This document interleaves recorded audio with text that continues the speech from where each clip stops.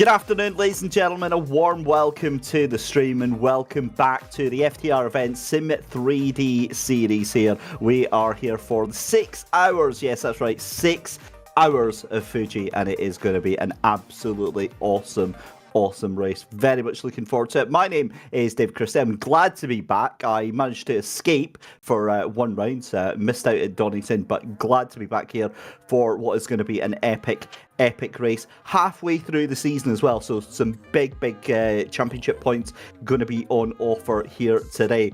But of course, I can't ever do this by myself. So it is always a very warm welcome to my good buddy and co-commentator Daniel Salmon. Zippy, welcome back to the box. It's great to be here with you. Happy New Year. Happy New Year to you too, sir. It's good to have you back as well. Donington National definitely had a lot going on, but it's good to be here at Fuji, one of the more scenic tracks, and then 6 hours as well, which just means more racing for you and me to have the honor of commentating on. It's going to be good.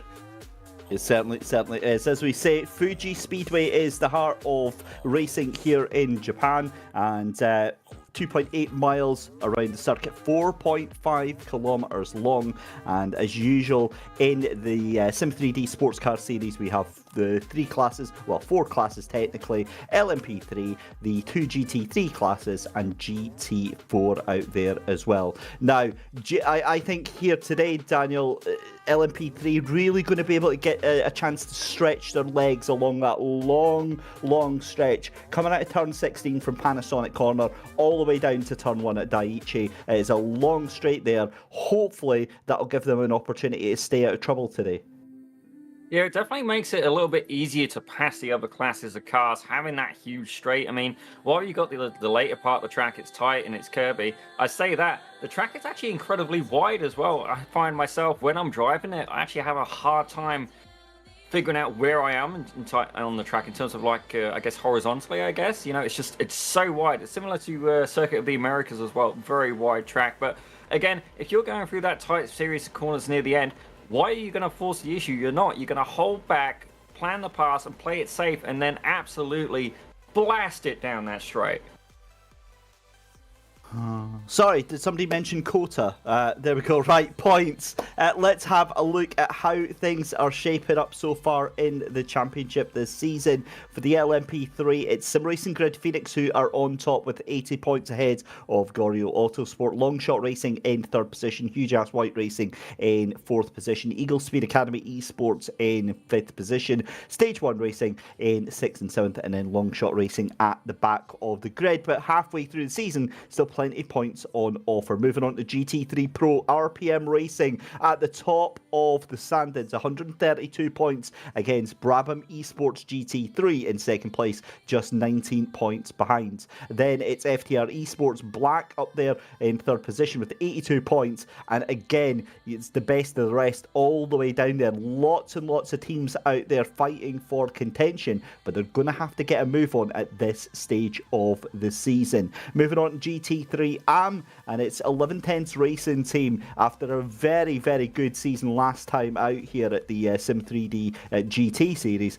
For the sports car series, they're returning to winning ways, currently up at the top there, 90 points ahead of Squadra Veloce by Fastlane Motorsport by just 15 points there. Arctic Racing are 30 points behind your championship leader so far, so still all to play for in GT3 AM. Anything can and very likely will happen. Moving then on to the GT4s, Huge Ass Golds, 105 points. Now this is a little more dangerous because they are right out in front there by a good 48 points. And that is a considerable, 48 points. That is a considerable margin over the likes of Torque Freak Racing by TFR Lab, Simsoid, GT4 and Huge Ass Blue. They need to get a win today. Nothing less will stop Huge Ass Gold going on to take that GT4 title. So again, a lot to play for through the final half of the season. We've got 3 races left to go in the championship here, Zippy. Fuji, I mean, look, our job is to always, bump stuff up and hype things up here, but this is, no word of a lie, this is the most important race of the season so far. Well, it's definitely, it's the longest time as well, so attrition, is going to be a huge part of it, and keeping that car clean. Now, Myself, obviously, we got the Daytona 24 hours coming up like later in the month, and we had a Raw this weekend. But the thing is with endurance, if you just get that one little nick on the car, I mean, that can cost you like a couple of tenths a lap, even a second a lap, and it accumulates so heavily there, David. And if you get the car in the weeds and you get a little bit of damage, it's just going to absolutely penalize you for this race. I mean, this is the chance to really, keep yourself under that control, do the happy medium, the risk versus reward. You've really got to emphasize that and play it a little bit safer, I'd say.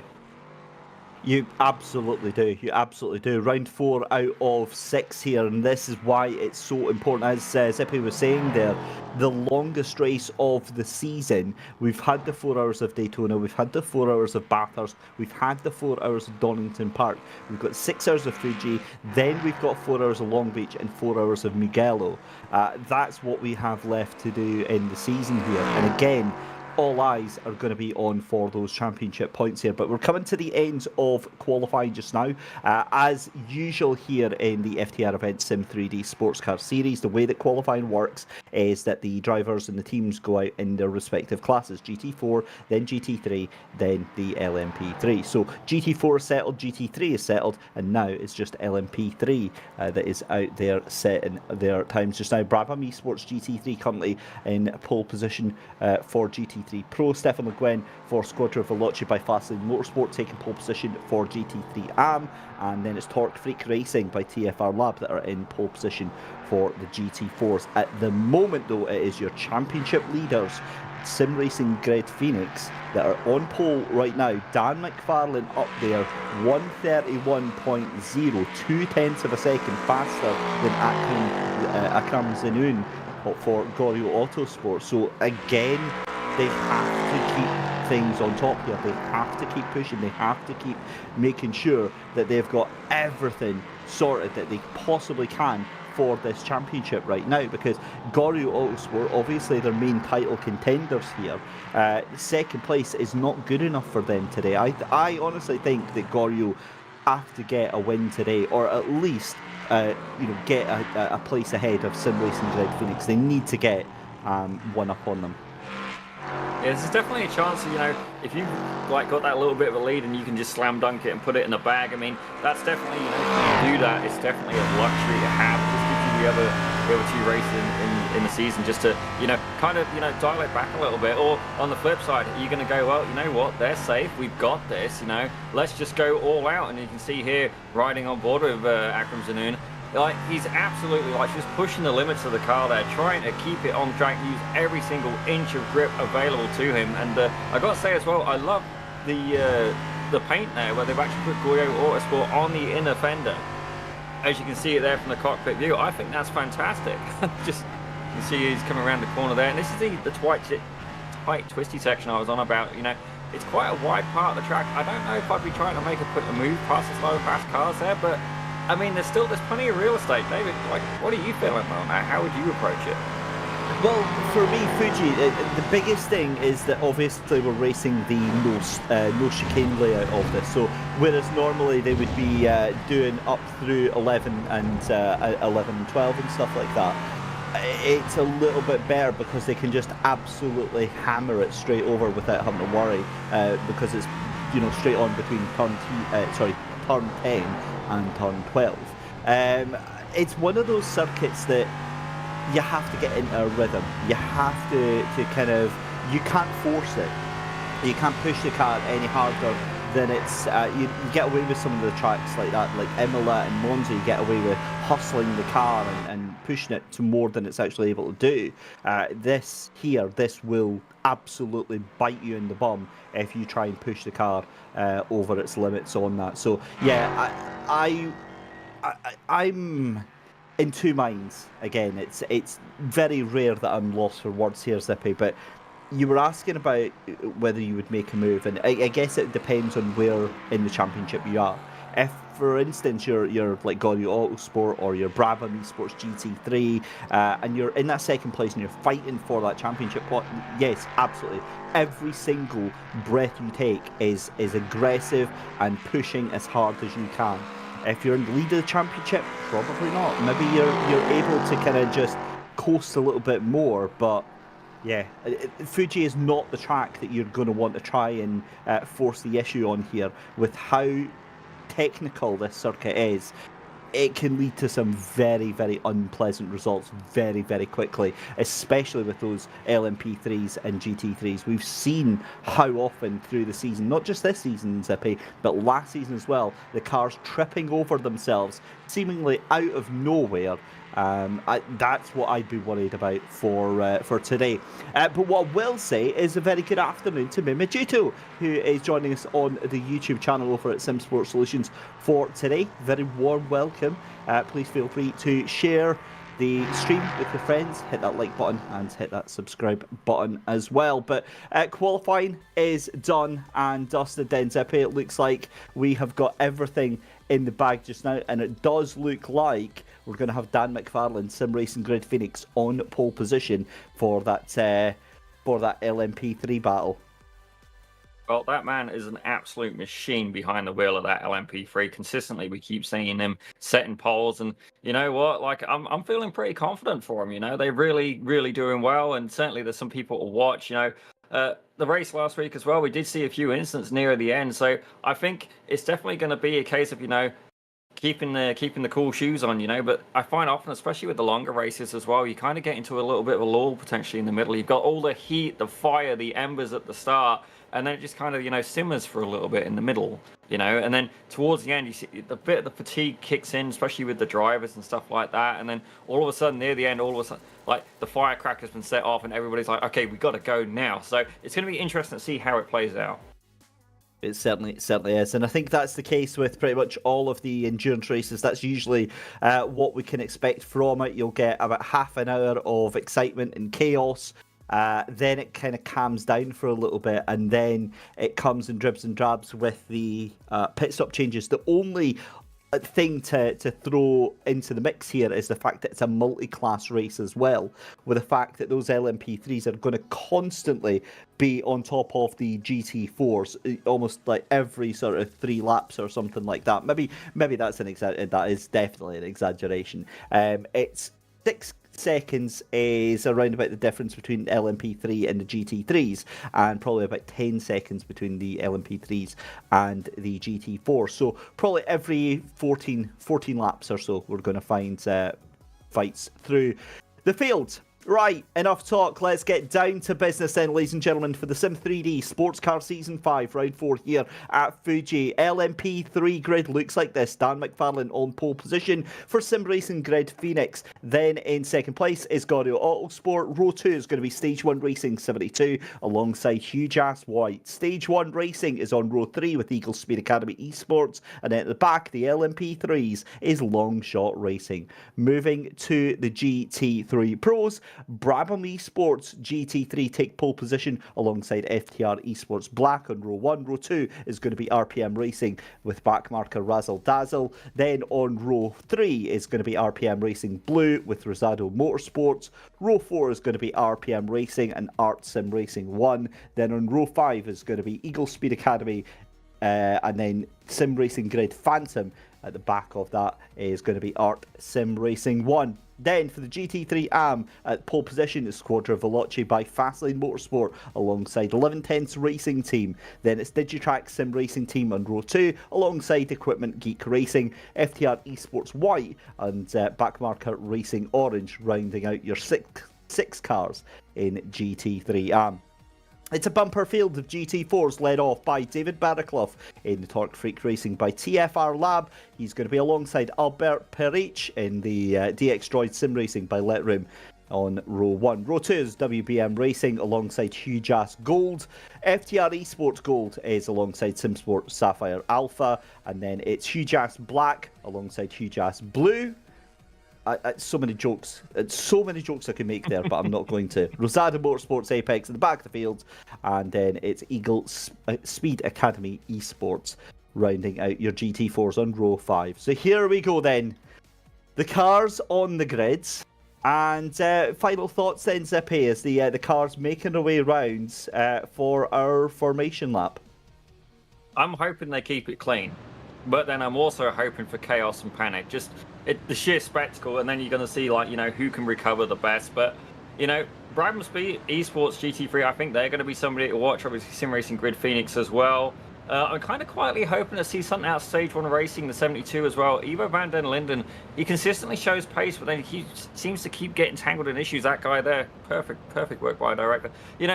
I want to see them get the result because they keep working hard for it, and then something just seems to throw them a curveball. So I'm interested to see what they can deliver today.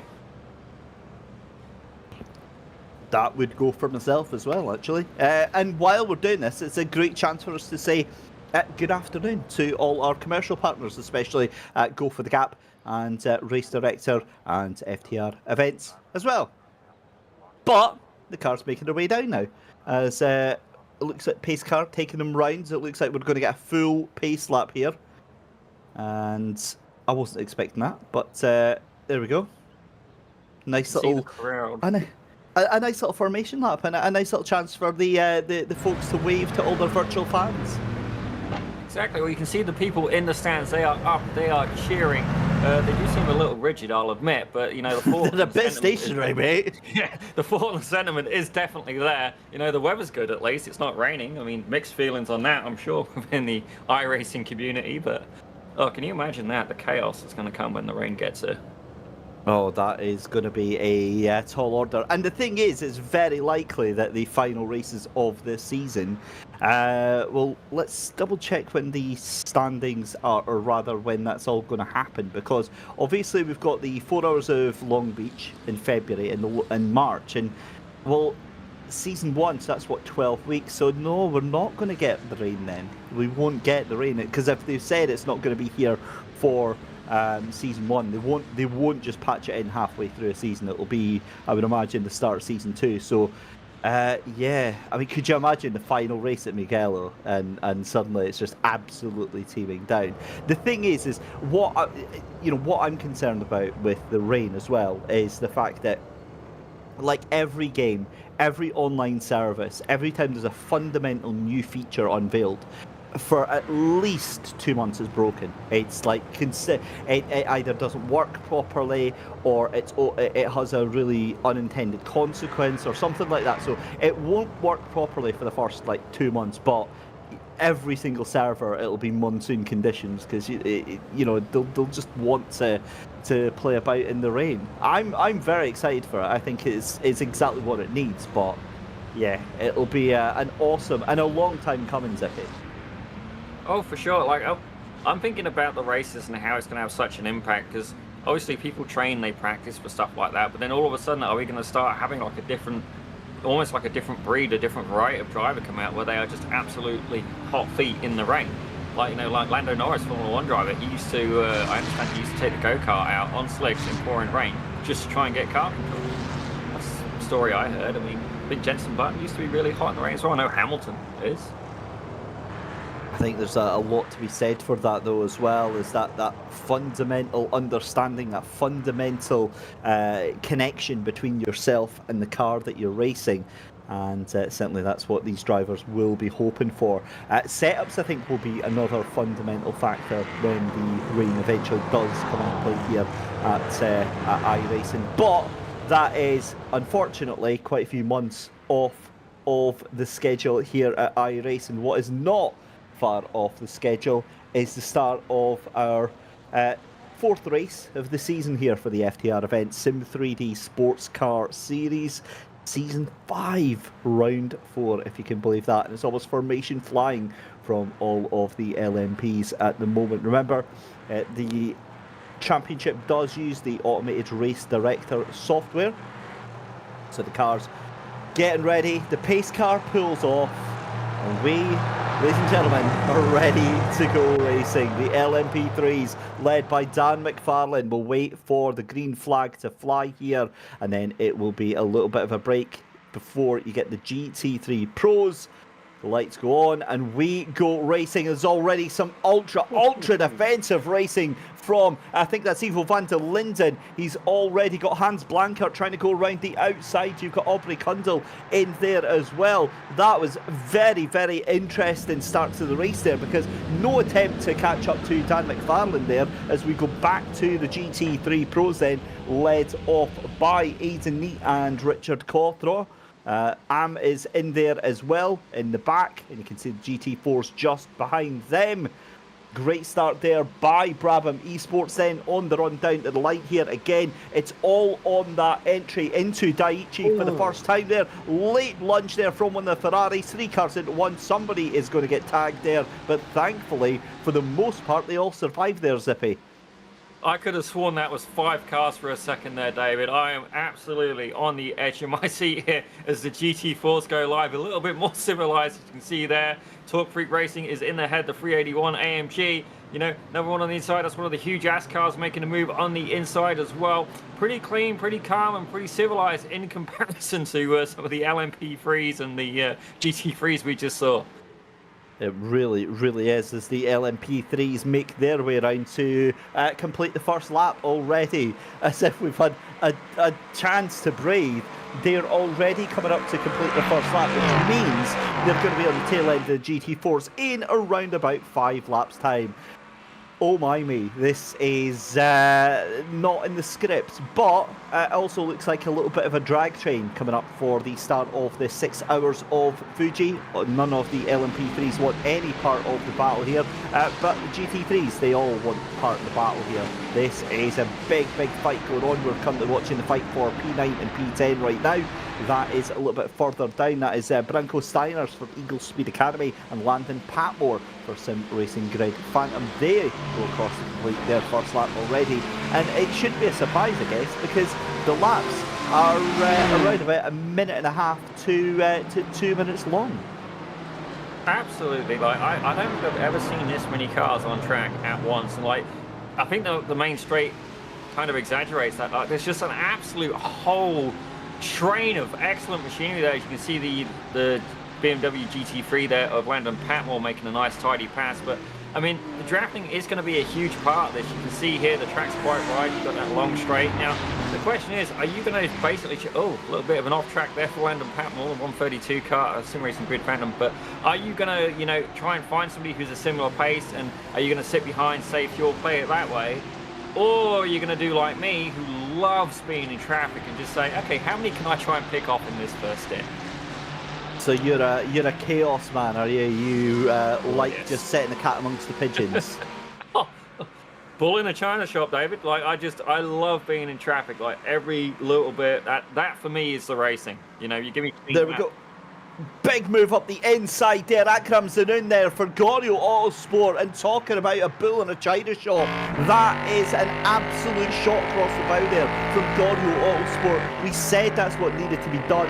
He's done it up to P1 then, and that is a healthy gap there of around about, what, 0.6 of a second there from Akram Zanoun, leaving Dan McFarlane to the clutches of Ivo van der Linden. I think that might be a little bit of strategy going on there for Dan McFarlane right now, certainly in terms of fuel saving, but we'll wait and see, because that car is dropping off a little bit from the raw pace that Akram Zanoun has got at the moment. And again, we'll have to kind of wait and see. We're only 4 minutes into this race here, and again, it's far too early to draw any conclusions whatsoever. Let's have a quick replay then of what happened earlier on then. This is Brian LeBlanc for Hugh Jas Blue, and is this going to be an unforced error? It is so unfortunate. The 339 car, the GT4, just clips that back end of the curb, and unfortunately that is not the last time we are going to see that tonight, Zippy. No, definitely not. But you know what, the best thing about it was, even though his tyres are definitely going to have a bit of a flat spot, you know, he didn't hit the wall or anything. But to continue your point about McFarlane being passed by Zanoun of the Goyo Autosport, I reckon that's completely tactical. You know, the tyres are cold. We're about 4 or 5 minutes into the race. You know, I've got no interest in leading the race myself. I would do a lot better chasing the guy ahead, keep him under pressure, you know, and then all the while as well, I'm going to save fuel. Just, I can almost coast the car. And on that note, you know, while you're coasting and you're saving that, you're also putting the driver in front, Zippy, under intense amounts of pressure. And unfortunately, I don't deal with that pressure very well. I tend to crumble like a cheap suit when I'm put under that pressure there, as we see at Long Shot Racing fighting it out with huge ass white Antonio Alvarez going toe to toe on the Cundle as they come through the second half of the circuit here. Brilliant little fight here then. Antonio Alvarez as Cundle goes up the inside, and that is a beautiful move. He's lost it all by himself, rolls back onto the track. There was absolutely nothing he could do. He was still in the middle of that accident, and I think he did clip Alex Baynes there for Eagle Speed Academy Esports. Zippy, that is exactly what we're talking about, or what I was talking about on that run round the circuit here. You cannot overdrive this circuit. You cannot overdrive the cars here, because it will bite you, and it will bite you very, very quickly. Oh, a great demonstration. I mean, like you'd almost like you paid him off, scripted it, and let him have it. But you know, like such an over rotation there. Like there was no way he was catching that. You just see it just snap and gone. And I think that was basically the tires. They're so cold, and then this track as well, we've actually got quite a lot of like elevation drop as well, but there's a lot of camber to some of the corners as well. Like that's a good example there. You can see there's quite a bit of camber as you sweep around, and if you're loading up the car and then all of a sudden one side gets a little bit too light, you've just not got weight in the tire, and it's just going to spin around. And I love the fact that we are already firmly in the midst of the GT4s with the LMP3s just now. It is feeding time at the zoo, ladies and gentlemen, because these LMPs are everywhere. And I'll tell you what, Dan McFarlane for Sim Racing Grid Phoenix has been caught out with that one, because he is now 2.5 seconds behind Akram Zanoun. So Akram really wants to try and make the most of this, using the traffic to his advantage, and he's doing a really good job of it, combined with the fact that Dan is obviously doing some sort of fuel saving there. He's maybe just trying to look after his tyres. Again, this is a very, very curious affair here as we go around the final couple of corners then. This is onto the main straight here, the start-finish straight here at Fuji Speedway. This is on board with Akram Zanoun for Gorio Autosport, 2.3 seconds in the lead of this race, ahead of Dan McFarlane, Ivo van der Linden in third position. He's a little bit further back as well, 1.6 seconds there. You see the length of this start-finish straight before it's heavy onto the brakes, down into Daiichi, that sweeping right-hander. And again, it's one of those tracks that really kind of, there's a lot of elevation changes, but that turn 1 and 2 reminds me a lot of Hungaroring, just the way that it doubles back on itself and pulls itself around to the right here. But less than 10 minutes gone here, and I get the feeling that those GT3s are starting to feel a little bit nervous right now. Oh, definitely, especially as well, the first time that the faster class cars go through the field, you're always especially nervous. At this point, I'd start to think the tyres are starting to come into that temperature range, that nice little sweet spot. But myself, sometimes I actually find like a car on cold tyres, I can lap quicker. Like I get lap 1's pretty cold, but then lap 2 generally can sometimes be my fastest lap, which makes no sense. Maybe I'm just brutal on the tyres, but certainly that first time through, you're always a little bit nervous as well, because while these guys would have run together in practice sessions and stuff like that, this is now a race scenario, and you don't know how forceful are these guys going to be. And if you think of some tracks, you know, okay, like, this is going to be the common spot they'll pass. Well, as you go throughout the race, you're going to find out where the LMPs are going to want to pass you, the moves they're going to make, the lines, and you'll see different drivers as well, which tend to give you a little bit of a hint. You know, you generally learn the field around you as well as you get comfortable with the track.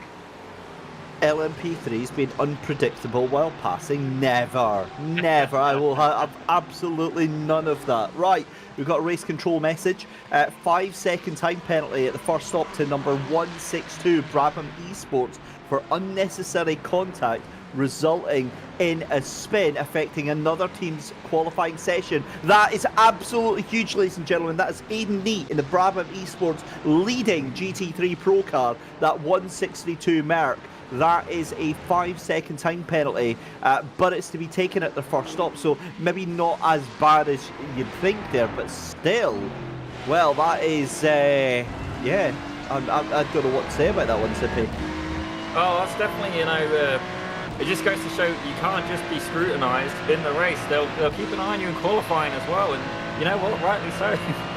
The stewards here are generally very fair as well. Like we've been with them, we've seen what they've done, and you know, I've never had a call that I've disagreed with, not just because, you know, I don't want to argue with people, but generally I think they're pretty much on point. You know, I've not seen anything where I thought that was a little harsh. I mean, occasionally like, ouch, that's gotta hurt, but you know, it's the nature of the battle, right? They want safe racing at the same time.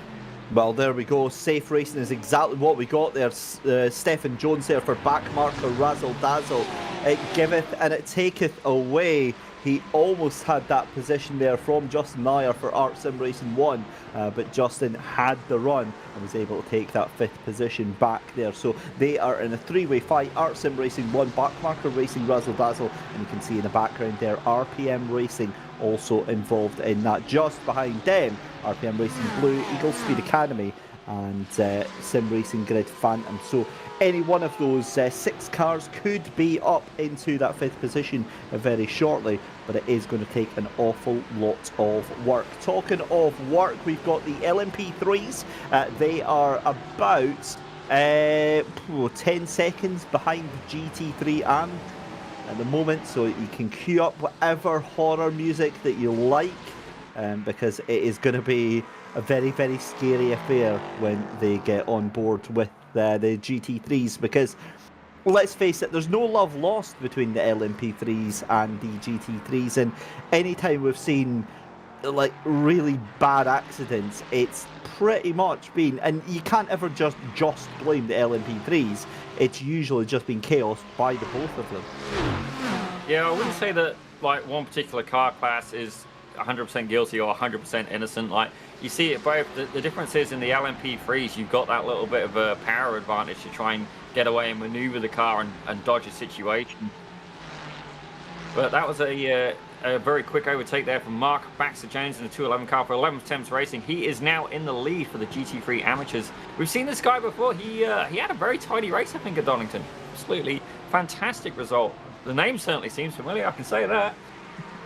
Well, 11th Thames Racing Team, that is definitely a familiar name here as we see this battle for 5th and 4th position in the LMP3s. This is still raging on between the two of them. Antonio Alvarez and Hans Blankert there, as Blankert tries to get the inside line on the cutback from that first corner, but it does look like he's just decided to give up the ghost on that one. Might be waiting to try and get a better position further on, but meanwhile, as we said, GT3 AM new leader then is 11th Thames Racing Team, as this is Brad Crouch for RPM Racing Blue. This is a fight here with, is that Stephen Jones just ahead? Yeah, it is. Backmarker Razzle Dazzle then, so this is for P7. So what has happened to Stephen Jones then? Because remember, he was up there fighting for 5th position, and he's now dropped back 2 positions to be fighting with 8th here. This is just wild racing, and we're barely even into our 15 minutes, our first 15 minutes of 6 hours here at Fuji. Let's have another message from Race Control. Time is, sorry, it's a time penalty, a 10-second time penalty to the 84. Now that's Alex Byans in the Eagle Speed Academy eSports car for turn 1 contact. That was a little bit further down on that start there. It must have been very, very minor, because we didn't really see anybody kind of having any issues on that turn 1 there, but we'll have to throw that one over to the stewards for that. They get to watch the replays and everything from multiple angles. So again, they are in much better position to make comment on it than us. But what can I say? I do love a little bit of drama, me, and I'm pretty sure that I'm not the only one. Huge thank you as always to our. I was just, it was a polite way. It's Saturday, and I'm just saying that I like a little bit of a fight and a little bit of chaos, a little bit of drama every now and again. Right, what I was awaiting to say though is, do you have that horror music ready? Because this is about to get very, very messy. Right, Zippy, it's 15 minutes into the race. How much are we putting on a bet here that at least one LMP3 or one GT3 car gets murdered here? Oh, I'd be surprised if it didn't. Akram's on, he is absolutely charging that car through the field as fast as he can. Like, he's driving it like he is a man possessed. Like, he's absolutely pushing that thing. You know, he waits for no man. Like, this guy is going full send as fast as he can. And very quickly, that 11 tenths racing, I was right. They actually they won a GT3 amateur class at Donington as well. So that's why that name seems familiar. Mr. Mark James, well done, sir. And look at the run that GT3 is getting on the back of that LMP3 car. That's a hell of it. So all the way back down that straight here, as you can see, Sim Racing Greg Felix not able to get past that first car there. So again, that is quite the turn up, but traffic giveth and it taketh away in equal succession very, very quickly indeed. But you're on board with your race leader, like Ram Zanoon, in the top left of your picture, and you can see the outside of that car just now. Very, very much enjoying all of the action that we've got going here. So let's bring up to speed then. 16 minutes gone in the 6-hour race. Crimson Zanoon in the lead for Gorio Autosport in LMP3s. Aiden Neat in the lead for Brabham Esport GT3. But remember, they have got that 5-second penalty when they come in pit lane. David Barraclough in the lead for the GT4s in the Turk Freak Racing by TFR Lab. But I did forget to mention Mark Baxter Jones in the lead of the GT3 AM for 11 tenths racing. This is back to the fight then for P7. And Stephen Jones in between a rock and a hard place. He's got Yeshel Yunus ahead of him for RPM Racing. As we've got a little bit of a move further up, that's 4th position, trying to make a move on Patrick Gannon for RPM Racing, I believe that was. So let's have a look if that was, or that might actually have been Justin Nair. I'll double check on that one as they come down into turn 1. In fact, I'm telling a fib. That was one of the GT3 cars onto one of the GT4 cars. So the GT3s already zippy onto the GT4s. And I think that given that we're going to have the LMP3s, yeah, that's yeah, it's going to be interesting. Well, I find the GT4s as well. I mean, they're quite a capable car within its own right, but they don't have the same kind of grip. And especially, I always found it very difficult the braking on the BMW GT4. I never managed to get on with the brakes myself, so you know it's going to be quite hard to let these guys pass. So it's going to be a bit of a speed differential, if anything a bit more in compared to like the GT3 and the LMP3s, but you know, you still got to manage the situation. It's not just going to be like, you know, a tortoise and a hare. You know, there's a little bit closer competition than that. See here, we've got the Justin Niger of the Arts and Racing 1. We're looking back behind him. He's got RPM Racing just 3 tenths behind. They're absolutely chasing as they're going through the later part of the circuit. If I'm not mistaken, they are going into Panasonic corner. You can see it looks like a GT4 ahead of them as well. So they'll get a really big benefit of the draft here. Certainly make good use of that. And I wonder if that was what caught Stephen Jones earlier. You know, the draft, it's not difficult to lose 2 spots on the straight. As you can see here, Tyler Campbell is going side by side. A little bit of wheel to wheel there, taking the inside line. And I believe he is now P3? P2? P3, there you go. I don't think it's over yet. They really exploring the track limits there. I would not want to be a cameraman stood there. Thankfully, they've got other means of doing that, but the guy would have basically had his legs ripped off if that was the case. You see there, this battle is not over yet. Tyler Campbell is hard on the WM Racing car. He's now in the lead now. 321. No, they've changed again. He's back. Second, third, second. David, look at all this happening. Yeah, this is an awesome fight between Austin Dilts and Tyler Campbell. Neither man wanting to back down right now. Tyler Campbell having to kind of succeed that position just now, jumping over the curb there. And have a look at this. You've got a GT3 car wanting to make a nuisance of themselves as well. And that means that Tyler Campbell is going to have to try and let that car by while still staying competitive. But he's going to make him go all the way around that corner there. This is where bad things start to happen from GT3 cars onto the GT4 cars, especially because that was the 162. That is your GT3 pro leader right now that is trying to get away from all of this going on. Patrick Gannon is now down into P4 at the moment. He was overtaken by Miguel Torres. This is going to be the drag race down the start-finish straight here, 1/10 of a second between these two at the moment. Don't be surprised to see Patrick Gannon just pop his little head out just on the braking zone into Daichi. And again, there you go, as F by Magic tries to get the car pulled in. Whether he can get that stopped, I think he can, but it's going to be around the outside for Rosado Motorsports. Miguel Torres, I think, is going to hold on to that because it's a left-hand up here, and that BMW is going to have the inside line. Yep, takes it from the Merc there, goes a little bit wide. Merc gets a good run out of there, but all the while these two are fighting, that allows Richard Cawthron in the FTR Esports black car to run away from them. 3.7 seconds ahead of the fight for third place just now. He's definitely trying to hold on to the back of Aiden Meek right now for the Brabham Esports GT3 car, but again, it's looking like a difficult day at the office already. 1.5 seconds behind, and we're only 20 minutes into the race. Well, that 1.5 seconds, a lot of that can come from just trying to get through lap traffic and stuff like that, but I got to give Rosado Motorsports a little bit of a shout out. They're actually having a really good day so far, up into third place. I mean, they've not had the best of luck recently, had a couple of incidents and stuff like that. At Donington, they managed to secure a 6th place, so to be on the podium as it stands, you know, that's going really well. I'm just hoping that they can maintain that and certainly keep RPM Racing behind them at this case, but it's still early on. We're only 21 minutes in. It's a 6-hour race. What can happen in the time? And just on that note then, we're back to watching Richard Cawthron here, overtaking some of the GT4 cars there. You can see that Brabham Esports GT3 car just up in the distance as we go back to, well, what can only be described as an absolute melee of GT3 cars and GT4 cars. This is...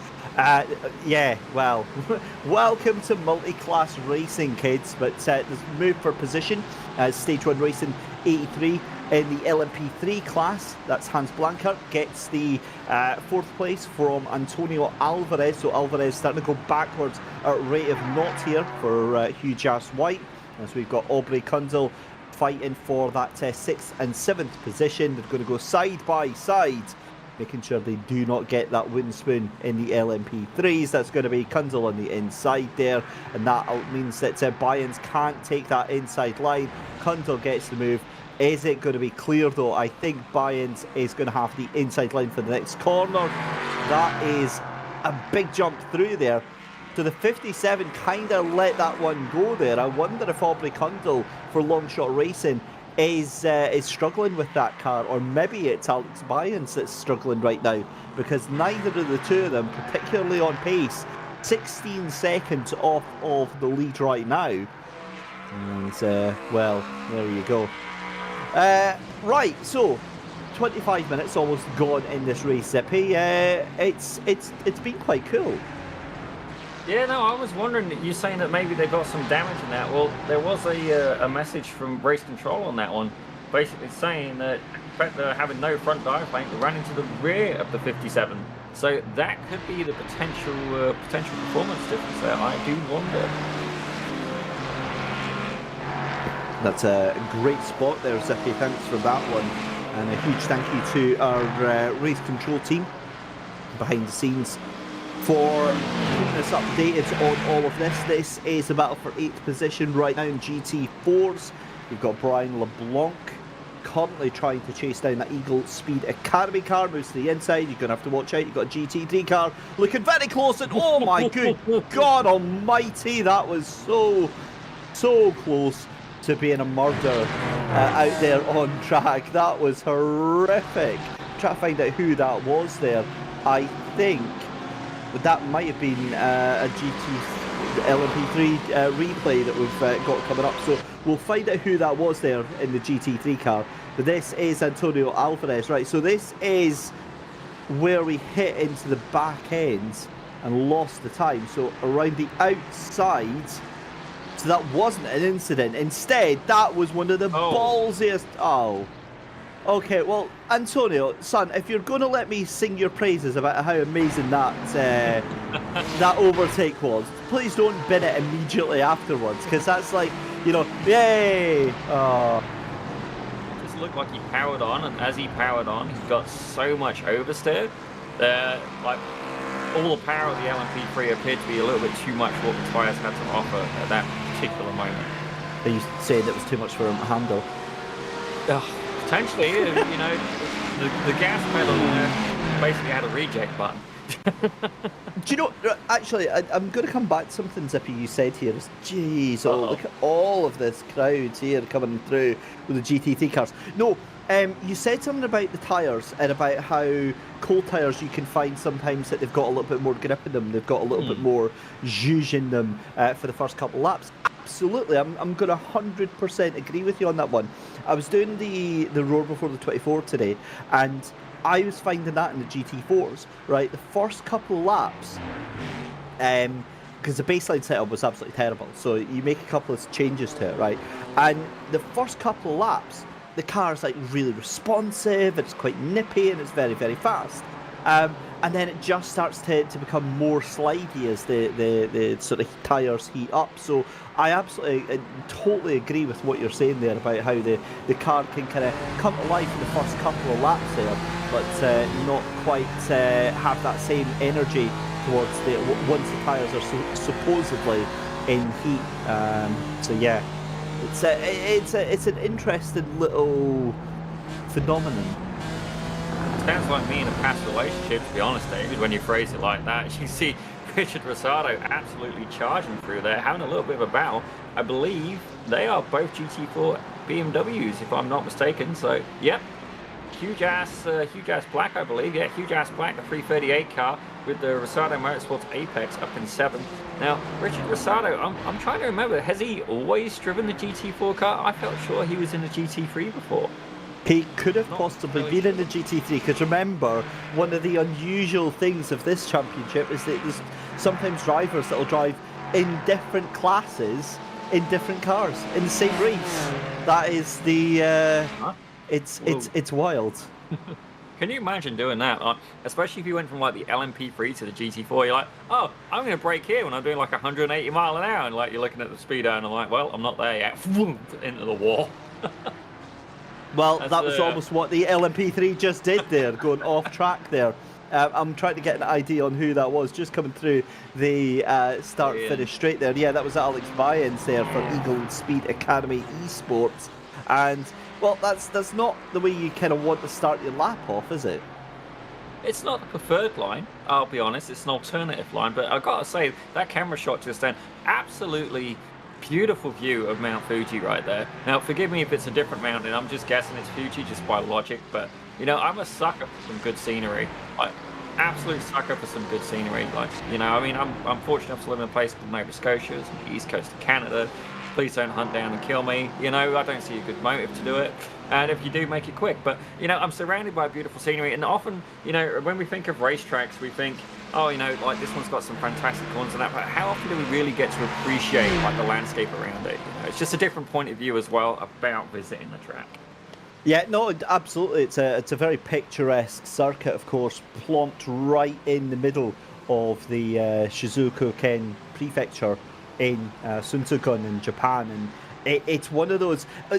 Japan's always one of those places that is on my bucket list to visit. It is just so nice. It's so picturesque, and almost in a lot of places so traditional as well. Here, it's just a really nice place to visit here. But Zippy, I mean, obviously Fuji in Japan is a fantastic track. What other scenic tracks would you love to visit? You see, I've never actually thought of it purely for visiting them by scenic. I mean, I do remember when I went to Brands Hatch, that long turn 1, as you go down, like, it's hard to get into context just how big that drop is. But myself, I actually have, like, my dream holiday is obviously car related, as you do, and I would love to fly to Belgium. I want to buy a car that's got 15 years old or older, so I can bear with me on that. And then I want to drive all over Europe. I want to drive Spa-de-Francorchamps. I want to take the car around the track, and then I want to go back England, tour Scotland. So we're going for a bit, you've been told, and then I want to actually ship the car back to Canada. That's like my dream holiday right there. I mean, it's an ambitious plan. You know, it's probably like a $30,000-$40,000 holiday, but you know, it is what it is. I'll save up for it. I mean, I've got to retire at some point. But as you can see here, we'll get to that in a minute. We've got Landon Patmore here in the Sim Racing Grid Phantom. Is he making the attack? Yeah, he is. He's putting that BMW on the inside as he heads down the straight, going into turn 1, Daiichi. I hope I said that right, turn 1. You see him there on the inside, and he has managed to sneak it past there, the Art Sim Racing car. Interesting, we'll see. 132, that's saying that he's a bit further back. I'm inclined to disagree. Ah, you know what? That's a different class car. Yeah, that's why that's not making sense. There you go. We got a GT3 Pro passing a GT3 Amateur. There we go. That's what's making sense. So these guys aren't really in a fight together, but you can see here we got Stephen Jones. We had a little bit of screen time.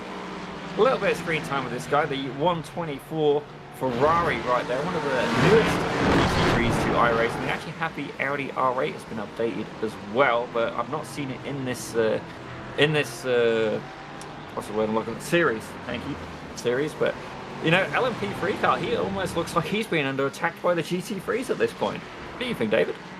Well, it's an interesting one because we saw it a couple of laps ago, right, where that LMP3 car was almost towing the GT3 car along the back straight here. The lap time difference is only around about 4 seconds here, so it's not that significant, but it's enough. As we see Patrick Gannon making up into third position. In fact, losing it. They're side by side, still fighting it out there. Patrick Gannon loses out significantly there. And Miguel Torres back up into to P3. So this is a fantastic little fight here for GT3 Pro. I was watching that on the timing screens there, absolutely going toe-to-toe here, and again, that's allowing FTR Esports Black and Brabham Esports to just kind of head off into the distance here. Let's go and check out some of the previous action then. This is that fight between Torres and Gannon. Coming into turn 1, Gannon makes the move, but it's going to be Miguel Torres who just waits patiently, gets the cut back, knows Patrick Gannon is going to be going way too deep into turn 1, into Daiichi, and takes that position back. But fantastic fighting, very enjoyable to watch here, and I can imagine for the two of them while they're doing this here, Zippy, this would be an amazing battle to be part of. Oh, it definitely looks like the best action we've got on the track right now. You can see there behind him, an LMP3 has decided to come and interfere with that party. I mean, you got a duet, and this guy just says, you know what, I'm busting through with the mic, and I think he's going to get through pretty cleanly going down the straight. I mean, he does have a speed advantage, but it's not quite as big as, say, like an LMP2, you know, like it's... He's still got to work hard, and he's not exactly got the run. He's going to have to do it all under the braking. Now, these LMP3s, I don't believe they've got ABS. Certainly, if they did, I kept Gannon almost into the back there of Torres. That was tight. That was really tight. Torres almost backed up a little bit by the LMP3 as well. We could have had an accordion sandwich right there with the BMW being the meat in the sandwich at that point. But see there, a little bit of an off-track potentially. And that's another thing we could think about, David, as well, is, you know, sometimes iRacing can be a little aggressive in terms of, like, you know, giving slowdowns and off-tracks and stuff like that. Now, I've never, ever been particularly talented at this track, as I said earlier. Like, I really struggle with how wide it is and, you know, getting my bearings on track. Now, is there any places you know in particular of this track where it can be quite, you know, you really got to be very careful in terms to the track limits? I'm feeling quite triggered after getting a drive-through for getting too many excursions and penalty points on that one this afternoon. So, yeah, look, iRacing is notoriously difficult to manage the off-tracks. It can give you 1Xs where you least expect it. And, yeah, Fuji, though, I don't have a clue because it's a track that I watched a number of times, but I've never really driven it. I don't really, you know, I'm not too familiar. I would imagine turn 1 and turn 2 are going to be absolutely brutal for it, especially then going through 6 and 7 as well at that hairpin. That left-hander, because it's so easy to wash that car out over to the right-hand side. and then get a couple of penalty points on there. Possibly even then into 13, 14 and 15 into Net's corner. That might be another hotspot for me. But, you know, like yourself, I am thoroughly untalented. As we see Yeshol Yunus there, this is the 211 then. So this, I don't believe, is for class. You've got Backmarker Racing, Razzle Dazzle just behind there, waiting to get the position here. But Artsim Racing right now, this is, sorry, RPM Racing right now, I'm not sure if this is a fight that you want to be taking at the moment, because they don't need to be doing this. They don't need to be fighting this, because this isn't their car that they are chasing down just now. But either way, that Porsche in front, that 211 car, that is Mark Baxter Jones for 11th Racing here, and almost going and ending in misery for the pair of them. But foot's still down here. I mean, fair play, Zippy. This is some ballsy defending here. You see, that's something I've always found I've done better at it. I'm not as good at, well, I'm great at being offensive, but not necessarily in a car.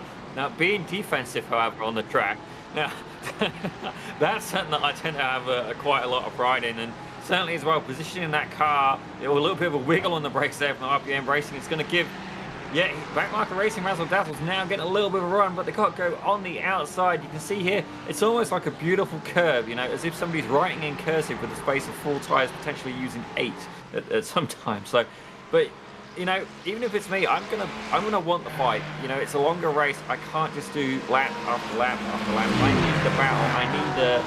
I need to be prodded and poked a little bit, and you know, give me a little bit of encouragement. Give me somebody to, you know, to duel with. That's me. And you know what? I'd be going for the fight.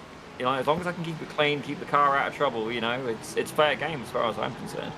And that's exactly what we're seeing here just now with Yeshol Yunus trying to fight this fight with Stephen Jones. And you've also now got Brad Crouch joining in just behind that LMP3 car just now, as we have a little bit of a replay from some previous action. Let's have a look here. Chris Sewell for FTR Esports Whites. Onto the curbing on the outside there. What's he going to do here? This is through the right-hander. Misses the apex completely and loops the car around. Well, you know, that's... yeah, that's all I can really say to that. And the reason I was saying that is because I was looking at the admin chat as well from at Donington. And I was like... I was loving the fact that they were delighted that one of their FTR cars, actually, the GT4 car, I think it was, actually managed to finish. So it's nice to see the banter that the admin team have got behind the scenes here. Meanwhile, on the back of Yeshol Yunus there is that 8th place car just behind him. I think that is Brad Crouch. We've got Stephen Jones who's in this as well. And this is just an awesome fight that we've got going on here as well. The battle for P2 just now in GT4 as well. Tyler Campbell and Austin Diltz. That has kind of simmered down a little bit. They're still within a second of each other, but wow. I mean, Zippy, this is honestly one of those races so far where they are really just sort of putting hammer and tongs in every single lap here. Yeah, well, that's exactly what I'm looking for. Like, endurance racing, sometimes once they spread out, it can be a little bit hard to find the battles and find the action. And you know what? These guys are, as far as they're concerned and the way they're driving, it's a sprint race. And I'm okay with that. You know, that makes better viewing for me, for you, and for everybody at home who's watching. And you know what? That's the way to go. You got to keep it interesting, keep it exciting. And you can see here, the huge-ass black car is chasing down the Sapphire Sim Sports Alpha, the Porsche Cayman GT4 ahead with the most pink and vibrant wheels on the grid, I might say as well, and they're definitely going to get a benefit of the draft there. Like, it's going to, that time gap is going to come down, but they've got the LMP3 behind them as well. Now the question is, can the LMP3 get past them both? I mean, if he goes in the middle of the pair of them, that could potentially set the huge ass black car back and have to start that pursuit all over again. As we see here, right here, let's see, we're about 6 tenths before. You can see that gap's already extended to a second. The huge ass black car probably cursing potentially a little bit, just trying to get the edge, but as you see there, Cayman GT4's then given way and that gap is back and restored. So the battle continues. As you can see, right, RPM Racing. Yep. Oh, and it's all a little bit uncertain between Patrick Gannon right now. He wants that position from Miguel Torres, but they're going to have to think about it another time here, as this is your GT3 AM leader, Mark Baxter-Jones here for 11 tenths Racing, fighting it out with a GT3 Pro car around the outside. That, I believe, is that not Backmarker Racing Razzle Dazzle and Yeshal Yunus for RPM Racing? I think it is anyway. It certainly is. Look at that. I almost know what I'm talking about here, Zippy. I'm kind of surprised myself here with that one.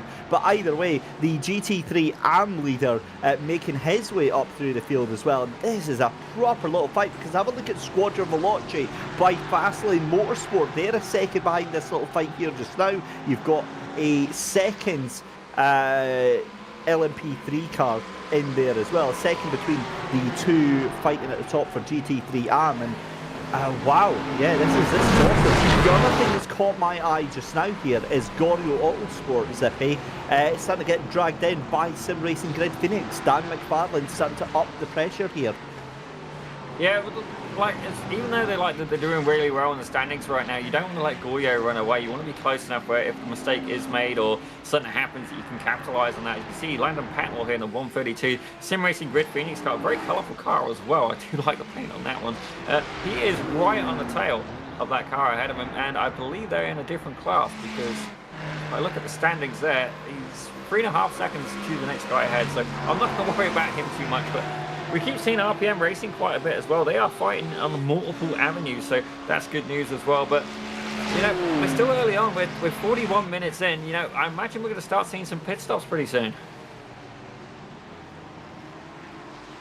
As we're watching, the thing with the pit stops as well is that I always get so excited about the difference that it could possibly make, and then you see it and then it's like nothing actually happens. Right, what has happened, I wonder, to Sim Racing Grid Phoenix? They're starting to drop off a wee bit there. Maybe nothing to worry about there, but that car's starting to go about 2 seconds back to Gorio Autosport, although that gap's coming down now, so it could be traffic that they're having to deal with. But that is Stephen Jones for backmarker Razzle Dazzle in the middle of just a gaggle of cars right now. You've got 11 Pence Racing just in front of them just now. And behind them, you've also got Squadra Veloce by Fastlane Motorsport. So 42 minutes gone in this race here, Zippy, and it's been a lot calmer. It's been a lot steadier than I thought it was going to be. Oh, I think it's been pretty steady so far, like you said as well, but I'm just trying to work it out. So that's Backmarker Racing Razzle Dazzle. They're actually getting reeled in a little bit by RPM Racing Blue behind them right now, but ahead of them, that Porsche 911 there, the 211 car, that is the GT3 amateur leader. So this guy definitely isn't the slack, but he's still going to want to get by. If you can position the 11 tenths Racing team between you and the car behind you, you can use that to your advantage. You can see here, he is right on the bumper, and yeah, he's going to make a move down the inside going into Daiichi.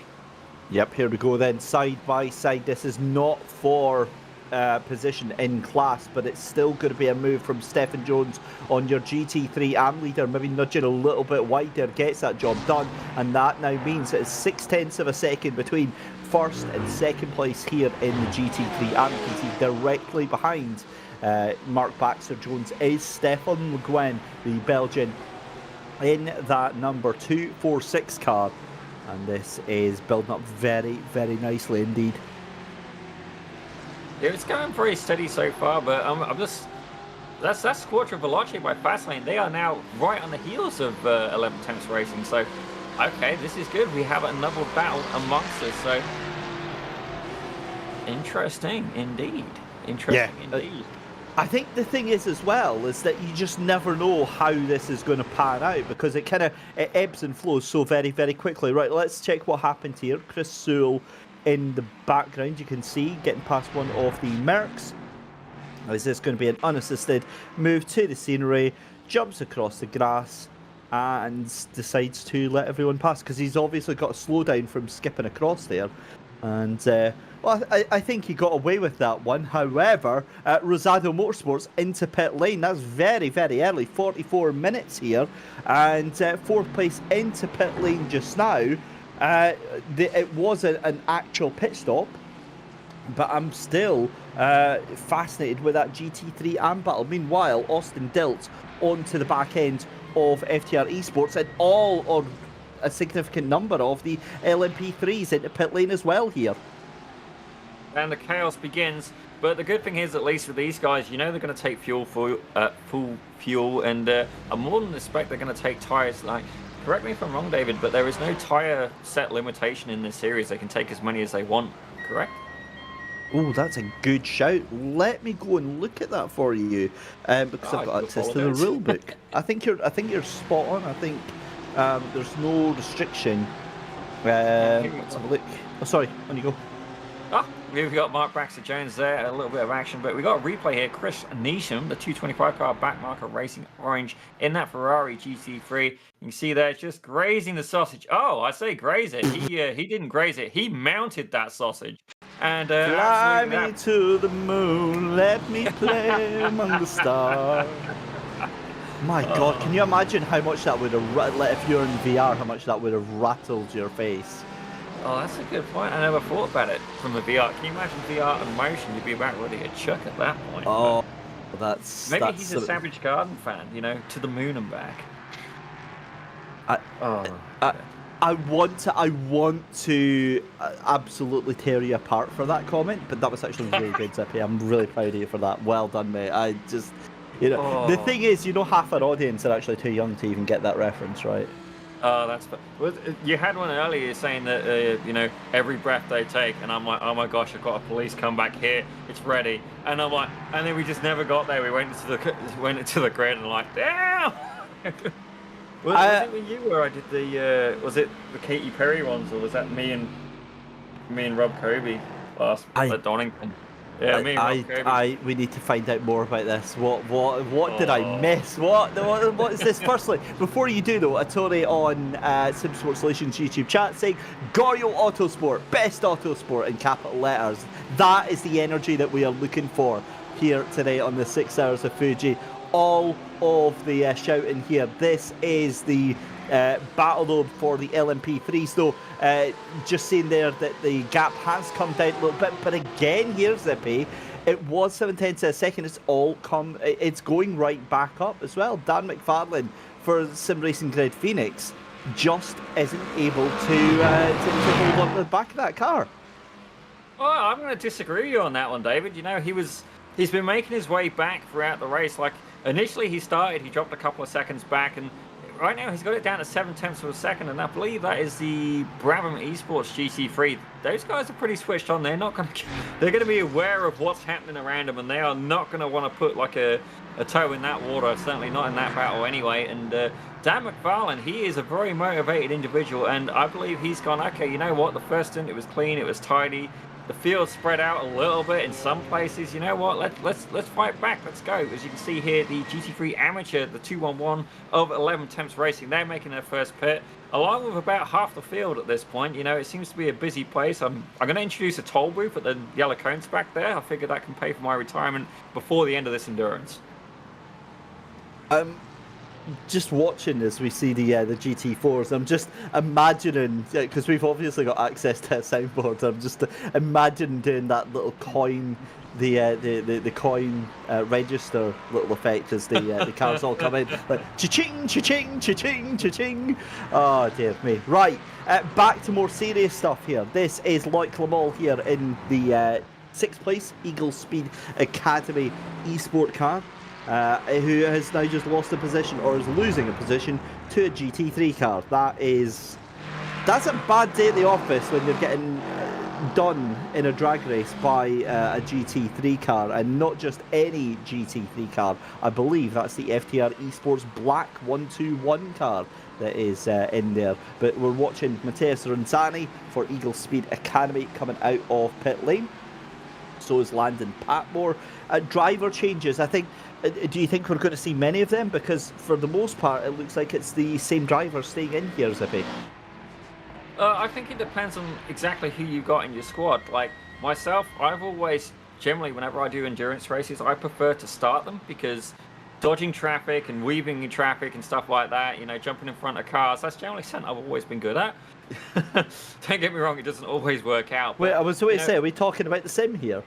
Yeah, like I left the door open and I invited you in, and I even had a banner up saying, come get me. But, you know, it's generally something that I prefer. Now, when we get the longer stints and stuff like that, and, you know, the one where the field's spread out and there isn't anybody to play with, I'm not the best guy for that. I need somebody to you know, poke and prod and, you know, try and go toe-to-toe with. That's generally how I do best in endurance races.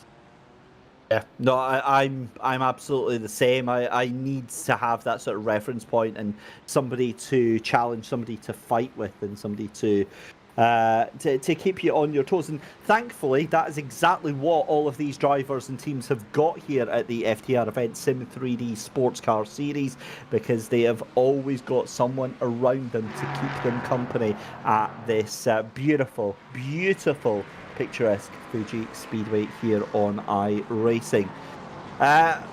While we're watching down, the LMP3s as well.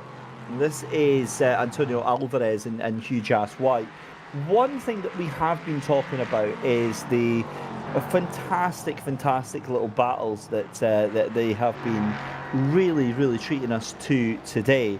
And of course, we're watching as well Stage 1 Racing 83, just getting in front there. That is David van Slamberik behind the wheel of that one. So, you know, it really is one of those races where we think that we've kind of got it all planned out, or we know how things are going to go, but realistically it doesn't quite work that way. And we were mentioning as well Dan McFarlane for Sim Racing Grid Phoenix. I was catching up, or you were saying was holding on to Corio Autosport, but that gap again is now 2.5 seconds here, Zippy. Yeah, I'm going to have to go and have words with the gentleman. Like, pull your finger out, man. Come on, let's go. You say something. Is he letting the side down? Like, just kidding. I'm just going to let him, you know, let him get away a little bit. But there is another thing that we haven't actually talked about yet today, and that is like the yellow flag scenario. Now, this is quite a wide track. I'd be very surprised if at this point in the race we ended up with a yellow flag. During the race start, I could have seen it happening. There's so many cars in such a small piece of real estate. You know, I was actually very impressed that they all made it round. But saying that, you know, the race stewards are watching, definitely going to behave. You know, I mean, you can't just slip them with $20 and, you know, hope for the best. But speaking of the race stewards, I am informed as well there is no limit on the amount of tyres you can use. You can burn rubber for days here at the Sim 3D Sports Car Challenge, or Sports Car Series, sorry. Getting back to the action here just now, 11-10 racing just now for the GT3 AM battle. This is starting to heat up very nicely indeed. Byron Crawford in the lead of the GT3 AMs at the moment, has to fight off Stefan Le Guin in that Squadra Veloce by Fastlane Motorsport car just now. The two of them almost side by side as we see Antonio Alvarez chasing down that other LMP3 in front of him with David van Slamsbroek. However, this GT3 AM battle, I think, is just building so very quickly indeed. As I've got to say, Zippy, I'm loving the intent and the amount of work that you put in behind the scenes as a commentator here. You know, I'll come back to that in a second there, because I thought that was going to be a huge moment there as the LMP3s there, Antonio Alvarez and David van Slamsbroek. While I'm watching the GT3 AMs, I don't know what the hell happened there. But wow, that was. I was waiting to make a comment about your lovely stream deck that you've got set up there for FTR events here. But I mean, we've got this brilliant little GT3 AM battle. But I don't know if you saw that LMP3 chaos. I can summarise it as wiggle. Yeah, that's that was my right. So we've had K Perry references, we've had LMFAO references, and we're not even an hour into this race. Right, let's see how this is all going to unfold here, because Squadra Veloce trying to take the lead to go to the outside there. 11-10 racing on the inside though. This is thrilling stuff here as we go into our second hour of racing. They're still side by side. Stefan Le Guin takes the inside line, and that is going to be for position then, ladies and gentlemen. Squadra Veloce by Fastlane Motorsport. It's been coming for a while, and that is a position change and a brand new leader for GT3 AM. We've got a replay, and I've got a feeling this is the LMP3s. Yeah, so that's Antonio Alvarez in a huge-ass white. You can see there's actually another huge-ass car ahead of him as he is hard on the brakes trying to dodge that LMP3 that is basically just twerking ahead of him, having like a little bit of a, bit of a Shakira moment. Hips don't lie. It's all going on right there for that LMP, but thankfully they're able to, keep it on the stage. Yep, they absolutely are here. Oh, that's a little bit awkward here for the GT4, caught in the middle of that GT3 AM battle just now, but Stefan Le Guin in the lead of GT3 AMs now as we cut back to the LMP3s then, and back to the chaos. Antonio Alvarez, it was David Van Slamsbroek that had that monumental moment for Stage 1 racing. Let's have another look at actually what happened then from David Van Slamsbroek's vision there. So he's late onto the brakes there because he has to avoid that GT4 car, and then he's just absolutely pummeled by an unseen Antonio Alvarez, who just goes straight into the back there. Now, what I'd be interested, is there any damage here, as we've got a almost a fight for position here, P6 and P7 in that LMP3 class. Now, do you remember when we got talking before the race here, as Hugh just walked into the pit lane, and we were like,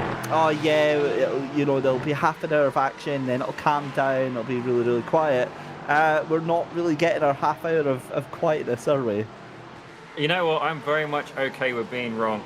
Not just in terms of the race, but just in general. I appreciate I am what I am, but I'm okay with these guys fighting it out and having a battle, because that's exactly the beauty of racing. Like, for me, as I look through the field and I see the timing and stuff like that, we've still got battles going on, and certainly as a race driver as well, as a sim racing driver myself, I want there to be a constant battle. I mean, that's the whole point. It's a sustained, that is a test of the endurance. Like, if you're just doing laps, okay, all right, who can do the cleanest laps, the fastest laps, the longest, but you're not really stressing the driver as much. If you add the traffic in and you add in somebody to fight against, you know what, that's when the athleticism really starts to come out.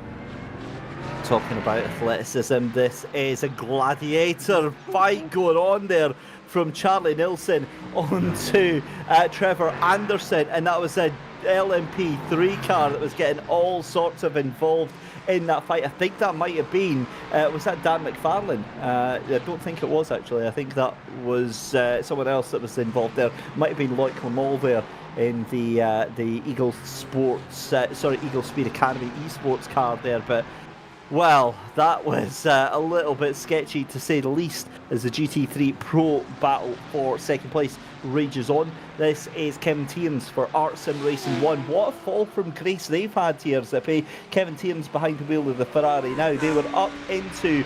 now, they've not had a fall from grace. Do you know what it is? It's because there's two Art Sim Racing 1s.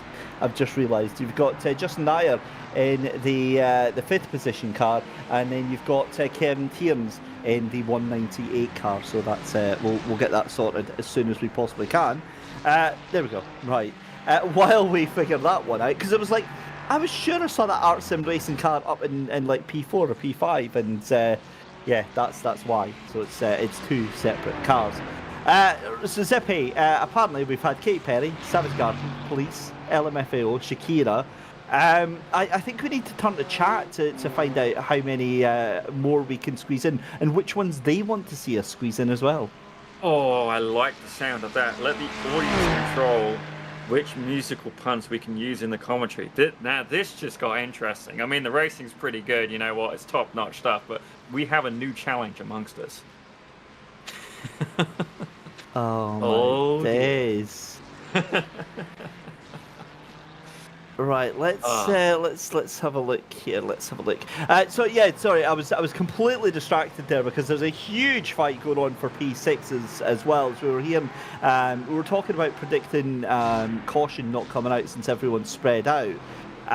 The thing with this is because it's an automated system that it just checks all of the server, it checks all of the incidents that are going on, and all of the fights and everything. And there's been a couple of times where the system has been a little bit hesitant, shall we say. It's been checking out on what's going on there. So I think it's maybe a little bit closer than we'd like to think on that one, especially around about 10 minutes ago here. Right, Chris Sewell again. This is a carbon copy of what he's done. Oh my loads! And that is an F. That is Jesus take the wheel in the 223. And, well, I'm not sure there's going to be any left of the no claims bonus on that car there.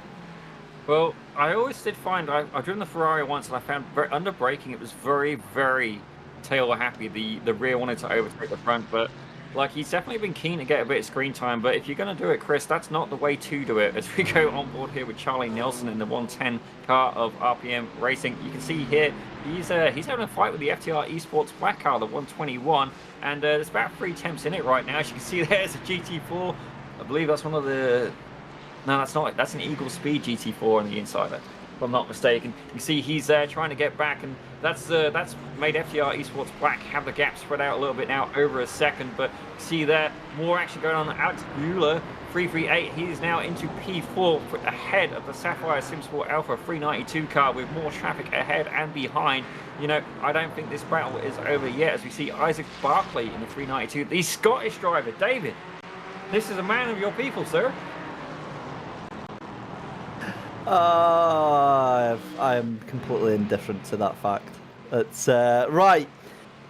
So much to talk about. Right, have a look at that, because right in front of you, that is the battle for the lead. Gorio Autosport and Sim Racing Grid Phoenix, they go across the line. Matthias Kunzer and Dan McFarlane. This is now a proper fight. 4/10 of a second separating P1 and P2. We were looking at the GT4s, but this is now where it's at right now in terms of the fighting that's going on, and that's a little bit wide there from Matthias, the Italian driver, doing everything he can to hold off Dan McFarlane, but you get the feeling the pace is now on the side of Sim Racing Grid Phoenix here, as we have already cracked off 1 hour of the 6 hours here for the FTR event Sim 3D Sports Car Series Season 5 Round 4 here at the 6 hours of Fuji, and that's then a little bit wide for Sim Racing Grid Phoenix now, undoing all of that fantastic work. Right, let's have a little look at what else is going on in the field here, because now I think this is genuinely probably the quietest part that we've had through this race here, as a lot of the cars now just want to circulate and just want to do whatever laps that they possibly can in peace and quiet here.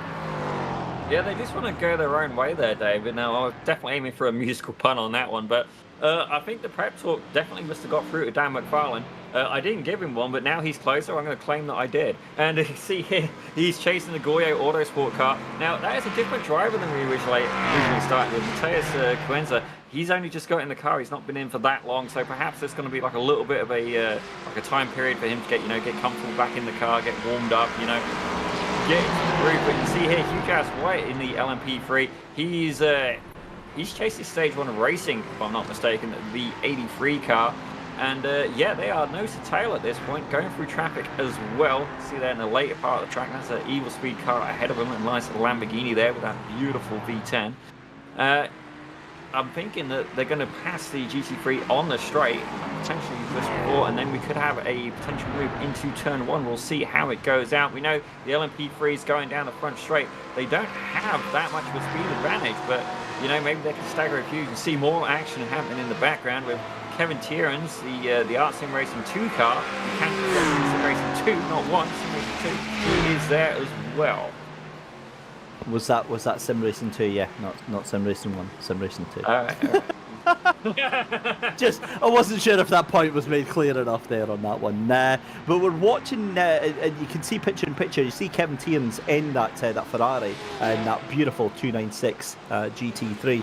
But Antonio Alvarez in the Huge Ass White. Now that is obviously the LMP3 car, and that is the Dallara that is out there. And sorry, not the Dallara, the Ligier. The thing on that as well is that it's such a beautiful looking car, I always think. It's so pretty, and it seems incredibly popular here as Kevin Tiernan's always wiping himself out. As Aubrey Cundle for Longshot Racing, that was a big puff of smoke. Something has happened to that LMP3 car. Yeah, no, I see the big puff of smoke as well. Now, Aubrey, I think, was maybe involved in a little bit of an incident earlier, and you can see there, that looks like Ivo van den Linden behind. You can see the Mercedes GT4 having a little bit of a flashing moment, but let's sort of check a replay out. Let's see exactly what's going on here. So here we got Aubrey Cundle, the 57 of Longshot Racing. See here, okay, all looks well. Hard on the brakes. There's a GT3 ahead of them, the Ferrari, and oh, a little bit of over rotation, bit of a smoke show. Thankfully, everybody is able to go round the outside. And it's cleaned up pretty tidy, and that's now put him right back in the mix, and he's going to be fighting yet again for position. Absolutely fine. Didn't see anything there at all. Nothing to see here, folks. Just back on with it. Yeah. So what I was saying is the LMP3, of course, is that beautiful Ligier JSP 320, an incredibly popular class of car. You've got obviously LMP2, LMP3. You've got the brand new Daytona, the GTP class, the LMDH. That's just announced, or rather just come out in the past year or so. So Antonio Alvarez there having a few connection issues there, and almost going off into space here. He is onto the back end there of your Stage 1 racing car, just in front. That is David van Slambroek, who is again recovering in that car after that big collision from Antonio Alvarez earlier on. So it's interesting to see those two are still together just now. Let's go back and check another replay from something that's happened. This is Kenneth Varankin for Eagle Speed Academy Esports. And this is coming through into the hairpin. And I believe that's probably going to be up into turn 15. And, well, that is kind of around and around and around the corners, Zippy. Yeah, that's interesting the way that one went, because, you know, being a GT4, I can't imagine that he's powered on too hard. It's like, I'm wondering if he went in a little bit too hard, tried to apply the brakes, and like it just, you know, the weight balance just threw off completely. You know, interesting. You know, we've not seen anybody else manage that move at this point, but you know, maybe he's just trying out for some showboating class. I'm not too sure, but hopefully he can keep it clean. You know, recover, get back in the groove, and you know, put some tidy laps in. As we see here, Kevin Tiernan's in the 198 Arts and Racing 2, 10th place. He is still hot on the tail, but I believe that is a different class car ahead of him. So you know what? Just because it's different, different standings class, it's the same performance, you know, doesn't mean you can't, you know, team up, buddy up, and especially as well, it's another thing we could factor in, you know, if you've got teams with multiple cars, you know, if you've got GT3 Pro, GT3 Amateur, you know, you can do this very tactically. You know, you could have your pro driver tow along your amateur class and potentially give them greater success. It all depends about how closely matched your pace is. As you see, Chris Sewell is back out on track, a little bit alarmed that our director's looking at him, because generally whenever he does, it means something's gone sideways for him, usually in that corner. So hopefully he can keep it clean for him. Car appears to be repaired, so that's good news at least, and definitely not the open concept front end that we saw not that long ago. Well, I think he was trying to turn that into a single-seater based on his little moment earlier on. I'm not sure that car is 100%. It doesn't look up to speed. He doesn't look happy with it, does Chris Sewell. So, again, we'll wait and see here, but I would not be surprised to see that car getting retired at the end of this lap. Meanwhile, over the curbs, Kevin Tiernan's bumpy ride here at Mount Fuji, through with that Ferrari 296 GT3 car.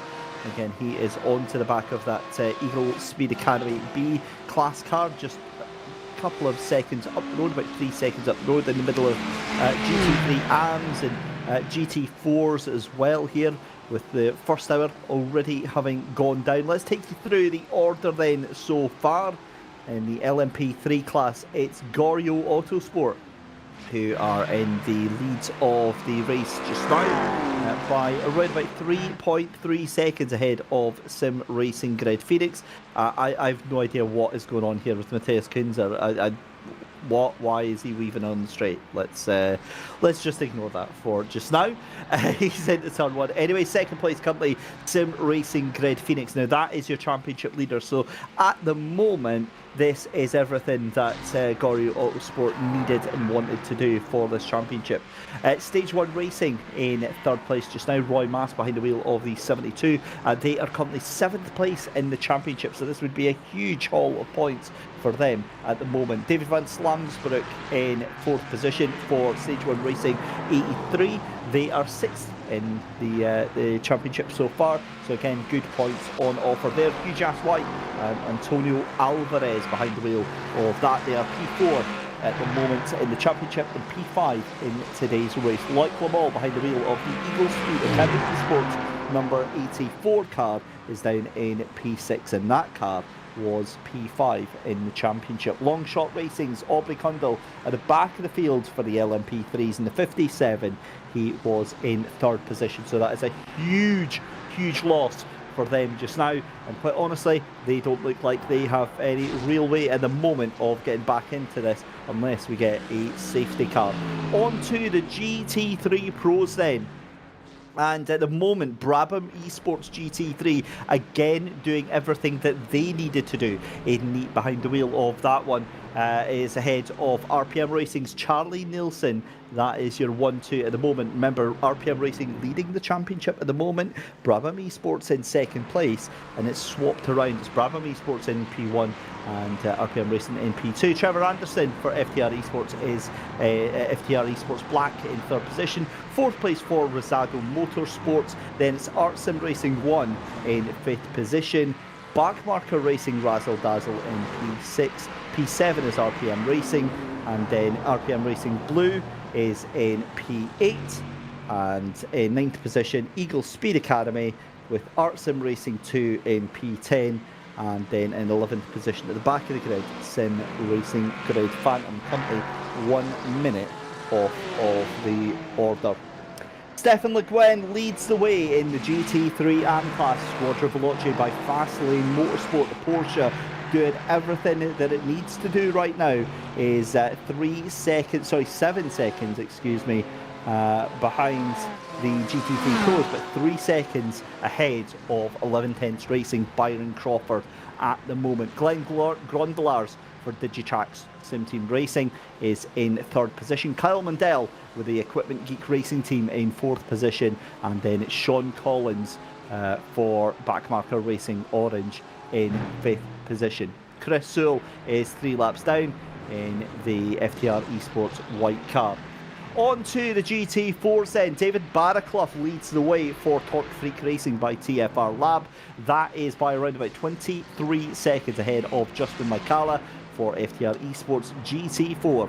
Antonio Salada for DXroid Sim Racing by Letrooms in 3rd position, 3:26. It's a Merc 1-2-3 at the moment. Alexander Bueller in the BMW GT4 for Hugh Jas Black is in 4th position. Isaac Barclay in 5th position for Sapphire Simsport Alpha. You can see this battle for 9th and 10th between Kenneth Rankin and Morgan Smith. We'll come back to that in a second. Isaac Barclay in 5th position. Brian LeBlanc for Hugh Jas Blue in 6th. Richard Rosado for Rosado Motorsports Apex in 7th position. Hugh Jas Gold, Austin Tucker behind the wheel of that one in 8th position. Kenneth Rankindo in 9th position. Morgan Smith in 10th for Eagle Speed Academy Esports at the back of the grid, along with WBM Racing. So that is the order so far, and we have I'm just working this out in my head, 34 cars currently on track at the moment. Not a bad way to spend your Saturday evening here, Zippy. Definitely not, you know. I find that it's like getting racing where you've got a bigger grid as well, you know, it just gets that more interest, and you got more people to play with, even if they're not in the same car, not in the same class. It keeps it a little bit more active, a little bit more fun. And you can see here, even though the field is somewhat spread out in some ways, it depends on how you define that it's spread out. You know, there's cars together, it just maybe a little bit spread out in class. But you see here with Rosado Motorsports as well, they're still having a bit of a fight. They've gone from 3rd to 4th now. But Eagle Speed Academy, that's who we've got eyes on right now. Loic Lamal, the Belgian driver in the 84 car. You see here, he's got, is that Ivo van den Linden right behind him? Taking a little bit of a scenic route there. That's definitely not the preferred line as he falls back through the position. But yeah, Longshot Racing ahead of him even. My apologies, Longshot Racing in the 57 car as well. So, you know, it's going pretty colourful at this point. few battles going on. You know, Dan McFarlane's still not been able to get that lead. If anything, they've dropped back even further now, 4.5 seconds behind Goyo Autosport. Yeah, they certainly have, and that car is looking very, very unhappy of Loic Le Mans for Eagle Speed Academy. This is back to Chris Sewell now. This is damage limitation here for the FTR Esports white car. We saw that car going head first into that exact barrier that he is just going past just now. And the FTR Esports white driver just trying to get that car round and get whatever they can out of this race. Remember, with Race Director, that automated race control software, able to call a safety car a full course yellow if there is a significant incident on the track. There is always the risk that we could have a full course yellow and a full course safety car, which would be, yeah, that would be a real turn up for the books here just now. But we're back down to the main straight here. Glenn Grondelars in third position. Again, trying to chase down that car just in front of him in the RPM racing machine. 16 seconds up the road. Sorry, 9 seconds up the road. 9.6 seconds up the road just now for the GT3 AM. You've got an LMP3. Swings round the outside. You've got two cars there. And what could possibly go wrong here with a GT4 in the mix as well? Welcome, ladies and gentlemen, to multi-class racing. And the GT4 heads a little bit wide as well. That is one of the huge-ass cars there. It went a little bit wide. As we are firmly into the first third of this race.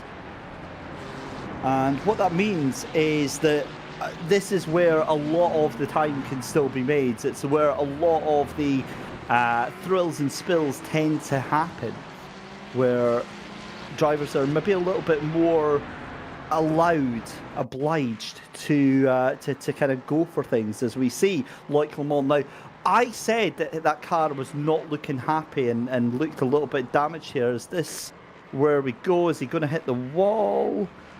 No, he doesn't. Okay, so he's just recovering. So, but Loic's not happy with that car, so he's returned to pits after that. I wonder if there's already been damage on that car, and that is just the result of what had happened there. So Eagle Speed Academy Esports then into pit lane, and they are going to drop down quite a lot of time in the order in this fourth round of season 5, if you can believe it, ladies and gentlemen, of the FTR events Sim 3D Sports Car Series.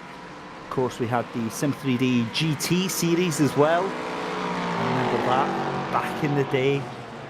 And of course, now it's a multi-class affair with the LMPs, GT3s, and the GT4s out there as well. Remember, ladies and gentlemen, get involved on the chat.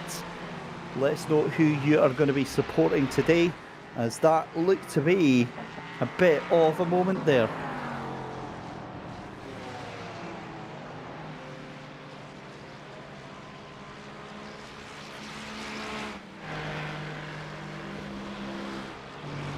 As we see Matthias Kunter then, your Gorio Autosport leader in the LMP3 class in that number 39 car.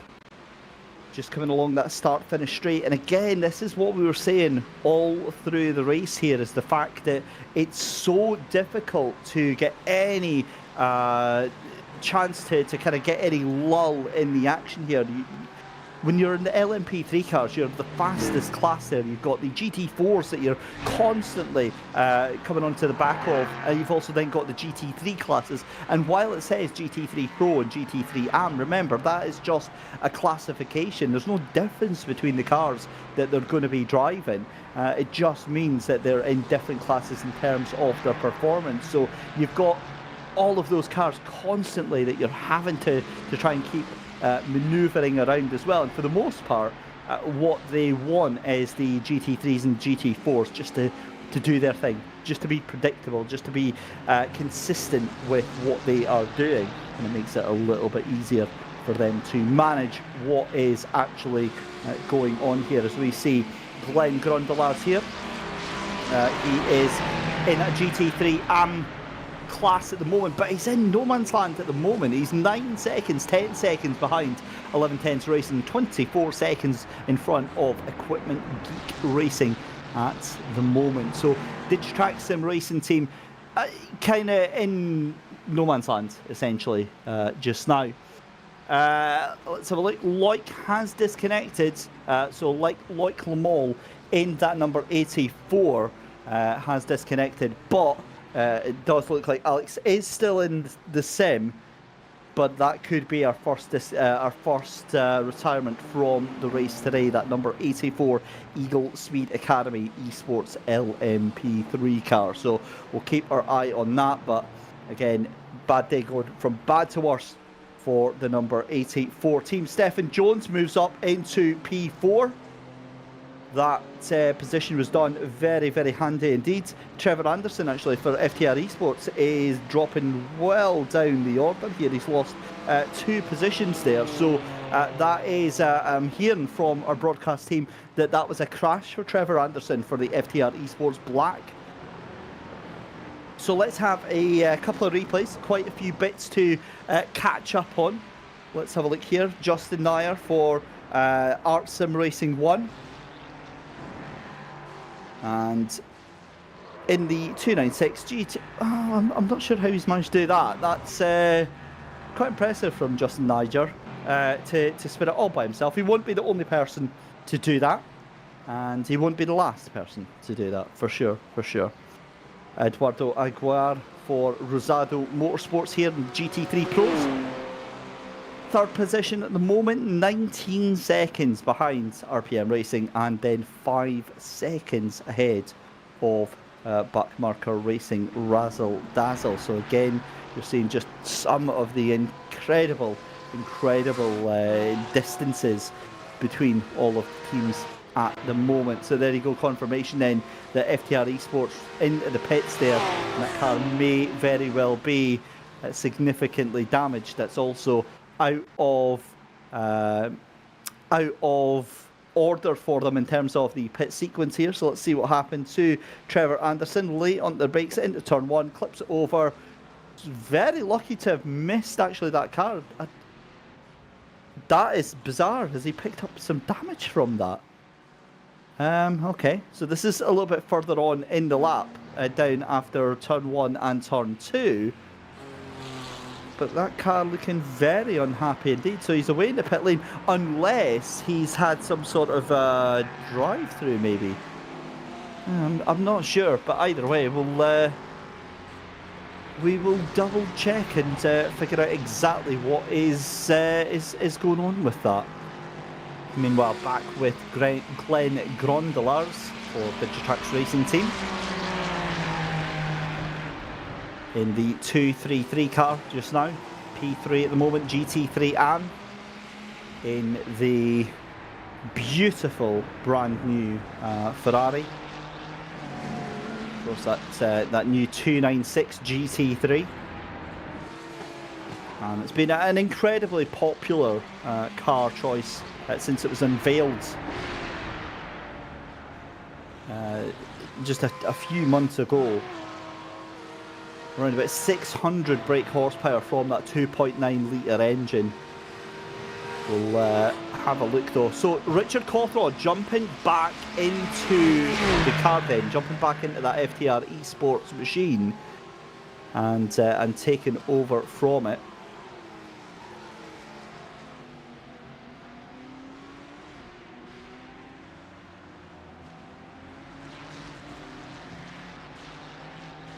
And just been given a little bit of information actually here. The issue with the car is that it clipped the curb, sending the car airborne. Probably has most likely damaged the suspension. The turn 1 incident is very likely going to have just been after that, so that's when you first realise how badly the car is broken. So, oh my lord, that is a busy start finish line here as the LMP3s make their way round. And Zippy, I'm watching everything that is going on here as we see Chris Sewell back out there trying to stay out of everybody's way, but again just essentially just circulating at this point. That car's now at least 3 laps down, and there's very little that they can actually get out of today, I think, here. Well, it all depends as well. Like, when you're in that scenario, I hate to admit that I've been there a couple of times myself, but I mean, 3 laps, it definitely is a huge disadvantage, but it depends on what the car has in it for performance at this point. You know, if you're dropping like a second, 2 seconds every lap, and you're 3 laps behind everybody, you know, it's incredibly difficult to then keep racing, keep driving at that point. You know, you are 100% dependent on your colleagues, your rivals, having a potentially race-ending incident. I mean, 3 laps to get the car out that quickly, that's not actually as bad. I mean, considering the damage, I'd actually say that was incredible. But, you know, I don't know. We're going to have to see. You know, it's still early on. We're an hour in. We've got 5 hours to go. Well, 4.5 hours to go. You know, I keep driving. You know, it's not over yet. There's a lot can happen. I mean, we saw it was over for him in some ways within the space of 5 seconds, you know. That doesn't mean it can't happen to somebody else. Couldn't said it better myself, actually. that was pretty much succinct and to the point. I mean, that is obviously the spirit of endurance, isn't it? About just keeping the foot in and just keeping trying. You never know what's going to happen, but realistically, for most people, there comes a point where enough is enough, and you're just like, yeah, I'm just feeling kind of done here. Thankfully, that point obviously not being reached here. This is on the tail end of the 184 car at the moment. Matteo Renzani behind the wheel of the Lamborghini. Now, interestingly, I'm surprised that this is the only Lambo that we've got in the championship just now. Well, they could have potentially chosen it just because they want something they really enjoy driving. I mean, the Lambo does make one of the best noises on the grid. Like, it's an absolutely, like, intoxicating sound. Just absolutely beautiful. But I found that as well, and I found the, like, different cars have different, like, attributes. Like the Porsche that you can see behind us. I've always personally struggled with that car. I find that it will spin out, you know, in a way that I can't control, and it's all about as well. I found that Porsche especially, you've got to be incredibly late on the brakes to get the most performance out of that car. Like myself, I've always done quite well with the Beamer. I found it's quite well balanced, you know, it's got good performance, and surprisingly as well, it'll take quite a beating before the car says I'm done. You know, that's one of the reasons I generally run that car. On that note, though, as well, is that so I used to be a Merc fanboy. That was the car that I loved because, like you say, it's an absolute beast. It can take a beating. What you can find though as well is, especially with the 2020 updates that came for a lot of the cars, you've got the Audi the Evo version of that car as well. We'll come back to that in a second because this is just an absolute ding-dong battle going on between Matteo Renzani and David Flanagan right now. The Porsche versus the Lamborghini. The two of them absolutely going toe-to-toe right now. And the Lamborghini does look like it's got the upper hand for this time by. But for how long that Porsche is knocking at the door. And I think it's not going to be left found wanting very, very quickly. As sorry, you were ready to say... Yeah, no, it could have just been me. That Lambo looked like it was popping a wheelie just then over the sausage curb. I mean, is it the Carolina squat where they have the front end high or the back end, or is that the other way around? I have to Google it, but, you know, just that sausage curb looked like he caught him a little bit, and I see the front end of the car picking up. I mean, that's definitely an awkward thing. I do wonder as well how much damage, you know, can be sustained by hopping them sausage curves. You can see here, we're on board with David Flanagan. You can see he's got a good view of that Lambo ahead of him, the AMG. I'll say getting out of the way, but no, he just shut the door straight on Flanagan. Flanagan's like, please, just like, let me go. I'm chasing this guy. You know, you're not in the same class. I mean, it sounds almost cold when you put it like that, but he is hot on the heels of Eagle Speed Academy. Be there, and you know that GT4 AMG definitely held him up a little bit. Now the gap has increased; it's now over a second. But the GT3s, I find a second and a half. You still that big rear wing, you know, that's present on all of these cars. It's just going to give them a bit of extra downforce. And between the two cars as well, I do expect the Porsche to be a little bit more dominant on the cornering side. I expect the Lambo to be more strength on the straights, personally, just by knowing that the Porsche is so good on the brakes.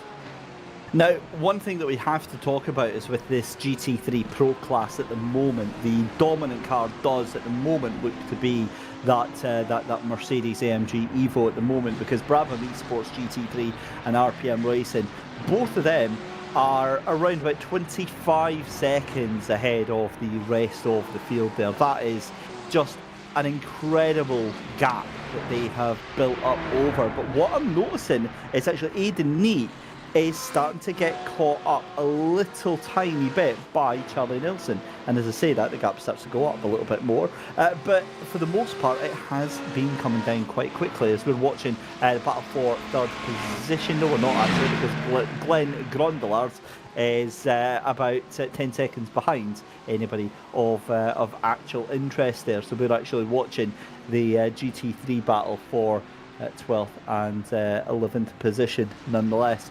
So, while we're watching all this going on here, we're about an hour and a half into this 6-hour race here. So we're at the quarter way mark here. We're, halfway to halfway. Strategy-wise here, Zippy, what things do you think that these drivers can do, if anything, these teams can do, if anything, to change their luck at the moment? Because we're now into that halfway point where we're about maybe say 10-15 minutes before we get pit stops coming in as well. But we're at that stage where the drivers now start to get into the rhythm, start to get into their balance and into their groove, especially with a lot of the teams swapping out to another driver. Now, this is, again, where you got to know your members of the team and know people's strengths and weaknesses. Now, I've got no doubt that you could fuel save around this track, and you could potentially, you could save and take less fuel at the end. But the problem we're doing that is you need to know, okay, so if I'm going to fuel save, how much time is that going to cost me?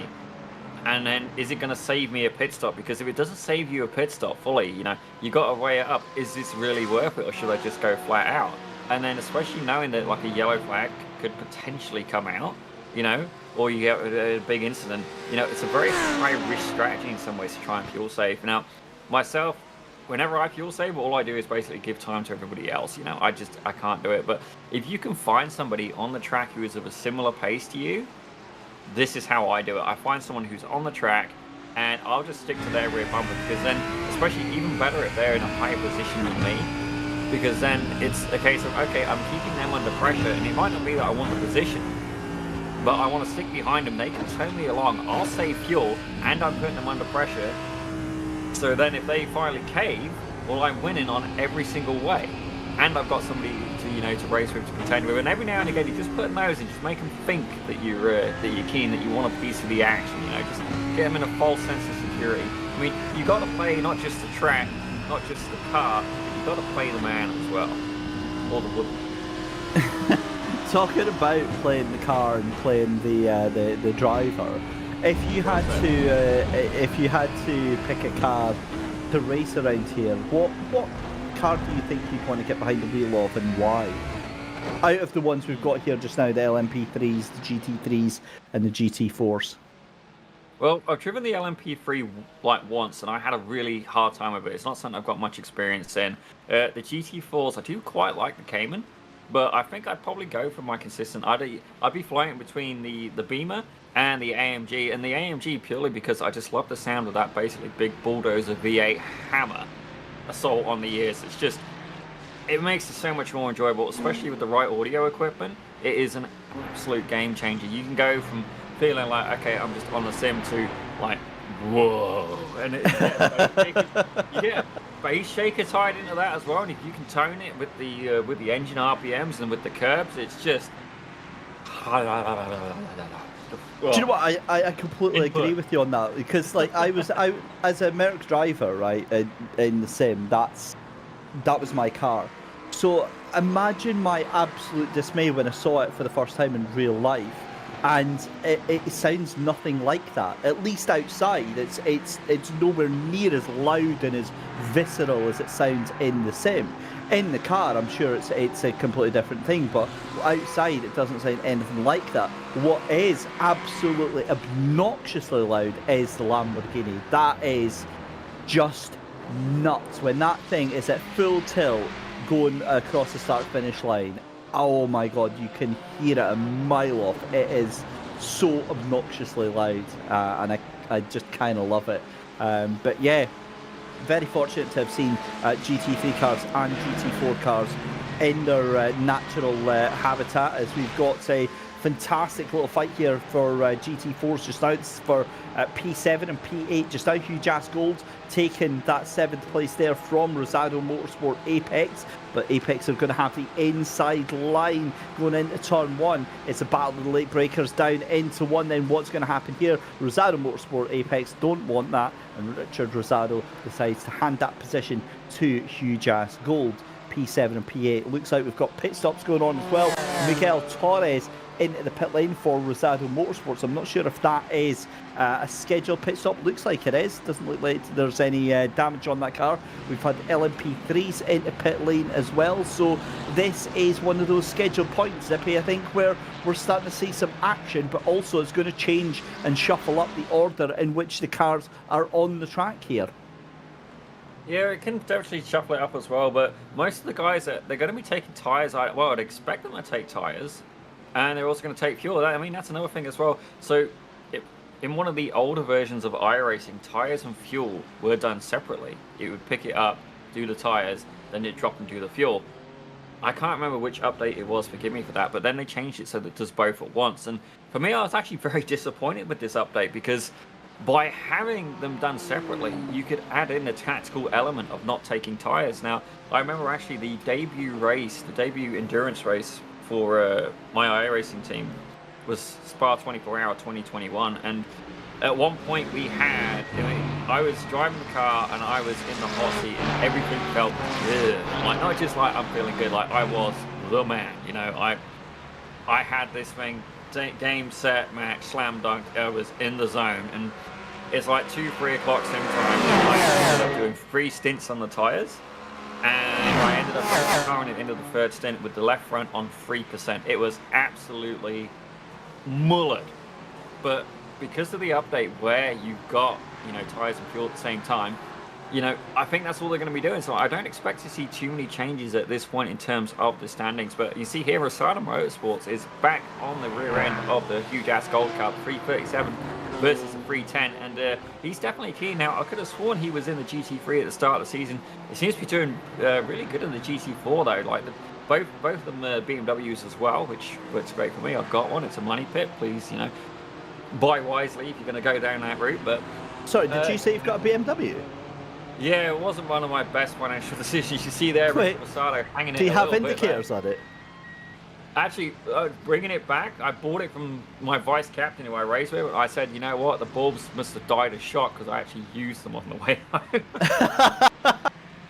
I'm sure everybody else has died of shock as well as BMW using indicators. I know. It's like it's obviously one of those replica cars. It's actually like like a kit car or something like that underneath, as we see Mark de Boer getting his way out of pits. So the GT3's into pit lane just now.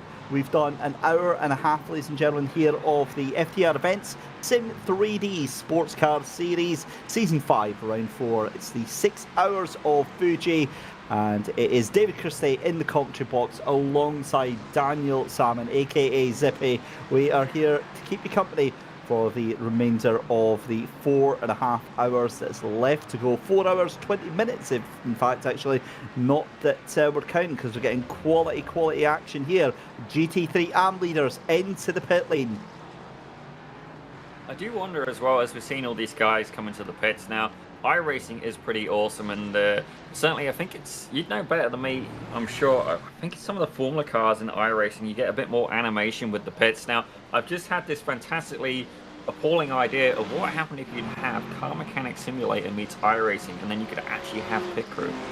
Can you imagine how much carnage and how awesome that would be at the same time? I am right, complete tangent that we're going to go off on here, but on that exact note here, as that was a beautiful jump up from Equipment Geek Racing. Bear in mind that it's because everyone else in the pits, but they'll take it anyway. Yeah, so obviously you've a couple of years ago, remember when Metaverse was the big word and everybody was talking about the Metaverse, and it's Metaverse this, and it was basically just a VR chat room. That's what it was. Well, the real idea of for me of a Metaverse was where you could jump between games and there was no transition. There was no, so like exactly what you were saying, you could have mechanics playing the role of mechanic, and imagine doing it in VR as well. You know, I have to change the tyres and go and grab them and put them on and stuff like that. And the thing is, people play Euro Truck Simulator, people play Farming Simulator, people play all these sorts of seemingly boring games and love them because of the attention to detail. It's just something different. I imagine something like that would be very, very popular indeed. Being able to be like a pit crew or experience or something like that. I mean, even down to doing like little mini games and stuff like that. The problem with that is when you add a competitive element in that, it's open to being exploited. Unfortunately, that's the cold hard truth of it. But yeah, that would be amazing, having other sorts of interactive elements to a racing event and to a racing team.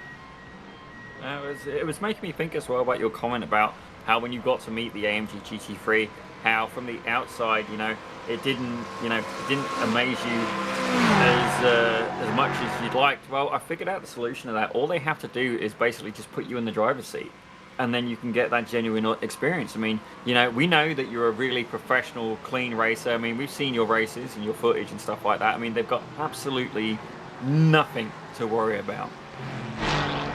My insurance has a lot to worry about, my friend. I'm pretty sure they're going to say, yeah, that's not going to happen, unfortunately. I would love it to, but actually, I'm more of a BMW man myself now. I've changed over to the BMW GT3 or even the GT4 car as well. That's actually what I was doing Daytona in today. It's I just find it very, very stable. It's the 296 as well is actually quite enjoyable, but the Merc have kind of gone off it a wee bit because it just feels very, very floaty, and the steering is oh my god. Oh wow. Right, here's the question: is this going to be a full course yellow? Is this going to be a safety car? Because you've got a car pitched in the middle of the track there. It's not, is it? Ah man, you can dream. But Donovan Niger for Art Sim Racing 2, I mean that's monstrous. That car is absolutely wrecked. Well, on the upside, we can say that he's probably going to be 3 laps to repair that, because we've seen Chris do it. You know, we have a reference base point there to go by, but that Lambo was pretty tight as well. But you know, definitely not the instant we're looking for. But speaking of race control, that's got damage as well. The Eagle Speed Academy B, that appears as if it's basically gone and tried to eat something through the front radiator, through the intercooler, and really pushing wide there. Let's have a quick look at the replay though. Okay, so that's on the exit of the corner. Yeah. Oh, sorry, David, carry on, sir. No, I was just saying on the exit of the corner, and again tries to sneak up the inside. See, for me, that's that's on the Eagle Speed car. When you put yourself on the inside of the corner there, you're in the vortex of danger. It wasn't intentional, but yeah, I don't know what that art sim racing car could have done any differently. You hate to see it. Right, also, I think we've had retirement, FTR Esports Black, is it? Oh no, so Richard Cothrell actually back behind the wheel of that, just several laps down. But let's have a look here. I think he fires it up the inside. Yeah, oh yeah, 100%. That's on the Eagle Speed Academy car every single day. Oh, that wasn't Eagle Speed Academy, was it? Yeah, no, it was the blue car. Yeah. It was synchronized though, like as you watch them spin, like our director slowed it down beautifully. It's like da, da, da, da, da, da. Yeah, I'm sure they won't be laughing on that one. But either way, Brabham Esports GT3 into pit lane now. They are in from the lead of the race. the other thing with that is, for me, it did look like it was almost certain contacts onto the back end of that Lamborghini here, but there you go. So it's going to be a driver change. Gianluca Elia getting behind the wheel. Excuse me, sorry, that's not. I was looking at the GT3 AMS there. It's Janis Albert that's behind the wheel of the Brabham Sport car now. Gianluca Elia has got behind it of the wheel of the 11 Tenths Racing Team car for GT3 AM at the moment. But they're under battle as well, because Jonathan Valgarin for that Squadra Veloce by Fastlane Motorsport. Remember, they took the lead very briefly. Looks like that fight is back on again for a little bit. Yeah, for sure. We've been seeing 11 tenths float between first and second for a little bit of a while now, certainly for a good portion of the race even. But, you know, but the Squadra Veloce guys, they're definitely charged up and ready to go. And I think we're going to see another battle as well. We've got Porsche versus Porsche, but we're going to have a quick look at a replay here. Let's see. Hopefully it's nothing too much carnage. That is Brooks Clayton in the huge-ass blue AMG car. You see here, he's under the braking zone. That's Dan McFarlane. Sorry, that is David Johansson behind him. And you can see here, he's just took the scenic route. To be fair, what he's doing there is he's wanting to get a little bit of sponsor time for Team Huge Ass. That's what it is. Putting the car sideways, getting as much screen time for the team as he possibly can. That's a really, really good strategy move there halfway through the season for Brooks Clayton. Not sure it was intentional, but either way, send that car sideways when you're in 7th place. It's possible. I mean, it's not going to be the fastest move, but it gets a little bit of attention. Yeah, it definitely does. So far, you know, like if you want to promote your sponsors, making good passes is one way of doing it. But if you're or just send it. Yeah, just send it. You know. I have to admit, now this is a slight confession there, David. So, when I race, you know, with my team, sometimes, you know, I'll send it from a little bit far back. And one guy in particular, he knows exactly who it is, and he'll be, oh, you did the Dan Salmon Classic, you know, 1 car back. And then you go a little bit later through the race, oh yeah, 3 cars back. Then a bit later, oh, 5 cars back. So anyway, I'm driving to work the other day, and I'm in the Beamer. I've just semi-repaired the rusted out clutch line. You know, that's a whole other story. I had to drive this thing with no clutch through hills, and it was an adventure. You know, it was definitely, we'll get to that story later, but anyway, I see the light going yellow, and I'm like, all right, I'm going for it. So I absolutely stomped on it, and then as I go through the yellow, a guy decides he's going to go, okay, I'm going to cut across, so I'm there, hard on the brakes, wheels lock up, excellent. And then as I go through, and I'm like, well, that wasn't what I had in mind. I'm like, you know what? I just did a Dan Salmon Classic. 5 cars back. Let's catch up very quickly with Dan McFarlane from Sim Racing Grid Phoenix. Dan McFarlane, good to have you in here, sir. What's been going on through the first hour of the race? Like, you've been there in second, you catching up, and then you're going back. Like, we need to give you a little bit of a pep talk, sir. You've got the potential. What's going on? Oh, man. It's just, this is a really tricky race for traffic so far. And honestly, I think the Gorio guys have had a pretty good pace over me in that first stint there. So I kind of knew it. I had a really good qualifying lap, and I kind of knew they might be a little bit faster during the race. So decided it might be better just to hang back. I'd rather them be ahead of me on the relative than behind me. You know what I mean? Especially when we're so close on pace.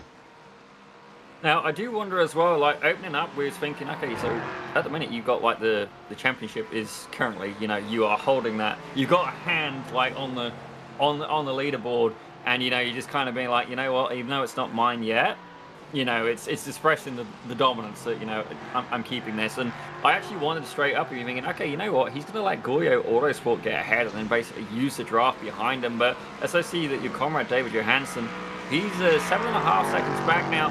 Are you guys going to be pushing? Are you going to be trying to get Goyo Autosport? Or, you know, is there like another plan in mind? Like, talk us through it. You know, I wouldn't want to give too much of my plan away, but we're definitely going to be, you know, we definitely want to be hanging back. You know, I'd rather be chasing than being chased at this point of the race. So I think it just kind of bodes better for us. Maybe just fewer mistakes, try to pick our way through traffic a little bit better. Keep them on their toes. We got 4 hours left, so still plenty of time to figure it out, figure out what the master plan is. I remember you saying before how David made he was doing all the setup, and I think if I remember rightly, you basically had like the best arrive and drive role ever. Now, I understand you don't want to give away some of your plan, and I love how covert this is. I mean, you know, like Special Agent Dan McFarlane will give you a 00 number. I mean, 0023. How about that? You know, you've got the car number there already going. But is there any particular, you know, setup tweaks that you guys experimented with, you know, going into this race? You know, with that long straight, was low downforce a key, or did you need the downforce like in some of the tighter sections? If you can / will share with us a couple of little tidbits there from the championship leader, Mr. Dan McFarlane. What I'll say is that we kind of started from like a Silverstone setup, where you know you're a little bit trimmed out, but you still want to have that downforce for all those high-speed turns. And it's, you know, here's all about nailing, especially that last sector. It's hard to see, it's hard to get it right. So you know, we're playing around with the ARBs and just trying to get the camber on the tires just right to really bite in for a bunch of those turns in the last sector.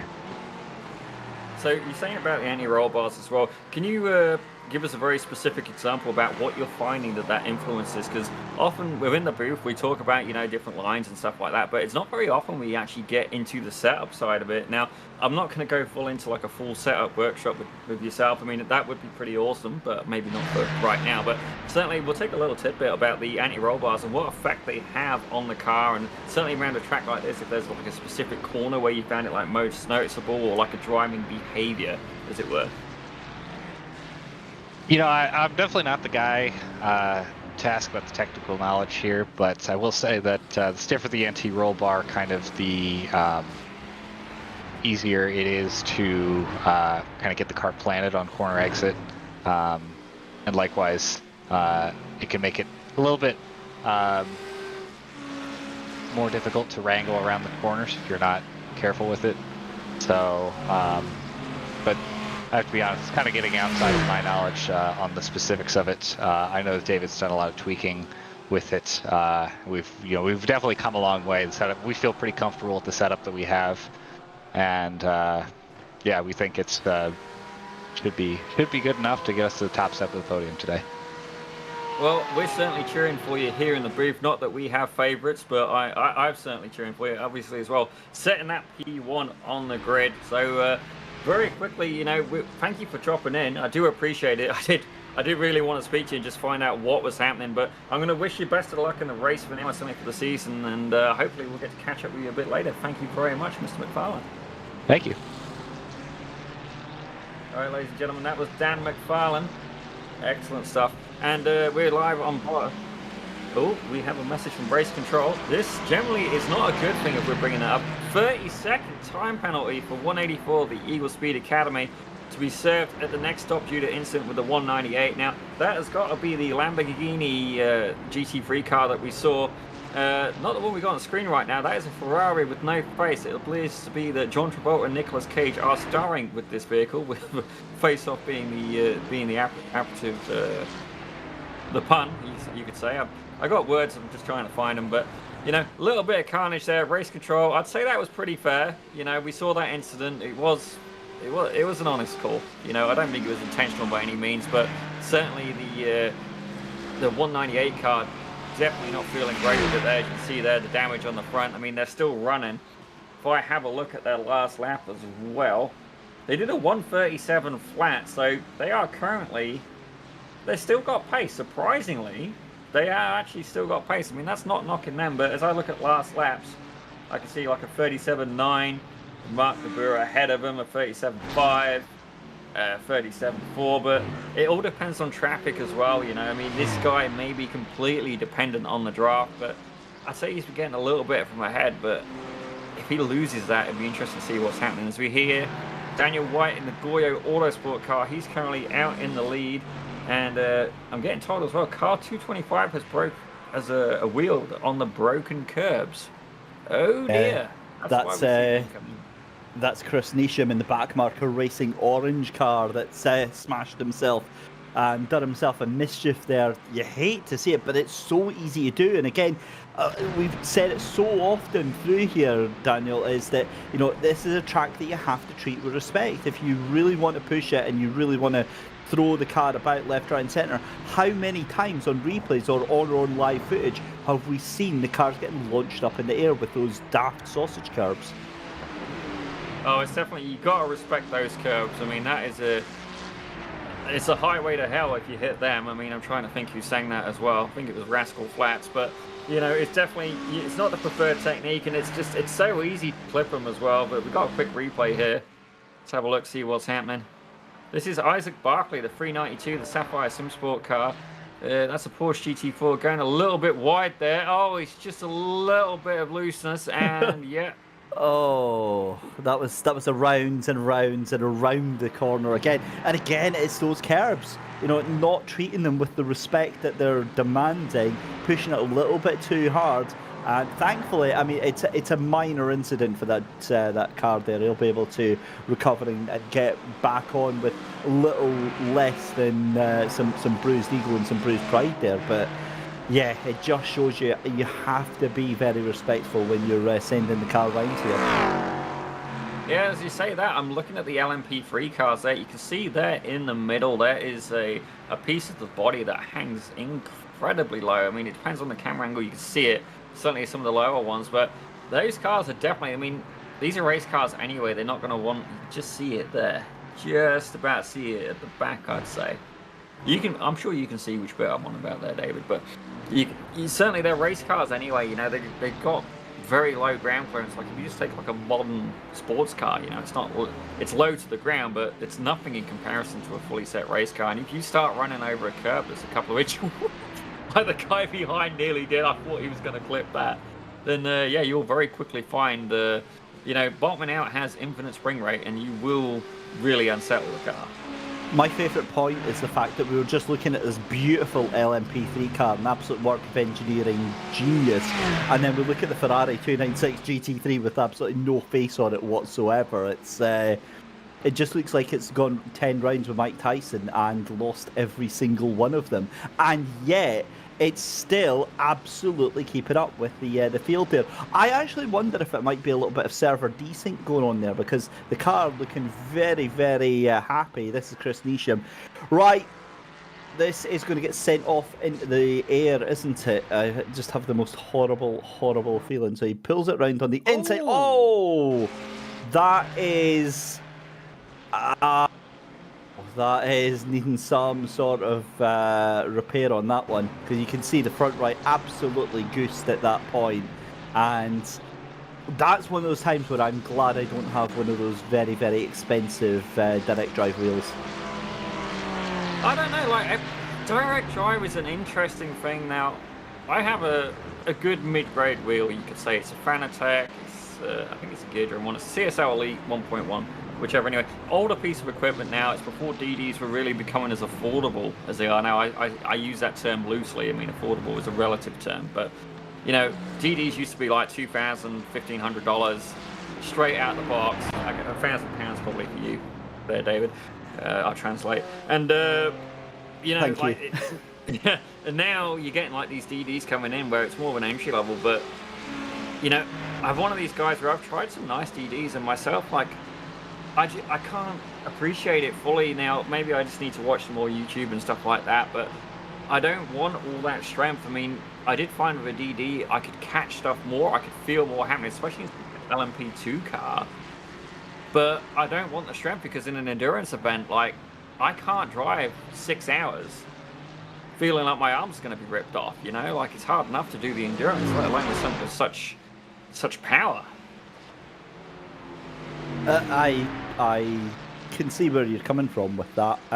However, I have no sympathy whatsoever, because I'll be honest, my head is completely scrambled at trying to figure out what the hell Donovan Niger just did there, coming along surfing straight. My only thought is that maybe he had a slowdown penalty and he had to move over to the side, just to try and slow down just before it came out. But right, on the subject of wheels, my favourite topic, because I'm a huge champion of the fact that gear doesn't matter. Never has, never will. You can have the most expensive sim racing wheel in the world with 15,000 Newton meters of torque or whatever, and base shakers and all that sort of stuff, it won't make you a faster driver. None of that stuff will make you a faster driver. It won't make you any more better in the game. It will make you enjoy the game more. It'll make you feel more immersed. It'll make you feel more in touch with the car. But it doesn't matter. Do you know why I know this, right? I've got a 100-pound Thrustmaster wheel, literally because I was supposed to have been moving to South Africa. I sold all of my expensive sim racing equipment, as we see one of the poor GT4s getting clobbered left, right and centre there by GT3 cars. I sold all my sim racing equipment because I thought, I'm moving to South Africa. The plans fell through, and I'm now having to kind of delay them for like 6 to 8 months or whatever. I went and bought the cheapest wheel I could. It was on sale on Amazon, Thrustmaster T128. It was down to £100 on offer. And I just finished today's Daytona Road Before the 24 in 5th position. I was about a second off of the fastest time of the leader today. But the point being is that it doesn't. You can still be just as fast as all of the pros. It doesn't matter. What matters is practice. What matters is the amount of time that you put in sweating away over these sims. Because let's not forget about the fact that to be fast in these games, to be fast in these sims, you have to kind of give up an awful lot of social time. You have to put in the effort. You have to put in the time practicing and dialing in your setups and getting things right and getting the time in here. That's what separates things. It's not to do with the wheels. Right, I'm going to get off my soapbox now, Zippy, because I'll be honest, I could go on about this for hours. Oh, you say that. I'm not done with you yet there, Christy. So, right, come on then. You know, you say that, so I could go out, I could buy, like, you know, all of Lewis Hamilton's merchandise and all the stuff like that. That doesn't mean that I'm going to be that guy, you know, like, there is an element of skill involved. And then you say about, you know, the social life. Well, if you haven't got one, very much like myself, you know, you're not really missing out. You've got time at practice. You just need the motivation. So, you know, but there is another thing, like, there is an element of talent as well, like you said, but the gear does help, you know. So it's like I can have the confidence, you know, to think, okay, I am like the epiphany of the human male form, but that doesn't mean that, you know, Eva Mendes is going to finally agree to go out with me. As you see there, Justin Michaela doing a rather beautiful 180 in the FTR Esports GT4 3-2-1 and spin. I guess that was the motive for them. It's a nice clean rejoin occurs.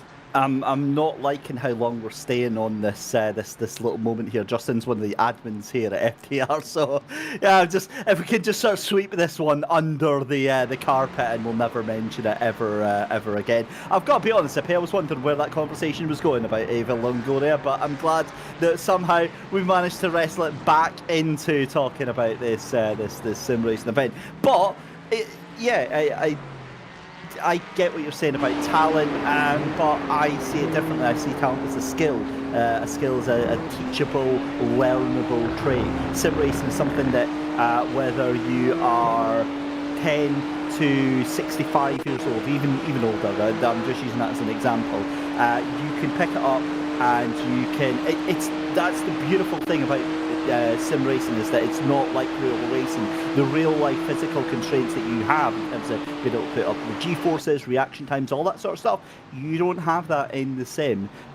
So again, it's what makes it so enjoyable for lots of different people. Right, let's somehow try and drag this conversation away from gear and talent and all that stuff that neither me or Zippy have very much of, to the fight that's going on right now. This is Eagle Speed Academy trying to chase down Art Sim Racing 1 at the moment. Branko Steiner's in the 184 car. At the moment, he is chasing down Ayala de Vries in the ART Sim Racing 1 car, as we have gone over the 1/3 mark of the race. 2 hours done here at Fuji.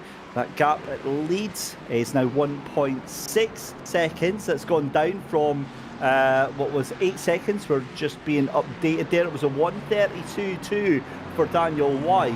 David Johansson behind the wheel of that car. Now, we see this all the time here, Zippy, is where that lead gap comes down, and then it immediately just shoots straight back up to about 5 seconds.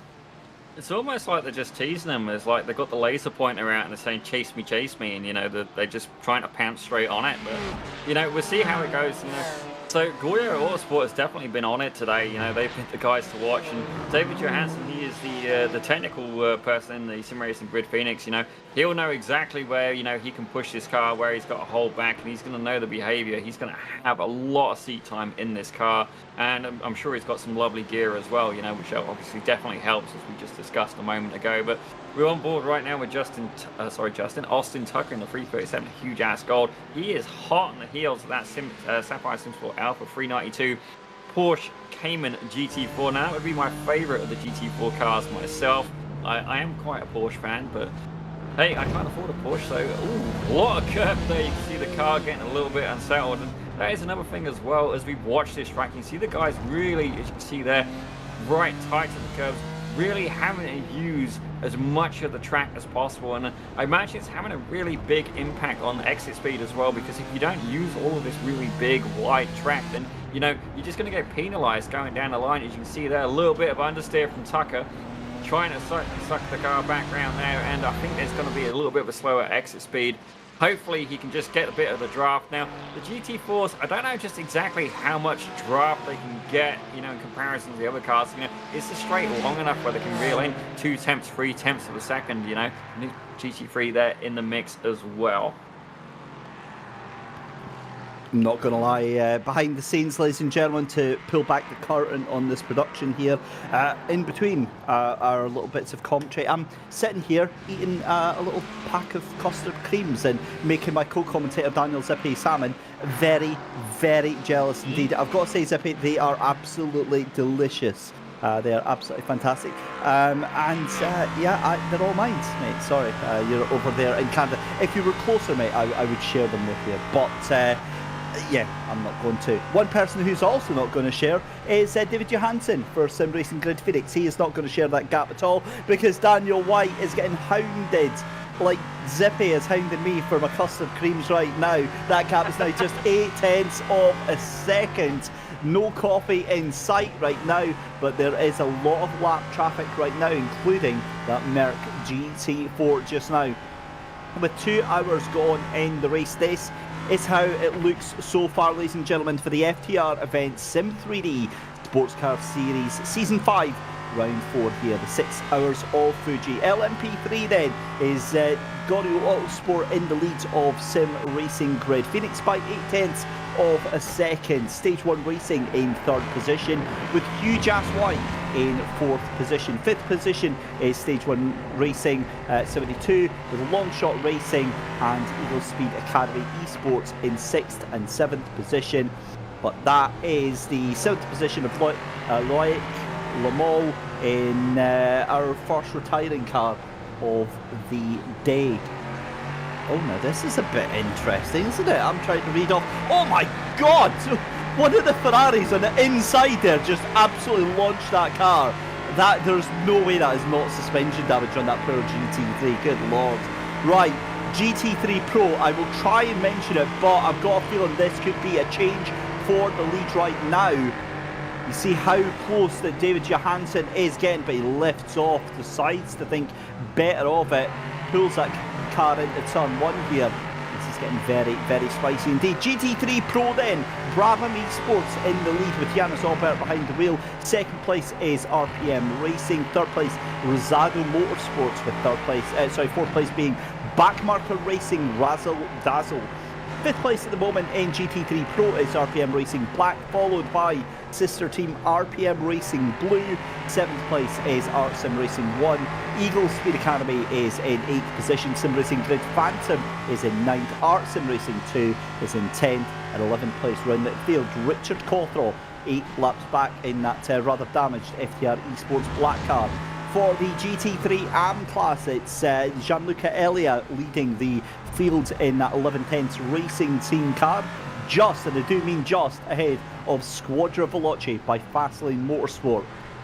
Then it is Digitrack Sim Racing Team in P3, Equipment Geek Racing in P4, Backmarker Racing Orange in P5, and FTR Esports White in P6. Moving down to GT4, it's Georg Gruber behind the wheel of Torque Freak Racing by TFR Lab in the lead. It's then DX Droid Sim Racing by Let Room in second position. Huge Ass Black in third. FTR Esports GT4 in fourth position. Sapphire Sim Sport Alpha in fifth. And I'm speaking very fast because have a look at this. This is going to be a move for the lead then. David Johansson boxes in Gorio Autosport, and there is for the leads. Beautiful move there. Until he's now got to deal with that same traffic that he is going to try and get past at the moment. Gets it done though. And you get the feeling, oh, and that's almost contact between the two of them. Up the inside there, Gorio Autosport trying to make the best out of that there. And this is turning into a very bad day at the office for David Johansson. Pulls that car in, and that LMP3 just behind him is Daniel White, trying desperately to stay on board with him. Back to GT4s then. Austin Tucker for Huge Ass Gold is in 6th position. Huge Ass Blue is in 7th. Eagle Speed Academy Esports is in 8th position. Rosado Motorsports Apex is in 9th. And then WBM Racing is in 10th position. But what an absolute banger of a race we've had so far. 2 hours in here, Zippy. We've got 3 hours 50 left to go here. And now we're starting to get some fireworks with the LMP3s.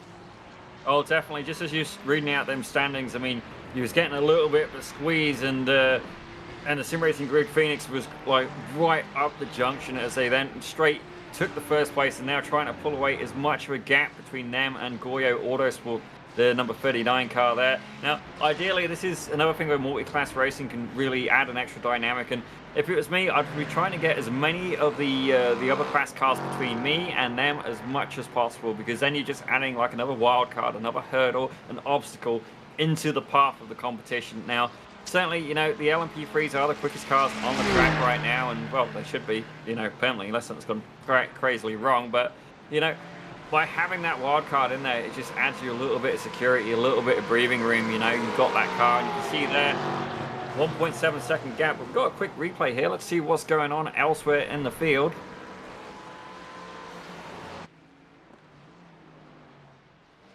That's Christian Eastham again in the 225 back market racing orange, having a little bit of a curb hopping expedition.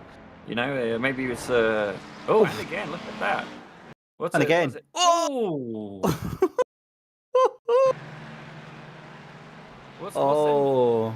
Things, they're like, oh, that thing's done. That front left is done. That is rip to that car. Oh man, they have just had no luck today, Zippy. Oh, that's it. It's a. He treated that Ferrari like it was a space opera. You know, the big inflatable ball things. Certainly, it had the handles, and you go like punk, punk, punk, punk, punk. That's how he just drove that Ferrari. Sorry, how does the space opera sound, Zippy? Punk, punk, punk, punk, punk, punk. Did you get the Up the Junction reference though? I didn't. Oh, I didn't. Go on. Up the Junction. No.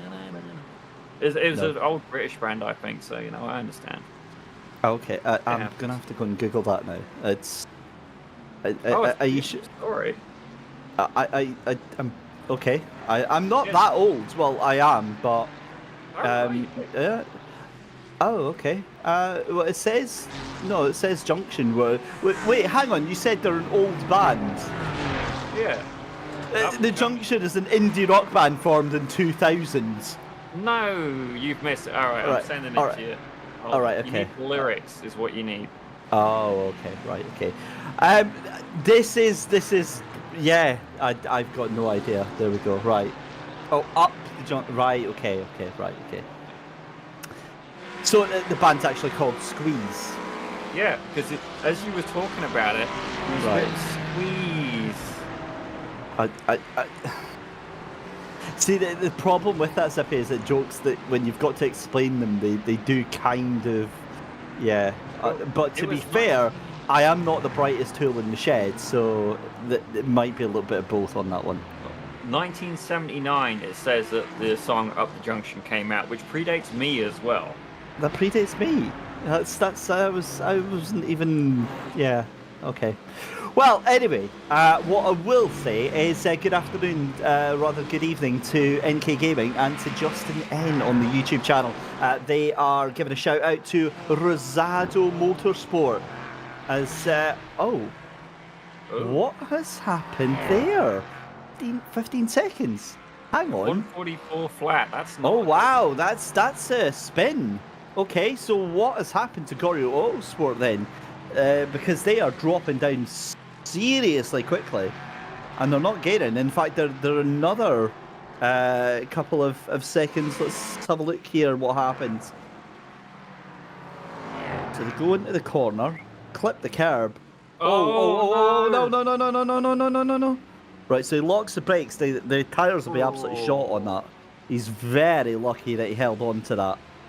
I don't think it's just his tyres that were shot. I say he's probably due a new set of skivvies as well after that. Yeah, that thing. Yeah, I'm not sure the bucket seat is going to be particularly hygienic after that stint, but I'm sure we can get that sorted out for the next driver. Another benefit, ladies and gentlemen, to sim racing over real life racing. Actually, on that note, it was when you were talking about the Merc earlier on, you were talking about going inside it. As we'll come back to that actually. Where the hell did this battle come from? Yannis Olber and Patrick Gannon, Brabham Esports, now having a fight for their lives to hold on to the lead of the GT3 Pros. Is it just me, or has the past 20 minutes just suddenly kicked off everything? Yeah, I can see multiple battles happening on. You've got Squadra Veloce by Fastlane, also have Digitrack Sim Racing Team right behind him as well. This is good news for us, but Brabham Esports, not somebody who I expected to see under threat there. As you can see the LMP3 going and putting the ways in the middle of that battle. That's a car I think it was driven earlier by Hans Blanca, if I remember rightly, but I'd be pretty quick to get out of the way. You know, generally as you're going by, you'll see on the relative screen, the black box as we call it. It's nothing to do with an aeroplane, ladies and gentlemen. It's actually just like an information box that iRacing has. It helps you understand who is on track, where, what position they are, and you will see who is fighting for position. And in this case, you can see these guys are on the same lap there, and the same. Oh no, a little bit of a wiggle there from Patrick Gannon. That rear end absolutely twerking on the corner exit, giving him a slower exit speed. Definitely the tyres feeling the punishment there as he's trying to keep up with the 162 and potentially pass them. As we go here with Shane Van Gansen with the Digitrack Sim Racing Team. This is the other battle we was mentioning earlier, chasing the Porsche 911 GT3 of Squadra Veloce by Fastlane Motorsport, right up the tail of that Porsche. You know, you wouldn't want to stand in that gap, not just because it's moving, but because the gap is so small, you know, size 10 feet or below. What's happened there actually between Squadra Veloce? I'm so confused because Squadra Veloce were right on the tail end of 11 Tenths Racing, and now they've just been overtaken by Digitracks. That something has happened to that Squadra Veloce car within the past 2-3 laps there. That car does not look happy. It doesn't look on the same sort of pace that it was earlier on. I mean, it did at 137.5. That's now half a second slower than the laps being put round by the leaders. Yeah, so what has happened to Jonathan Valgaeren? I am going to take a quick look at that for you, sir. I'm going to go look at the past lap time.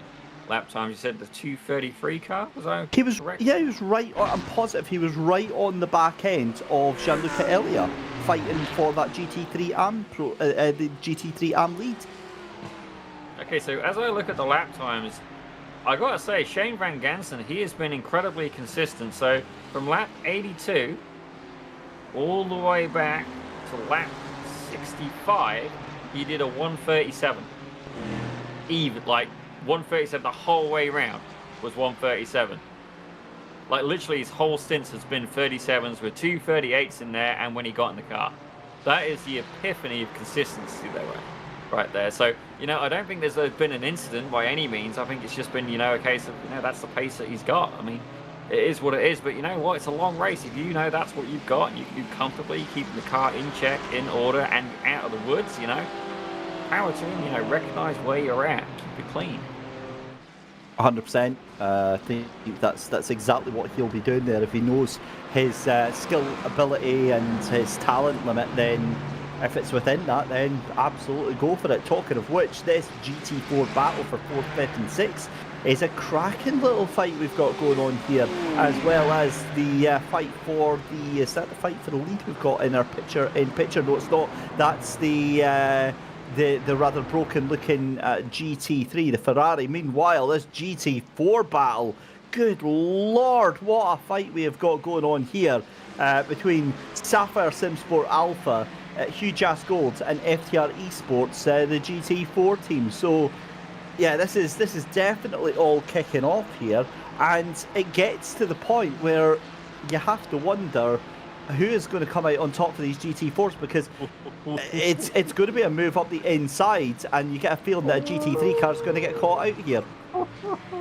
I thought that was going to be chaos. You see the GT3 just going like, well, I don't want to get held up in this. And I thought he went in a bit deep as well. I thought he was going to go and take the pair of them out. Thankfully not.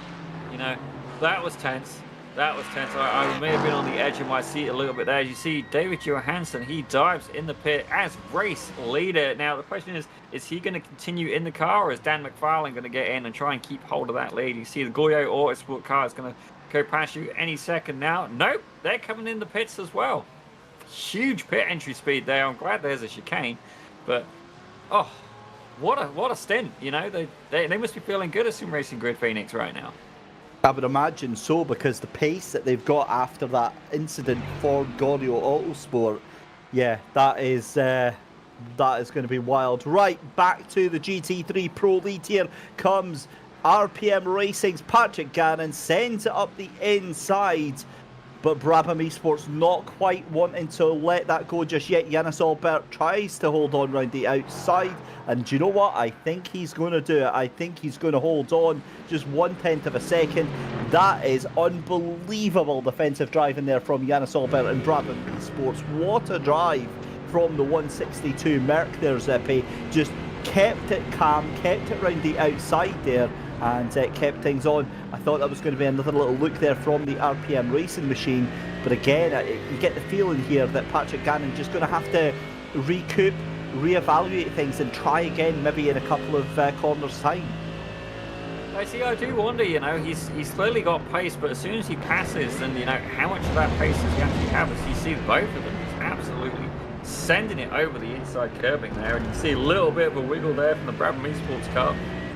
A little bit of a twitch, couple of corrections there, and you can see this is a good thing about such wide corners. You can really have some interesting lines, as he's right there. He's gone for the inside there. Now, not really sure which line he's taking. You think he's going to go wide and hook it in, but he's going to be right on the backside of that Mercedes there on the corner exit. But you know what? That's a good position to be, because he's going to get all the draft. Perhaps he can make another move going into turn 1 into Daichi, I believe it's pronounced.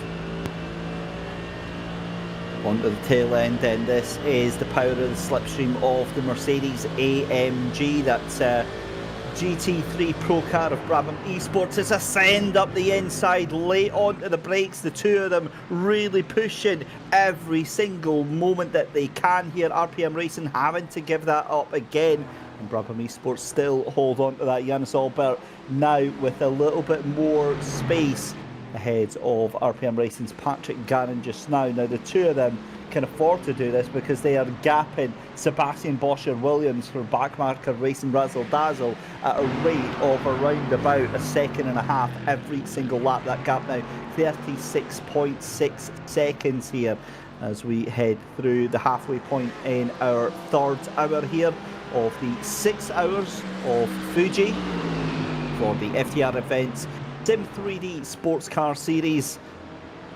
We are watching the GT3 Pro battle just now.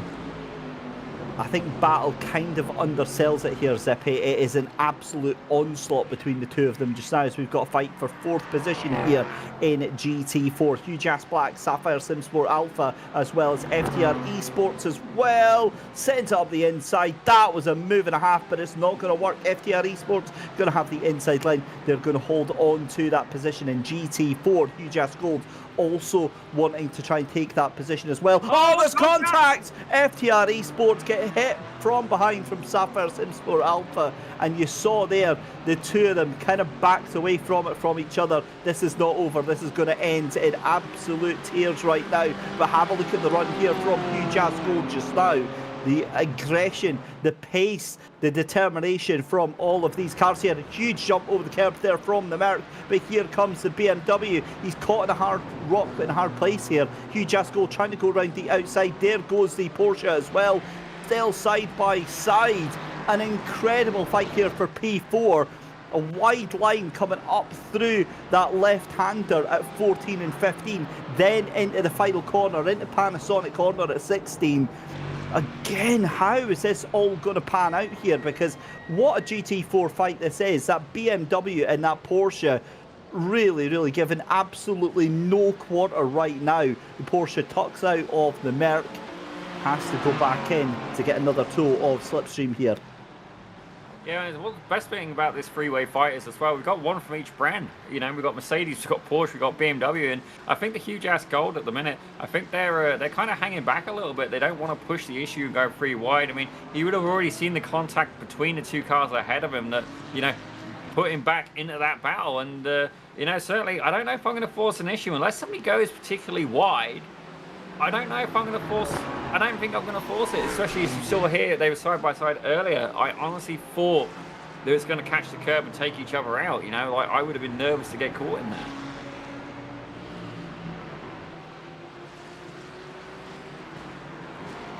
Now, myself, if it was me, I would want to be in the Cayman. There's no! That was not cool. Managing to get the car stopped. That AMG of Justin Michaela, he is not going to be happy with that. Thankfully, no damage. I thought that was going to be over just then. Absolute carnage. You can see there that I'm sure the stewards are going to be. I'm sure the stewards will be interested in what happened there. But I'm not going to lie, Zippy, I'm glad that my mic was muted and that I was off camera at that point. I was given the most slow, sarcastic clap you've ever seen in your life. That was, I mean, come on. But let's hold judgment on that, because we've both been in that position before here, Zippy, where we've been in the car and then suddenly you're that much pace onto the tail end. For me, the issue is that's twice in 2 laps at almost exactly the same point. You know, you have to kind of have some responsibility for your actions. We'll no doubt have a replay of that coming up very shortly, but yeah, for me, that's going to be a very awkward conversation with stewards and with race control very shortly indeed. This is Huge Ass White, then Giovanni Romano onto the back end of the Stage 1 Racing 83 car. It's now going up to about 9/10 of a second. Pit stops are coming in thick and fast, both in GT3 and in the GT4 as well. LMP3s are kind of going their own way as well. Let's have a quick look at what happened with the Brabham car then. This is Jan Solbert in the GT3 Pro fight just now. Now he is a little bit ahead of that second place car of Patrick Gannon, who has got into pit lane. Oh! Janis Albert then gets absolutely crossed up. Was there contact there? I think the Roscato Motorsport just went and gave him a little nudge. I don't think it was intentional. It was just, you know, you got the same class of car, you got different battles going on, and I think that's what's happened. But you can see here the Isaac Barclay. Now, that's somebody we're expecting to see come under heat from the stewards before too long. I mean, I don't think it was an intentional move by any means, but you can see Huge Ass Gold actually did quite well out of that. They're now ahead, so staying back was definitely the right tactic to have. But Huge Ass Blue is right beside them, so the question is, you know, you're surrounded by some huge ass. You know, what do? Do you try and go and be in the front, or are you just going to hope that you don't get taken from behind? You know, do you attack or do you defend? And I'm not even going to dignify that with a response, my friends. I'm not even going to stoop to that level. Mostly because it's me. You just knock everybody out in sight. That's usually my survival technique. But back to the action. Isaac Barclay, you're right. And the thing is that they don't forget. They're all going to be on voice chat with each other thinking, yeah, he's getting it. I don't think that's actually what's going to happen. The thing is we've seen Hugh Jass from previous seasons. They race their own race. They tend to rise above that sort of stuff. So I've got no doubt that that 392 will be disposed of very, very quickly indeed.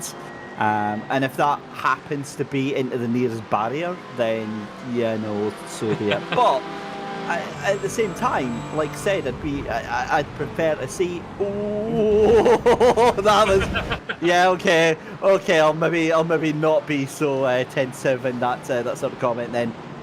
Because the thing is have a look at this. You've got the GT3 AM leader coming up behind that now as well. So this is going to get very, very aggressive, very, very quickly indeed. And I just know how this is going to end here. In a very expensive fireball.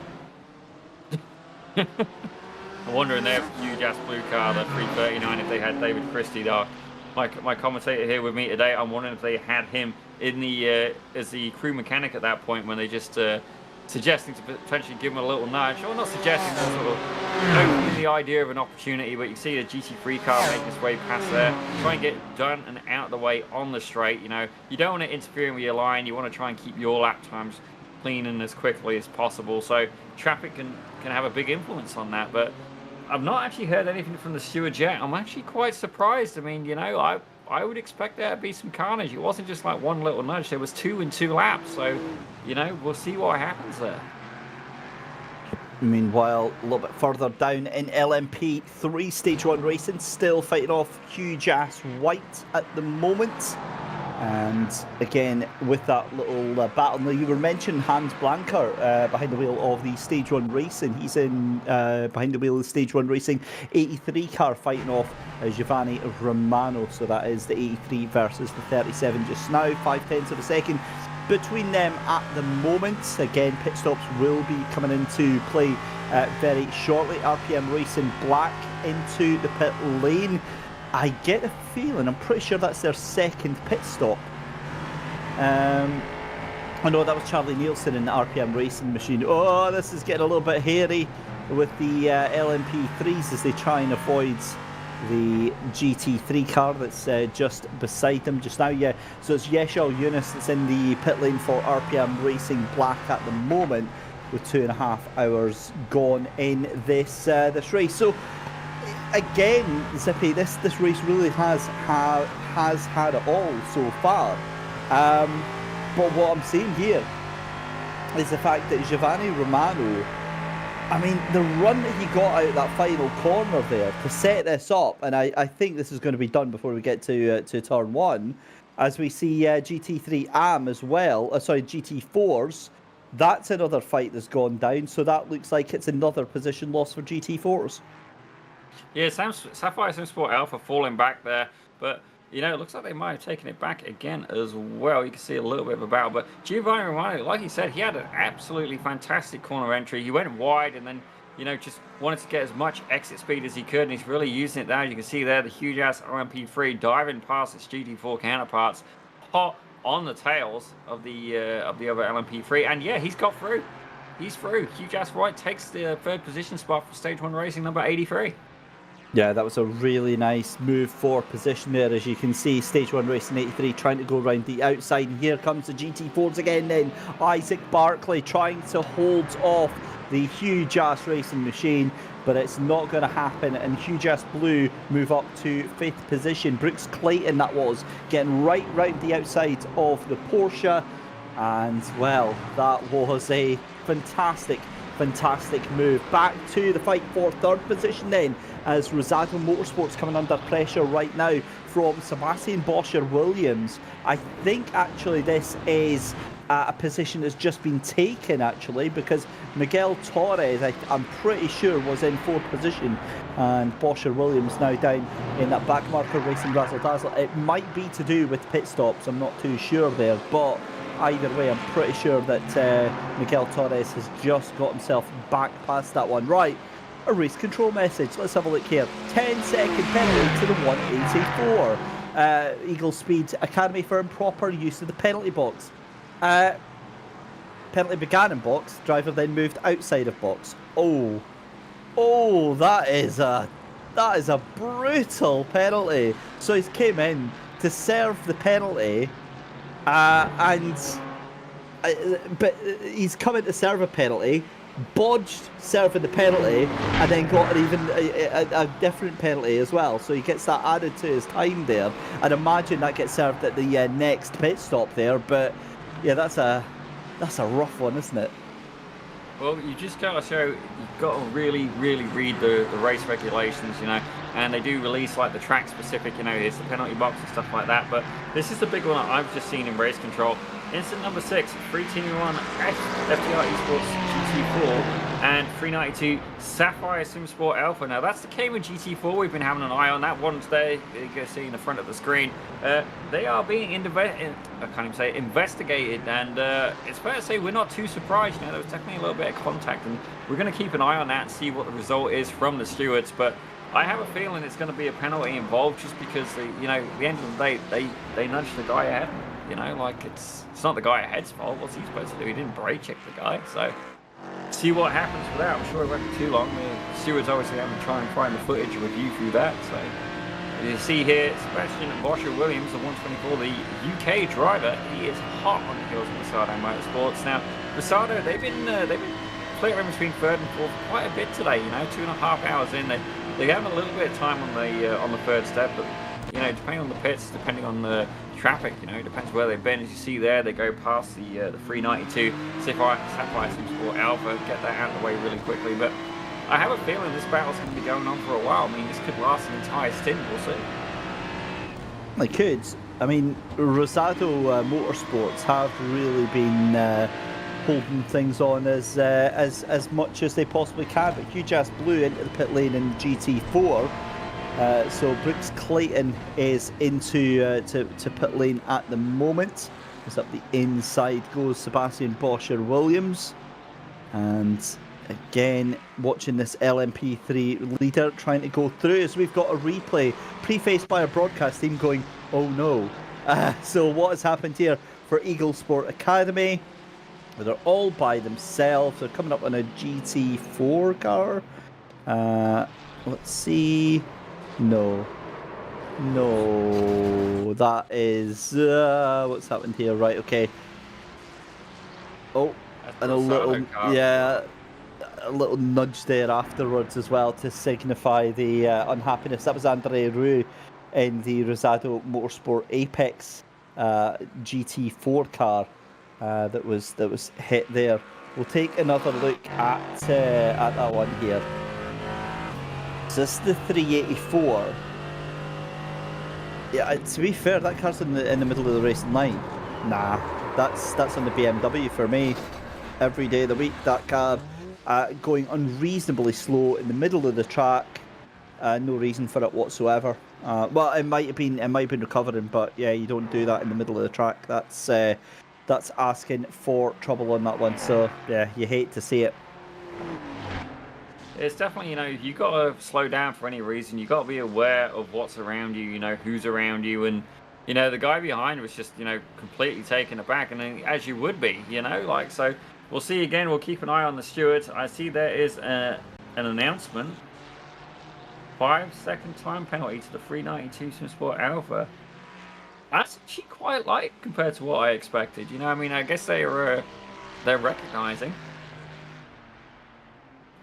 that, you know, it was a race, it was a racing incident. I think, yep, Stewart 6, incident 6, so yeah, 5-second time penalty to the 392 Sapphire SimSport Alpha. That is the Cayman GT4 with the, you know, the bright pink wheels that we've been seeing quite a bit of today. So, yeah, quite a, I'd say they got off pretty lightly with that one, all things considered. But, you know, the race control, the stewards, they're not there to absolutely obliterate you if you make a mistake. They're just there to try and keep the race honest. And I think, you know, they recognise that, you know, it was wheel to wheel, it was good action. It was just, you know, it was an accident, right? So, nature of the beast, I guess. I think what you've also got to bear in mind is that the stewards and race control will penalise the incident, not the result of what happens with it. It's a very, very unfortunate thing to happen, and obviously race control able to check everything and all the angles that are going on there. So yeah, it's not the best. Right, okay, well, while we pick the bones out of that penalty there, it's a very good afternoon to Richard Rosado, team owner and racing driver as well in the 156. And Richard, it's been a mixed day for you today. On the one hand, you're doing really, really well in the GT3 Pros, and then in the GT4s. Well, I don't know if we even should talk about that. Yeah, I mean, we can talk about it. It's no big deal. Sometimes it's really not for you. Sometimes the planets align, and that's racing. Racing, sometimes you're lucky, sometimes you're unlucky. So right now we had damage in the car after doing really well. I think after qualifying, we kind of butchered that, but we were picking up really quick. We were like P6 already. And all of a sudden we had damage in the car. And then my teammate, Jonathan Osner, he had internet problems. So right now, the one that was driving the car right now is our reserve driver, Andres Ruiz, because we didn't, Jonathan couldn't be here. Like, he was here with me in the call, and then all of a sudden he dropped out. So it's just everything going wrong for us in GT4. And it's sad to say, because we're doing pretty decently, and we were right there with our targets, which is always, the target is top 5 for us. And we were right there, almost there, but sometimes it doesn't go your way. But the boys in GT3, they're doing great. They're P3 right now, and they're doing a hell of a job. So I'm proud of them. Yeah, I can imagine your fingernails are a little bit chewed off at the moment, because Miguel Torres doing everything he can to hold on to that third position from backmarker racing Razzle Dazzle. What are some of the sort of bits of wisdom, Richard, that you'd be passing on to Miguel at a moment like this with all this pressure? I mean, I'm not really sure that I have too much words of wisdom. I think he's a great, fantastic driver. He's the team captain of the team. He's the one that's coaching everybody. He's the one that's setting up the cars. Like, he's great help for us. So the only piece of advice that I could give him is just send it. Like, he is an amazing driver. He concentrates. There's nothing that can interrupt this kid. So I'm just perplexed. He's really, really great. He's definitely a diamond in the rough that we managed to find, and we've become good friends over the months that we've known each other, ever since we founded the team. So it's just been a joy working with him. And honestly, like I said, there's not much I can tell him, because he already knows what to do. He's already gonna do it his way. There's not much. The only thing I can do is support him 100%, which I am doing. And not only is the team owner, but he is a friend of mine. I really, really trust the guy. So I'm supporting him. No matter what happens today, if we get this podium or not, it doesn't matter. I'm going to support him no matter what. Richard, it's always a joy to have you in the commentary box, because we speak to a lot of drivers and a lot of team owners, and far and above, you're one of the most positive, most supportive team managers out there. When it comes to the season that you've had so far, currently P7 at the moment in GT3 Pro, going into today, you've got a hell of a lot of opportunity coming out for the rest of the season here. When you get a moment like that with your GT4 cars, what keeps you in that positive frame of mind? What keeps you bouncing back into the next round? What keeps me going, first off, is my amazing team. You have to understand the reason why I'm positive is because I can't do this without my boys. My boys are the main reason this team even exists. They are the main reason why we're here. So that's the reason why I'm so positive, because I gotta be positive. I'm the owner of the team, and these guys are my friends, but most importantly, they're my drivers as well. So I can't belittle them. I can't, be mad at them. Some people work with negativity. I don't believe that. I think with positivity and reinforcements and constructive criticism, we can reach new heights. When it comes to the GT4, it's very unfortunate.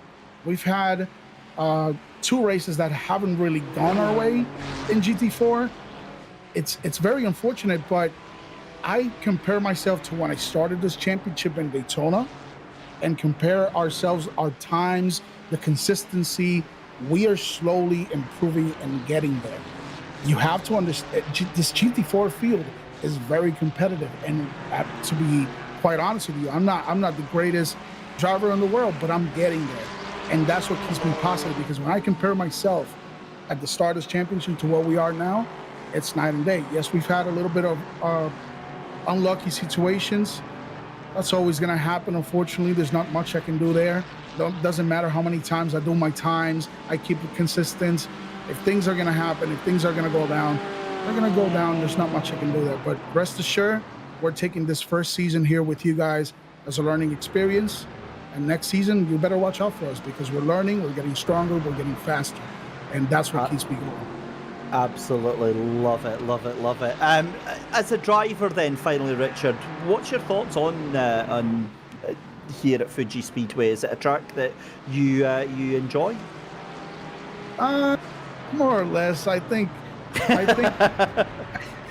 I think it depends on the car. And the BMW really, I mean, we saw a huge ass. Like they didn't qualify as normally. They're a great team and they're really fast, and all of a sudden I didn't see them doing as they always do. They're always in the front of the pack, and I think the car really just doesn't suit this track at all. So yeah, man, I don't know what to tell you. It's not a bad track, but it's not a great track. It's kind of there. It's a track, and we have to race on it, and we have to do it. It's a track, man. I don't know what else to say, to be honest with you. It's a meh track. Then that's the thing. It's just, that's what we want, because some drivers like it, some drivers don't particularly care for it, and I'm in your camp, Richard. It's not a track that it bothers me. If it wasn't to appear on the calendar, I wouldn't be crying any tears over it, put it that way. But Richard, listen, good luck for the rest of the race. Congratulations on what you've achieved so far this season. Thank you for coming and spending some time with us today, and I'm hoping we get to speak to you on the podium here tonight. Hopefully. You're going to speak to my drivers. I'm not going to be anywhere near that. I think they deserve all the glory, and I'm going to let them have the moments. So, yeah, hopefully if it happens, you'll be speaking to them. So, yeah, I'm rooting for them. I really am. Awesome stuff. Well, listen, thank you so much, Richard Rosado. Thank you. And we will see you through the rest of the afternoon. There you go, then, ladies and gentlemen. Richard Rosado having a chat with us. And Zippy, that was a lovely, lovely chat there. We'll come back to you, Zippy, in a second. Oh no. 30-second time penalty to the 310 for the incident involving the 384 at turn 10. Yeah, well, we kind of knew that was gonna happen.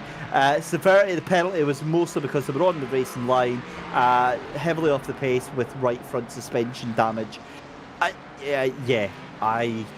have to agree.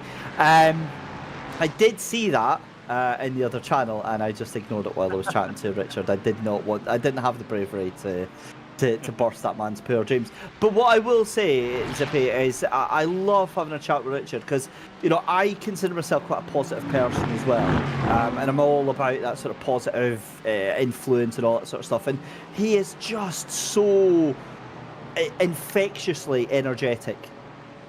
Oh, he's a top character. He's somebody who I enjoy talking to as well. He's great company.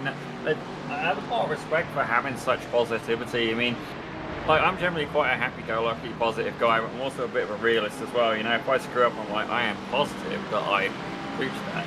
Like, I will own the fact, even if it involves like the classic 5 cars back maneuver. I'll go, yeah, that was me.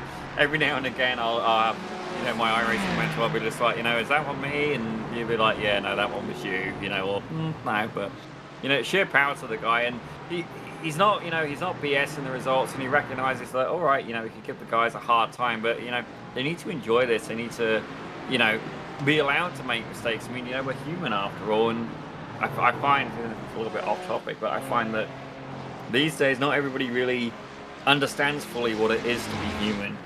Like, we do make mistakes. We feel, we have our own battles, as it were, and it's all relative, right? And again, like, just very, very different point of view. found as well, I think when we first spoke to him at Daytona, he's very patriotic man as well, you know, and yeah, you know, can't fault him for that. It's always good to have a bit of pride. It's always good to have a lot of emotion and a lot of you know, support for what he does. And again, is one of the biggest cheerleaders for his team, and that shows massively through the course of these races. Looking at the time at the top left, ladies and gentlemen, we are rapidly approaching the halfway point in this 6-hour race. I've got no idea how we've managed to do that, but it's absolutely flown by. Might have something to do with the fact that I'm already 3/4 of the way down a unnamed energy drink can, but that's by the by, because it'll be food time shortly, and we'll be able to enjoy a little snacky while watching the rest of this race, as we're watching Hugh Jass enjoying a little bit of a snack of that curb, bouncing the GT4 over the two of them. So while we're watching that, around the outside goes Tyler Campbell for FTR Esports Gold. Oh, that is a hardware failure. That is a dead steering wheel and pedals. And FTR Esports Golds, that car is done. He's definitely not where he's wanted to stop. I mean, I wouldn't mind seeing it again, but we'll have a quick look at the replay shortly. And, you know, purely coincidence that we happened to be on the guy when it failed, but you can see here we've got Miguel Torres. He's still doing well in third. He's holding back the back marker racing razzle dazzle, got it down to about half a second at the minute, and you know what, he's definitely had his work cut out for him this stint, and I am hearing it is indeed a dead steering wheel, so you know, hardware is not what we want to have happen. It's always so hard as well. Tyler, I'm told his computer froze, they're towing the car. Oh, it's a hard day at the office, ladies and gentlemen. That's hard brutal. Day at the office. Yep, that is the time when you have that sound that you never want to hear. The USB disconnect sound. That is, yeah, brutal stuff. However, they'll get the GT4 towed back to the pits. They will be able to get back out again very shortly. It may be somebody else that jumps in the car, but I get the feeling that it's about 3.5 minutes of recovery time. That is the Rosado Motorsport Apex car of Andre Rue in the pits for another 30 seconds, I believe, for the yep, there he goes. So he's got the damage fixed, but is around about 6 laps back at the moment, so it'll just be a case of finishing and getting whatever they can out of the race, as we see Sebastian Boscher-Williams trying to catch up onto that Rosado Motorsport car in third position. So this is a fight for position then that we've been watching all the way through the past sort of half an hour here. Miguel Torres versus Sebastian Boscher-Williams. It's Rosado Motorsports against Backmarker Racing Razzle Dazzle, and Backmarker Racing Razzle Dazzle you know, have been one of those teams that really have shone through the course of the season. You know, Zippy, they really have given us everything that we possibly wanted to see. They've been in the middle of the fights. They've really pushed it left, right, and centre, and it's just been a privilege to watch them. Yeah, I mean, that's always what you want as well, and I find that not only as commentators but as a driver as well, you start to learn, you know, what you can expect from some people in the field, what you can expect from some teams, and these guys do consistently deliver. It's like Sim Racing Grid Phoenix, you know, we expect greatness from these guys. Brabham Esports as well, you know, even like Rosado Motorsports, you know, we get the people who we start to see and we start to follow, and you know, we want to see them do well. And at the minute, Sebastian Boscher-Williams, he's hot on the heels of Rosado Motorsports, just inching, just grasping, trying to get that third step. Only 0.2 of a second behind right now, and you got to wonder as well, you know, just how hard is he going to push? Does he want the position, or does he just want to, you know, try and save some fuel behind him, you know? And then another question as well, when these guys go to pit, do you keep the same drivers in the car and keep this battle going, or do you switch it up? Do you know, do you put in a guy who thinks can be a bit faster? Do you know, do you go, you know what, we'll pit early and try and get out of this fight, break their draft? You know, there's so many different ways you can play this scenario. So how would you play it, Zippy, then? You were strategy manager for Rosado Motorsports. How would you get out of this situation here? Well, you know what? I'm gonna learn from our good friend Richard Rosado there, and I'm gonna stay positive about it. Miguel has been doing an absolute bang-up job at keeping Bocia Williams behind him, and all things considered, you know, he is gonna save some fuel, but I don't think it's enough. Like, I have to see the numbers. You know, can you save a full pit stop at the end? Because if you're only going to go from, like, you know, say a full tank to like a splash and dash, you know, okay, you've got to weigh up, is it worth it? You know, because still having a pit, you still lose the time in your lap, you know, even if it's not as, like, you know, detrimental. But avoiding the pit stop altogether, that's something that can be huge sway in an endurance race. Yeah. It really, really can. The other thing as well, though, is the fact that it feels like backmarker Razzle Dazzle have had the opportunity to maybe make something of this position, but they just haven't at the moment. There's a little bit of a wiggle, and they can't quite make anything happen here just now. They're still chasing down, but yeah, well, let's have a look at a replay here. Who have we got here? Jannis Albert then for the lead of the GT3 Pro. Now that has gone now to Charlie Nielsen, and this is why, ladies and gentlemen, the car spins round. An unforced error for Jannis Albert from the lead of the GT3s, and that hands it on a silver platter to Charlie Nielsen, your new GT3 Pro leader for RPM Racing, 30 seconds up the road. And, well, that's a kick in the teeth for Brabham. They've been doing so well this afternoon, and it all comes crumbling down here, Zippy. Yeah, potentially, like, you know, but it's still, we've got a ways to go yet. We've got almost just over 3 hours to go, sorry. As you see, Rosado Motorsports there just doing a little bit of a bunny hop over the curb, and you know, that's one thing that I find as well. Different drivers will have different levels of aggression, how far they want to push to the curbs. Now, myself, thinking about sausage curbs, I'm mainly thinking of like a track like Imola. I find is the biggest place where I come across at those. And I give up a lot of time by making sure I stay away from them, just because the risk versus reward isn't worth it to me. But you know, in a strength of field such as this, you can't really afford to do that. You've got to stay on it. And another thing to think about as well, you know, is Bocia Williams actually that bit quicker? Or is the draft from the Rosado Motorsports car, is that what's helping him stay there with the pace?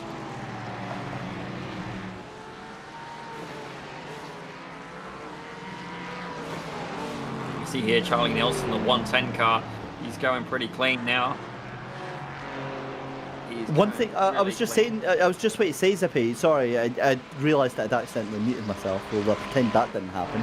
GT3 Pros, the mix with the marks at the moment, the distribution just now, is very interesting, because we've got 3 Mercedes AMGs in that top 5, first, second and fifth. And then the next best one, I think, is the Ferrari, where you've got at 4th, 7th and 8th position. It's an interesting spread of cars here. The likes of BM, it's still mixing things up here with Miguel Torres up in P3. Lambo, the only one we've got is Matthias Ronzani in the GT3 Pro. But again, it just shows you how these different cars, it was something you mentioned earlier on, how these different cars can behave very, very differently indeed. Yeah, we also got a factor in as well. That Lamborghini did have a little bit of a moment earlier where the rad and the front bumper kind of, you know, ate something and gotten a little bit of damage there. So even though the car has been repaired, you know, it's not going to be as nice as a brand new one, put it bluntly. So, you know, I don't know if Lamborghini's fully represented at this event, but it's okay, you know. I'm not really too surprised that the Porsche isn't quite as dominant here, because the Porsche, I've always found, you know, you've got to be all about the brakes and stuff like that, and there just isn't that many, you know, really tight, low-speed corners here. There's a lot of high-speed action, and I think that's where the Porsche, you know, it's not as a strong point. You know, it does better being late on the brakes, you know, using those tight and twisties to really be able to send it down the inside. You're watching Sim Racing's Red Phoenix then. This is your race leader, David Johansson, after a moment for Gorio Autosport around about 45 minutes ago, handed it on a silver platter to Sim Racing Grid Phoenix. And of course now for the LMP3 Championship here, this is exactly what they wanted. This is exactly what they needed, given that the standings coming into today's race here, Sim Racing Grid Phoenix were leading by 10 points. It would be another decent haul of points here for Sim Racing Grid Phoenix. As we come up to the 3-hour marker here, the halfway point in the race. Again, just very briefly, Zippy, for Goryeo Autosport, after that incident there, you know, they lost the leads. It was looking very commanding. I went back down to second place, and I'm just thinking about the points difference now. It's going to go up even more. And I'm like, what more can they do at this point? Well, they've come down to, you know, do they push even harder? Or do they just kind of accept that, okay, you know what, this one wasn't, you know, it didn't go as well as we hoped. But the Sim Racing Grid Phoenix guys, they've generally been very, very consistent, very reliable. And as you look through the field, you know, although we do see some incidents between multi-class car, like collisions, you know, we don't see, it's not as alarming as, say, some official races, you know, which is why you'd want to especially enter a, you know, an organized, you know, race-controlled, monitored league like such as yourself, such as this even.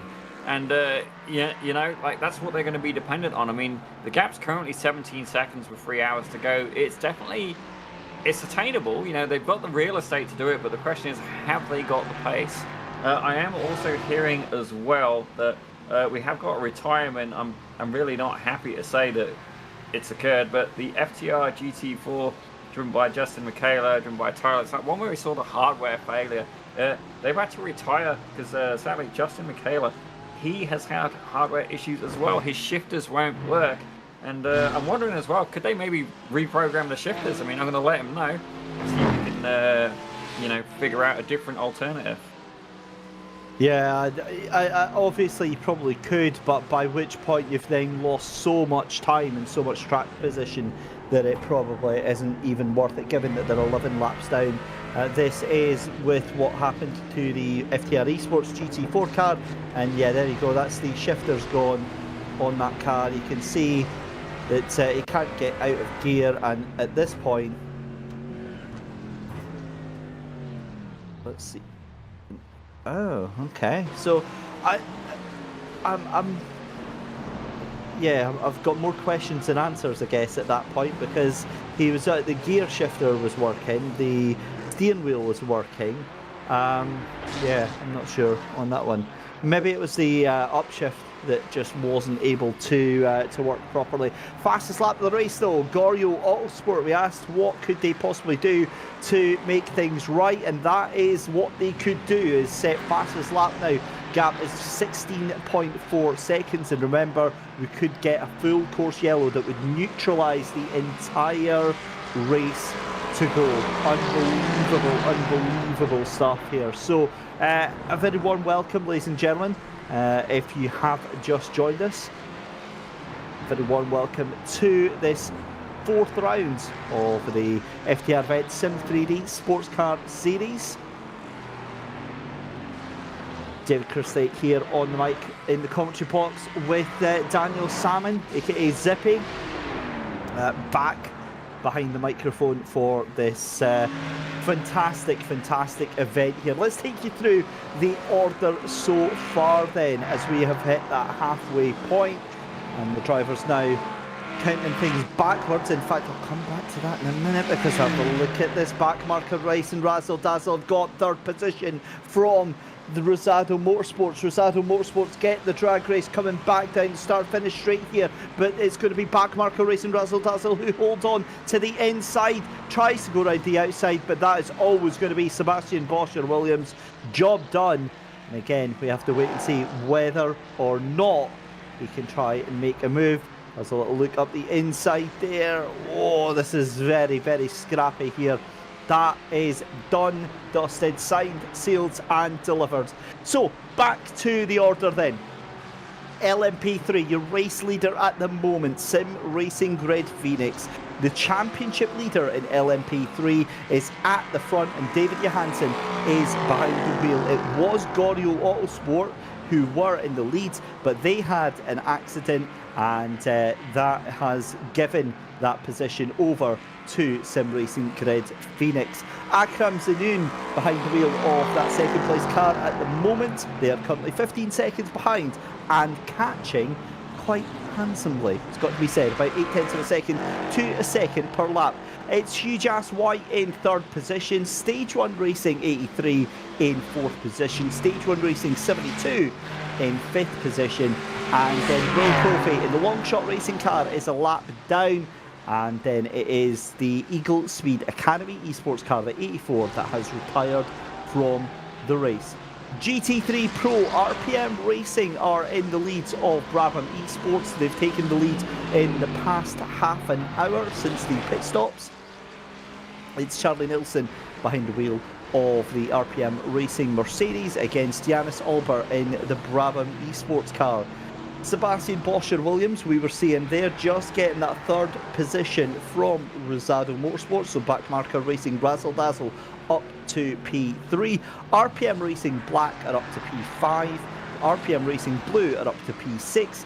Art Sim Racing 1 are in P7, and then it's Art Sim Racing 2 in P8, with Sim Racing Grid Phantom in 9th position, and then it is Eagle Speed Academy in 10th position.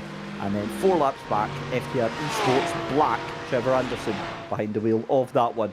Moving on to GT3 and then Mark Baxter Jones behind the wheel of that 11 tenths racing team up in the leads of the race. Now this is the big news. Shane Van Gansen for GT3 AM has taken second place from Squadra Veloce by Fastlane Motorsport. Now remember, that car of Stefan Le Guin, they were fighting for the lead, and now they are nearly 10 seconds off of the leader just now. That is in third position. Brian Fratian in fourth position for Equipment Geek Racing, a lap down. And then FTR Esports White is in fifth position. And then we saw Chris Neesham retiring about 40 laps ago for backmarker Racing Orange. GT4 sent David Barraclough behind the wheel of the Torque Freak Racing by TFR Lab. Now that has been a dominant car in the front of the GT4s today. They've really enjoyed this race here at Mount Fuji, and again 50 seconds ahead of Carlos Roca in the DX Droid Sim Racing by Let Room. Huge Ass Black in third position, Huge Ass Gold in fourth position, and Huge Ass Blue in fifth position. They're ahead of Nicholas Antonenko for the Sapphire Simsport Alpha team. And well, that was some chaos and carnage with Sapphire Simsport, and a little bit of contact onto that Huge Ass Blue machine. Eagle Speed Academy Esports, Jeffrey Rowlands, but in 7th position. WBM Racing is up to 8th position in the GT4, and then, as we said, Justin Michaela retiring from the race in P9, and Andre Ruiz was unceremoniously caught in the middle of the track. He had a technical issue with the car, was driving around at a very slow pace, and unfortunately was in the middle of the track there. But there you go. That is how the that's how everybody stands up just now. And there we go. LMP3's into pit lane. So Sim Racing Grid Phoenix and Goryo Autosport into the pit lane at the same time. And this has been happening repeatedly.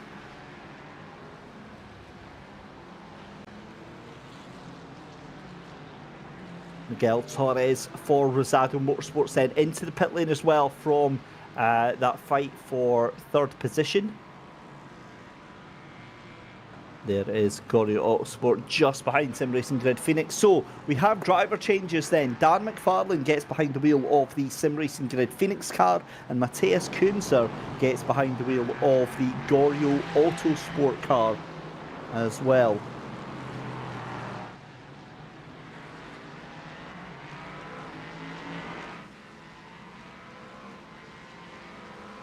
As out of pit lane comes the race leader, making his way down to Daiichi.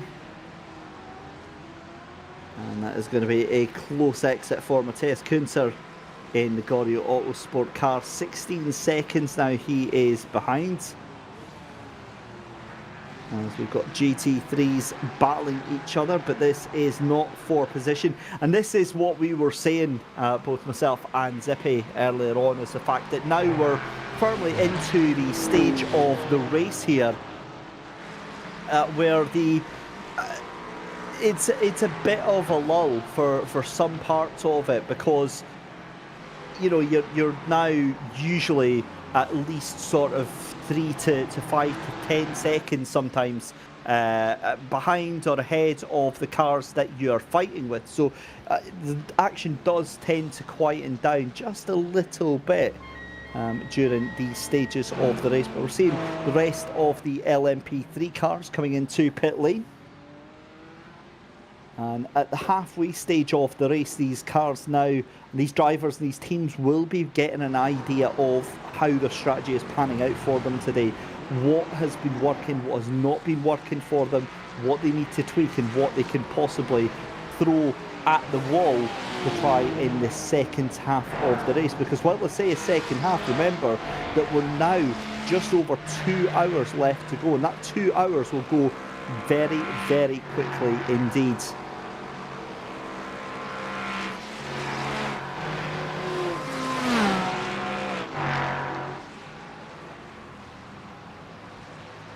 As the cars making their way down the start-finish line. And again, the frustration I can imagine is that, compared to the first 2 hours and 30 minutes of it, the race does get a little bit quiet. But unfortunately, from my experience, ladies and gentlemen, I've learned that you have to take advantage of these moments. You have to take advantage of times like this where things are a little bit quieter. There's not so much chaos, because God knows it'll happen again, and it usually kicks off very, very quickly, and when you least expect it as well. And then you suddenly forget about complaining that not much is happening out there on track. And remember, it takes a lot to be able to do these laps consistently. So again, I was saying with Zippy earlier, I was doing the iRacing special event today, the Daytona Roar Before the 24. It's only a 2 hour, 20-minute race, but it gives you an idea of just what's expected in these stints, in these these fairly long stints that you have to do behind the wheel. Now, because of the GT3s and GT4s, you can only get about an hour's worth of fuel in behind the car anyway, but you don't get much respite when you're in the pit lane. It's different for some of the teams here, because obviously you swap over your driver, but a lot of these teams will be double stinting as well.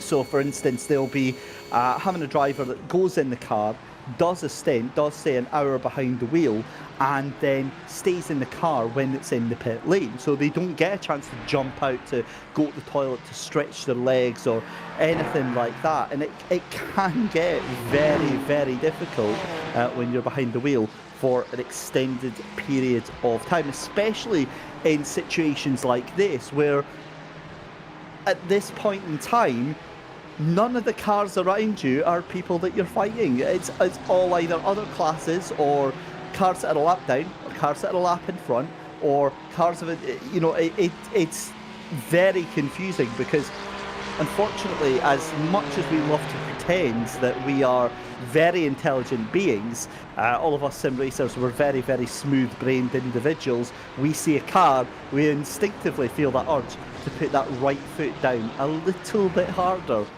regardless of what class they're in. I mean, we've seen that with the GT3s and the LMP3s. The LMP3s on paper should be absolutely dusting the GT3s, and yet time and time again we've seen here that the GT3s are getting towed down the start-finish straight from these LMP3s. And for another example here, right, so we're watching Miguel Torres at the moment, right, so he is getting towed down the back straight there by another GT3 car. So he's obviously not fighting that car for position, But at the moment, Miguel Torres, let's have a look here. So he's in the 156. He fires it to the inside. And, well, that's job done. Beautiful stuff from Miguel Torres there. And that was Stefan Le Guin there in the Squadra Veloce by Fastlane Motorsport car that he just managed to get by there. And just in front is going to also be Shane Van Gansen for the Digitrax Sim Racing team. So back to Stefan Le Guin though. This is for position though. This is Digitrax Racing Team against Squadra Veloce. Now remember, what we're trying to figure out is what the hell happened to Squadra Veloce. I'm wondering if it's just pit stops and strategy there for the Squadra Veloce team, because remember, they were fighting for the leads. They were chasing down 1110's Racing Team, and now suddenly Digitrax Sim Racing Team are right onto the back of them. 15 seconds a pair of them are off of 1110's Racing at the moment. And let's take a second to talk about that GT3 AM leading car at the moment. Mark Baxter-Jones behind the wheel of the Porsche just now, and they have been laughing their way to the bank right now in that GT3 AM fight just now. It has been absolutely awesome to see them fighting it out. They're coming through the first half of the circuit just now, but here is Stefan Le Guin into pit lane. Pulls it into the anchors, and that is going to be another textbook pit stop there for the Porsche team. That car looking very, very nice in the fading sunshine here at Fuji Speedway. But if you have just joined us, ladies and gentlemen, a very warm welcome. Hope you're having a lovely Saturday evening. This is the FTR event Sim 3D Sports Car Series Season 5 Round 4 here, the 6 hours of Fuji. And of course the cars racing the non-chicane layout. The chicane that you'd normally have at turn 11, 10, 11 and 12, that gets replaced with just a straight line. Not Chris and Paul EL, good afternoon and good evening to you two. Thank you very much for joining us on the YouTube chat. So Paul is saying that RPM have been leading since the last pit stops. And yes, because we did see that, but what I was trying to figure out is that the gap wasn't as big as it was, and we saw that spin from Brabham Esports. Now what I wasn't sure was whether or not that spin caused them to lose the lead, but apparently not on that one. Let's have a look at Morgan Smith for WBM Racing, and again just a little bit too aggressive with the corner, around and around and around the corner, backs off the racing line. Great recovery there from Morgan. Listen, we are the first ones to moan about terrible rejoins, and that was a good rejoin there from WBM Racing there. So Rosado Motorsports have got ahead, back up to P4, ahead of Backmarker Racing Razzle Dazzle. So that little fight is kind of worked off just now. Let's have a look. We've got another replay from another issue that's arisen. Ivo van der Linden. Now this is a car we've not really seen much of. Stage 1 racing number 72. Oh dear. Keeps it on the brakes. That's fine. It's not going to touch the barrier. And Ivo van der Linden leaves the scene of the accident with nothing more than a bruised ego right there just now. But RPM Racing in third position. What has happened to them? Charlie Nilsson from the lead of the race is now down in third position. Has he just come out of pit lane? Am I panicking over? He was in the lead of the race. That gap was about 30 seconds, remember? Let me just check, because he's done 4 pit stops. So he could have just jumped into pit lane. I'm really not sure. Sorry, Zippy. Yeah, I'm not sure what's happened there, but that's very, very concerning. Oh, that car looks done.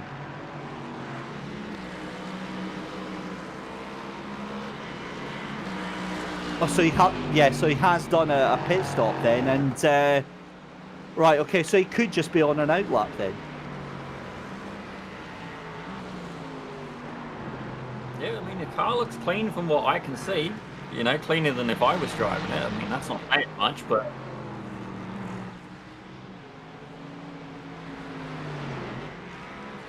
Yeah, so we're just hearing from our production team who's going through the lap records here. That car was into the pits on the lap before as well. So that's 2 pit stops and 2 laps here. Something is not right. And again, look at the pace of the car. It's done. It doesn't have the straight line speed. It's getting gapped by RPM Racing Black. Well, this is an absolute turn-up for the books here, ladies and gentlemen. I am absolutely speechless. And again, god damn it, it's always on the times where I say, oh, well, it's a bit of a lull. I'm not so sure yet. Like, I'm looking at the car, I'm looking at the laps, and okay, you know what, he's pit, but he stayed in the car, so his pit thing will say that it's quite like long. But I mean, the car looks spotless. I'm not too sure what the deal is. I mean, if I look at what lap he pit before, lap 90, and he pit at lap 190.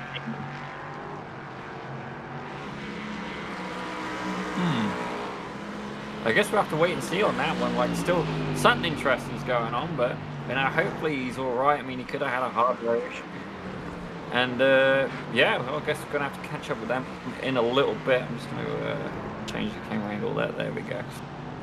So yeah, like, you know, a little bit of action going on here, but hopefully his car's all right. Hopefully he's all right. You know, sometimes, you know, duty calls and you got to make a pit stop for yourself, not necessarily for the car, and it happens. But that's why you have teammates, ladies and gentlemen. You know, you pick each other up. You carry the torch between you. You know, a bit of a relay race there, but we'll keep an eye on him the next couple of laps coming in. As I look at his last lap, was a 234.5, which is really high. He needs to be doing 136s. 234.5. There you go, 136.5. So yeah, you know what? I think he's going to be okay. I don't know why he pit necessarily. I mean, it could have just been a scheduled pit, but I'm not seeing a red flag right now. You know, I'm not seeing anything I'm worried about. The car looks clean. You know, but I don't think there's been any penalties. I shall double check. But Stewart's announcement is quiet, so that's good news as well. Seeing that people serve penalties. Gonna have a quick look here. I think we've got a replay coming up. We shall see in just a second. It's a bit of a shame about Ivo Brandon Linden, but let's see what the replay is showing here. So here we have Charlie Nelson, the 110 car. Yeah, definitely a lot of traffic around him. That's the Cayman GT4, the one we saw actually get a penalty earlier. He's got an LMP on the inside. Definitely it's not making it easy for the GT3 to get past, and you can see there, got another LMP there in the mix as well. I mean, don't get me wrong, blue flag, you don't have to, like, you know, give it over and hand it over, but, you know, I'm sure he was hoping for a little bit of an easier pass there, but you know what, the car's clean, which, you know, if you've ever done an official endurance race or an official multi-class race, you know, that in itself is an accomplishment. You see there, going past number GT4. Now we'll keep an eye on it. I think he's going to be okay, though. I mean, it just seems like it was a scheduled pit. But looking at the time window as well, you know, that could work out in their favor, because if you're right on the edge of an hour that you're pitting, then, you know, that could definitely bite you. It becomes a case of, are you going to make it into the next hour kind of deal, you know? So if your pit window is offset a little bit, that can have benefits. But we're on board here with Donovan Niger of the 198 car, Art Sim Racing 2. So we got Art Sim Racing 1, Art Sim Racing 2. They are battling against each other, and I believe there's a Justin Niger as well. I don't think he's currently in the car. It's currently driven by Alias de Vries.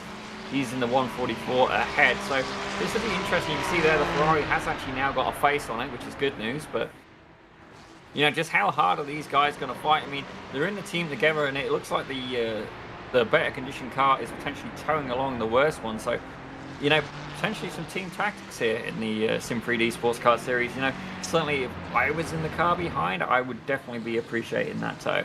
You know, you got to work as a team, ladies and gentlemen, especially in an event like this. You see there in the GT4, huge ass black, gold, and blue in third, fourth.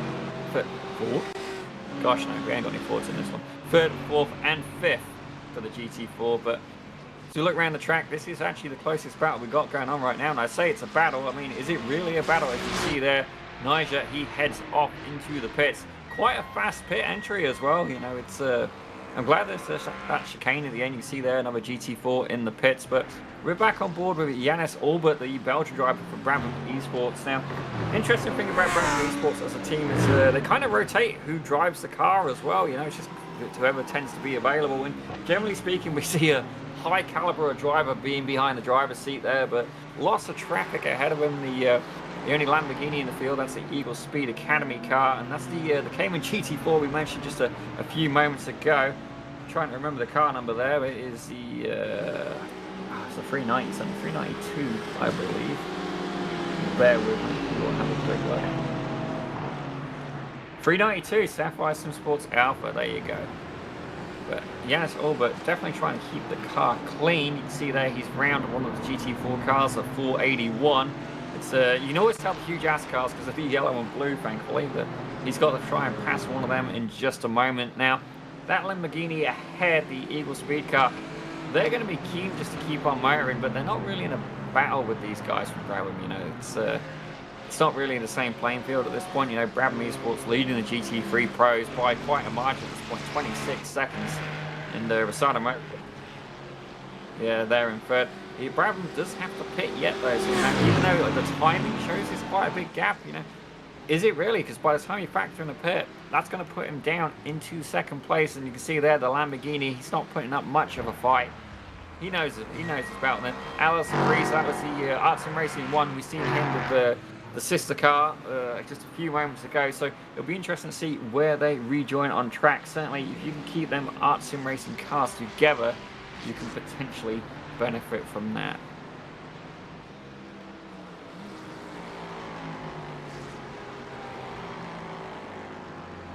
This is the second from last car on track right now. Obviously, they've not had much luck. This is, I believe we had Chris driving it earlier. This one having a little bit of over rotation, a little bit of curve, and definitely took a scenic route. This Ferrari has had the front nose damaged severely earlier, but you can see right now it's looking pretty good. Certainly, whenever I've driven this Ferrari, just the one occasion I found it was very twitchy on the rear, really twitchy, but thankfully, you know, the car ahead of him is a GT4. As it sits right now, you know, he's not looking pretty good. You know, he's 11 seconds to the next car, or even 11 minutes. Yeah, 11 minutes and 29 seconds. I mean, you know, at this point, you're relying solely on putting in clean laps, putting in clean times, and, you know, you're still going to score points as well. I mean, you're in 5th place. It's something, right? You know, sometimes, you know, just being consistent, you know, scoring the points week in, week out, you know, that's what it takes. You know? I'm not too sure at this point. I'm sure Mr. Jeffrey Bell from Race Control will definitely he'll be included for this, but I don't think there's any drop rounds in this series either as well. So, you know, every round counts, every corner counts. As you can see, Dan McFarlane back in the sim racing grid at Phoenix car, 15 seconds ahead of Goyo Autosport. Now, that gap earlier was as high as 17, 18 seconds. So Goyo Autosport maybe does have a little bit of an answer. If I look at the last lap though, I mean, obviously it depends on traffic. We've got a 131.6 from Mr. McFarlane there, and a 131.5 now from Mateus Quinza from Goyo Autosport. So not really a lot in it. And then if you look at the best lap as well, so close between them. So they're both 1 minute 30s, but you got 8.77 and 8.73. So that's just 4 thousandths of a second between the best lap. Incredibly close action there, and you know what? That's what we like to see. As you see, Dan McFarlane really using the curbs there, potentially an instant point. I know 4 wheels off track would be my view on that, but I'm not too sure as well. Instant points, I'm sure, is something they will get penalised for. But again, if you got a couple in the bank, you know, you almost allow yourself a quota of how many you can allow. So you can have, we'll just say 60 for argument's sake. Say you can have 60 points, 60 incident points for the course of the race. Well, you know what? 10 incident points an hour. You know, you can use that. That's 10 off tracks. Assuming you don't get in any contact. It remains to be seen. But and the good news is as well, there is one drop round as well. Jeffrey Belt, you know, you say and he delivers. Thank you very much, sir. So that there is one drop round. So if you do happen to bomb out in one of these races, then you are okay. It can be dropped. However, the final round, everything stands. You know, you cannot drop the final round, and that's going to be Mugello, I believe. Mugello, Portimac, Mugello. I knew it was some funky track I've not yet driven, so anyway, we remain to see. We're just seeing if we can get potentially somebody from Brabham Esports come and have a chat with us very shortly. It's certainly been an interesting race for them, but at the minute you can see Huge Ass Black, they are currently behind the Droid Sim Racing. Not a lot in it there. 8 temps, 7 temps, you know, they're closing in hot. You can see there the traffic ahead. BMW versus Mercedes, and then a little bit further up the field, that is 2 GT3 cars. You can see they're almost grazing that pylon there, the American driver, Alexander Bueller. Bueller? Yeah, Bueller. Definitely. But it's great to see so many people out on the track. You see here, he's taking the wider line. He's going to go in tight, hopefully give him a much better exit speed there. Always bouncing the sausage curves a little bit. Thankfully, no airborne flight. But we're going to potentially see Hunter McDonald coming in just a second. Now, he is not driving. Hunter McDaniel, I am so sorry. You think there's myself with Daniel, we've got a Daniel Costello directing, and it is a Hunter McDaniel now we have joining us. If he's just going to come in just a second there. He's not driving with the Brabham Esports team, but he's still part of it. So let's find out what his role is in just a few moments. Hunter McDaniel, not McDonald, Hunter McDaniel, thank you very much for joining us. So tell us a little bit what's going on with Brabham Esports today. You know, it's again, we've seen some different drivers in there, and tell us a bit about your role within the team. It's been a very up and down race, this one. I've mainly been kind of in the voice chat, just spotting and trying to keep the spirit up a bit. You know, Aiden had a great start, very good start, 6-second lead, fuel saving a lot. Everything was going to plan, and then it just kind of all went downhill from there. So you say that you were spotting and even saving fuel. Now, this is something that I've been wondering throughout this race. So fuel saving can often be very beneficial, but only if you can really almost skip a whole pit stop. Now, does this race have the criteria? You know, does it have the means that you can potentially do that? Is that something that is an attainable target for you?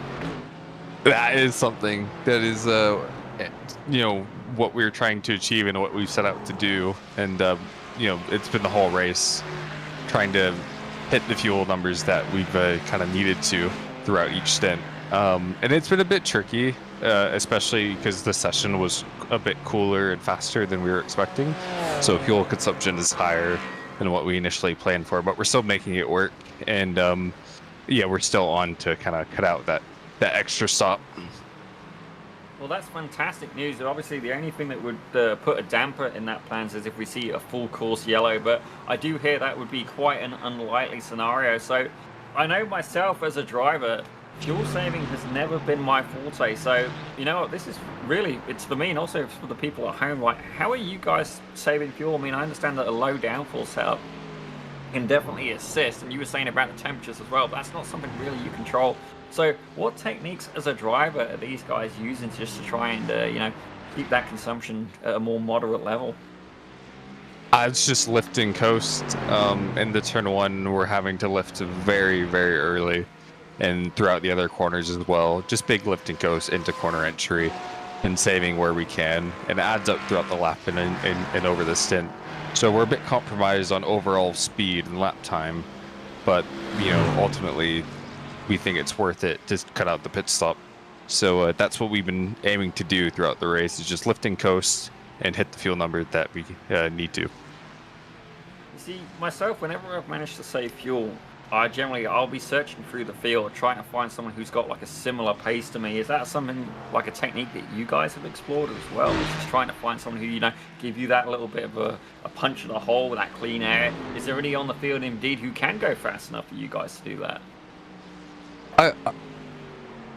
Honestly, I think if, because when we were next to RPM and they were behind us, I think if we just could have sat behind them, it would have been very beneficial for us. Because the pace they have is quick enough for us to sit and fuel save quite comfortably. But because of some incidents and, us having a little moment as well by ourselves. It just hasn't worked out that way. But like ideally, we'd have someone to draft behind and save fuel. It would definitely make life a bit easier. But it's not a deal breaker at this point. Well, I appreciate the fact that you guys are in second place. You're putting in some really solid lap times as well. I mean, I'm going to ignore that last one there. It says that you did a 1:40.1, but I understand Aiden's just got in the car as well, so that would make a lot of sense. But certainly, you know, you guys obviously, RPM Racing, the 110 car is your biggest competition right now. Have you been keeping an eye on their pit strategy? You know, you guys seem to be out of sync a little bit as well. Do you reckon you're potentially going to get them, you know, leapfrog them at the end, the way the timings are working out? It depends. It'll be close. I think we'll need a bit of fortune on our side to make that happen. It's definitely not impossible at this point. There's still, you know, quite a ways to go in this race, but it'll definitely take something to kind of happen and go in our favor to make that strategy work out. Just with the last stint or two, it's put us behind a little bit where we need to be, to where that'd be a comfortable jump in the pits. But it's still doable. It just needs a bit of things to go right from our side and a bit of things to go wrong for RPM, and we'll be right there.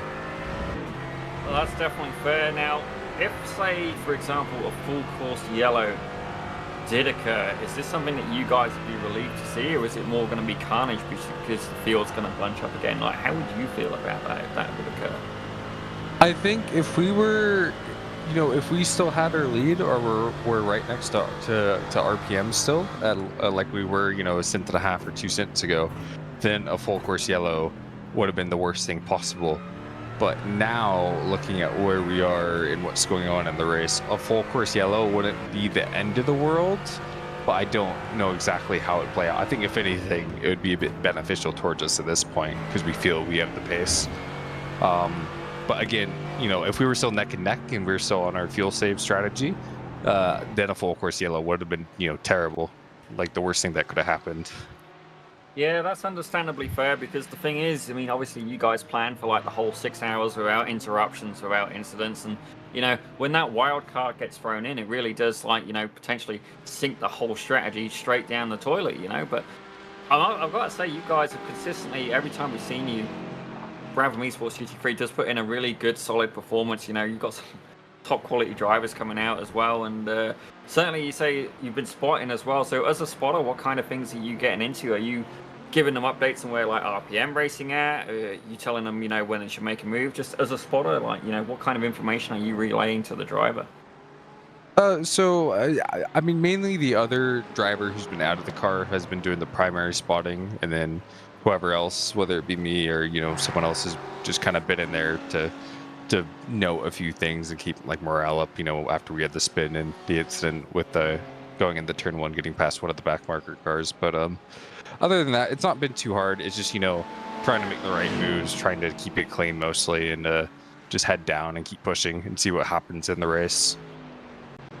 Well, so far, it's fair to say, you know what, you're sat in second place, but obviously you guys in RPM Racing, you're out of sync on the pits. There is, like, I don't really know who's in the lead right now, if you put it like that, because it all depends on where their hour end falls. You know, at 3 hours, 35 minutes in, you're sat in second, but at, you know, 4 hours, I got a feeling you guys are going to potentially leapfrog ahead. We'll certainly see. I'm sure you're definitely more included to the timings of it than I am, but thank you very much for popping in there, Hunter McDaniel. Great to have you in the booth, and I do wish you guys the best of luck, not only with this race, but with the rest of the season. Yeah, I appreciate it, and we'll do our best, and we'll see where the race kind of ends up for us. Thank you very much, ladies and gentlemen. Hunter McDaniel, he was in here from the 162 car of Brabham Esports GT3. Great to have him on board, you know, and it's good as well. That team, you know, it's great having a little bit of extra manpower as well. You know, he's got people in the car, he's got people outside the car, and, you know, they're really, that team element to it. Rosado Motorsports was big on that as well. But then on the flip side as well, you got like the two-man duo of like Dan McFarlane and David Johansson and Sim Racing Grid Phoenix, and it just goes to show that, you know, you can have different dynamics, you know, different things work for different people, and they both appear to be successful. You know, we got a first place LMP3 car, and then we got like a second place as it stands right now, GT3 Pro.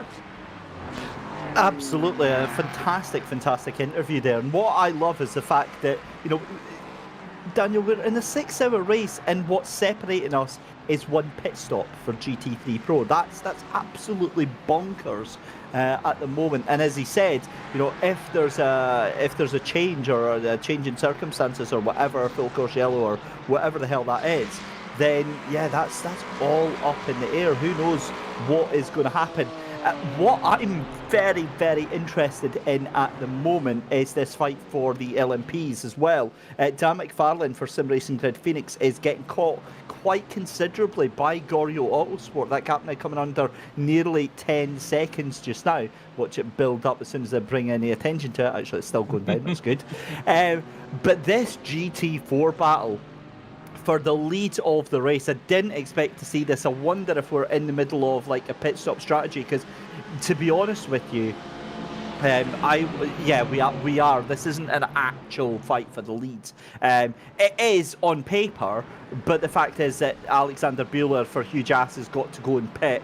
Again, he's only done 3 pit stops, whereas everybody else has done 4 pit stops. They last pitted on lap number 93. They've been out for 30 laps, so they are absolutely on fumes at the moment. However, it'd still be nice to get that social media post and just do a little bit of, yeah, we were leading this race, and whoa, it's getting so close as that Merc GT3 car. Oh, that's a little bit aggressive from Torque Freak Racing. I'm not sure I'm a big fan of that, because there goes Hugh Jass Black into pit lane. God, I'm like psychic at this point. Or cursed, it depends on how you interpret it. It's a bit harsh. Yeah. I don't know what happened there. Like, that almost looked like he swerved into the guy, but you know what? I'm not going to worry about it too much. I'm sure if it was like a little bit of foul play, the stewards will be very quickly informed and very quick to issue the banhammer, as it were, you know. And I mean, that could be the hard part about being race control. But here you can see here we've got the Huge Ass Blue AMG GT4 hot on the heels of the Sapphire Sim Sport Alpha, that 392 car. Now, the 392, they did come under a little bit of heat from the stewards earlier for causing a collision. Not too bad though. I think generally, you know, there was a little bit of an incident, but it wasn't, you know, it wasn't negligent. It wasn't like aggressive. It was just, you know, it happens, right? So we'll see how things go down here. Huge ass AMG right on that rear wing of the Cayman ahead. I think it was more careless than anything else. And going back to that little weave from Torque Freak Racing, while I mean obviously there wasn't any contact, but it was more a symbolic gesture, shall we say, of no, you're not going to be even thinking about that. As oh my God, that poor GT3 car just got his nose wiped off from Sapphire Sim Sport Alpha there. This is getting very, very tetchy indeed. That Porsche wants to just keep its nose clean. It's 16 seconds up the road from Squadra Veloci at the moment, and yeah, it doesn't really need to get itself in any sort of issues whatsoever. But that gets out of the way. The GT4s still remain their battle. But yeah, it was more of a swat across the nose to then say, yeah, just you calm yourself down. I'm also seeing that Gorio Autosport are losing time hand over fist now. They're starting to bring it back down, but they were under that 10-second barrier. It's now went back up to nearly 10.5 seconds there, so I think might be traffic caught in there.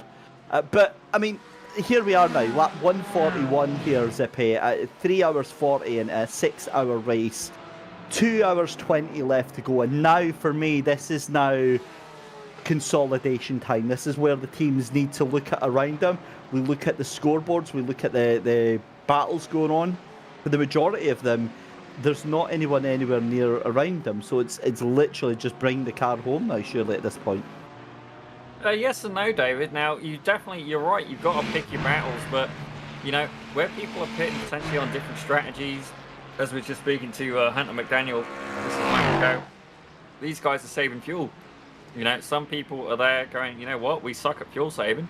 This is generally how I run a car, because I can't fuel save to save my life, and I just go flat out and hope for the best, you know. I mean, finding, you know, someone at a similar pace, but I'm getting told we've got a replay here, and our director sounds like he's face palming. Let's see what's happening here. That's Hans Blanker for Stage 1 Racing number 83. You can see that beautiful LMP3 car there. And that is over rotation. The GT3's just about managed to dodge him, and he absolutely barrels it off out of the way off the track. Definitely could have been worse, but certainly not what he had in mind. No positions lost, thankfully. So, you know, an unfortunate incident, but not one that I think is going to cost him the race. As you can see there, another little wiggle. That's the overcooked tires screaming, abused, tortured, and just wanting to go back to the pits. It's every time we hear it from our broadcast team of, uh-oh. It's like, oh man, it's just a sign that something's going wrong. Right, there we go, move for position. P5 is taken away from Sapphire Simsport Alpha. If we are to believe anything, then this war will go on for several thousand years between the Merc and the Porsche. The Porsche will not take this disrespect and will fight it tooth and nail. But to be honest with you, I think that move is done and dusted from the Merc.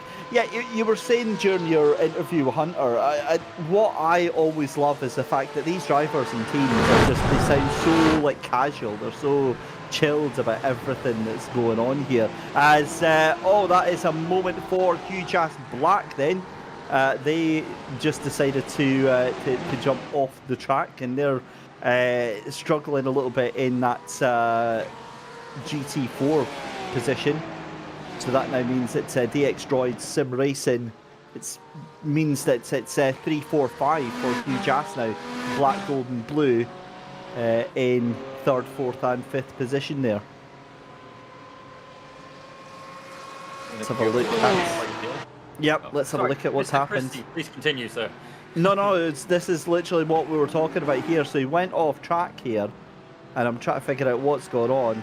Again, the inertia of the car looks like he's just over-rotated the car, and, well, that is how you lose a position. Job done, and I will... to be fair, though, to Tyler Agostino, behind the wheel of that Huge Ass Black, I mean, full props for reversing off the track, waiting patiently, and rejoining when it was safe to do so. Yeah, I was literally just thinking the same thing. You know what? We've seen a few people make a few mistakes, and you know that happens as part of racing. But certainly the quality of the rejoins has been, you know, absolutely phenomenal. You know, there's not been anybody where I thought, you know what are you doing? Like, get that car out of the way. It's been very clean, very respectful, and you know that's what you get from running in such a professional and organised season, such as, you know, the Sim3D Sportscar series. You know, it really is one of the top level, you know, in terms of not just respect between drivers, but in terms of how well it's been organised. You know, absolutely fantastic series. Yeah, certainly is. So we're still watching all of the action here from the 4th rounds of the FTR event, Sim3D Sports Car season at the 6 hours of Fuji. David Christie here in the commentary box alongside my good buddy, my good friend Daniel Salmon. And Daniel, again, you know, we're nearly 4 hours into this. And for me, this has been easily one of the best races of the season. It's a season that's been marked by chaos, by frantic races, but this has been a very, very measured affair, I think, from 99% of the teams here. Yeah, it's definitely, you know, there's not been anything that's been too hot-headed or anything like that, and I think where it's been a little bit calmer in some ways is because Fuji has got, like, you know, such a wide track, and it's got such wide runoffs as well. You know, there is room to remove the car if something happened, but I'm sure I just heard a bang there, but everything seems to be okay. You see the huge ass M4? Yeah, M4 GT4 taking a little bit of... Is it an M4 or an M3, David? You know, you drove that car. Sorry, are we talking about GT4 or GT3? Yeah, GT4. It's a M4 GT3. It is sorry, M4 GT4 and M4 GT3 as well. Oh, I kept getting confused. There's two things that sound too similar but too different. I will send you a picture of it. I know it very, very well. But yes, it's the M4.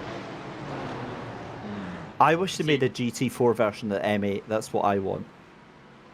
Well, that thing would cover the whole the big track, yeah, the big chunky boy.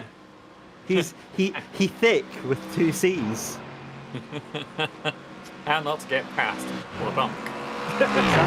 Exactly. Just could you imagine a series of that, just of Cup series of the M8 GT4? That would be just amazing. Oh, but sir, add in like some Legends cars to try and weave between them. That Oh. I did a video on something like that last year on Automobilista 2, and I was in VR on the go-karts, and I had there was like 10 go-karts and 10 super trucks, and it was the most frightening thing because it was at Brands Hatch and the game would bug out a couple of times, and a kart driver would get stuck in the track, like actually stuck in the track right in the middle of the pathway of the AI. So you just see this truck come stop, and yeah, it was hilarious fun. Oh, that reminds me, so I'm actually an admin on a Wreckfest server as well, and it's a pretty colourful server, you know, anything goes, like, not just the racing in terms of the chat as well. There is a couple of rules, but it's generally, you know, if you want to go and just shoot the breeze, it's encouraged, and we'll get things like school buses driving backwards, pickup trucks, combine harvesters going backwards, basically trying to kill you. And some people, and every now and again I'll organise it, will have like a lawnmower race. Or have like a lawnmower, like an ATV that's got like a porta potty on the top. You know, a couple of... Have you ever done the Amazon cardboard box? No, it doesn't have that, sadly, but it does have, you know, when you go to the fair, you got like the Dodgem car? Yeah.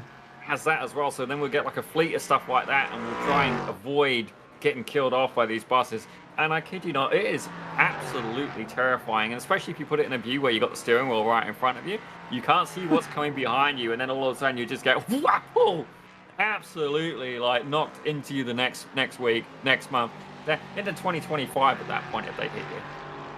Goodness me. Jeffrey Belk commenting on the YouTube chat saying that he misses the Popcorn Maker Z4, the GTE. That was, I mean, that was a bit of swag, that machine, wasn't it? It looked the part. And what was that? It was around about, what, 2012, wasn't it? 2010, the Z4, I think it was. That was, GT3. Yeah, but they also brought out a GTE version of it. Oh, did they really? All right, let me Google that one. Yeah, it was the Z4 GTE. Oh, that's.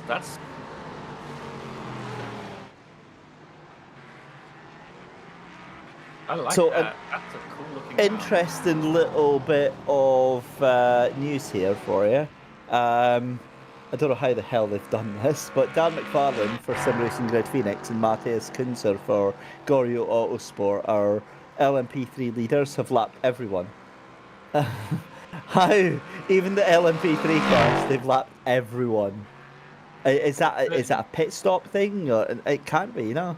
They pitted 3 laps before. How the hell can you be that fast? A certain dominance, sir. It's interesting as well, that Z4 GTE, I'm reading, it has a 4.4 litre V8. Now, that engine, I'm pretty sure, was actually used in some X5, some of the 5 series, even the 7 series. That engine was around for a while, don't get me wrong.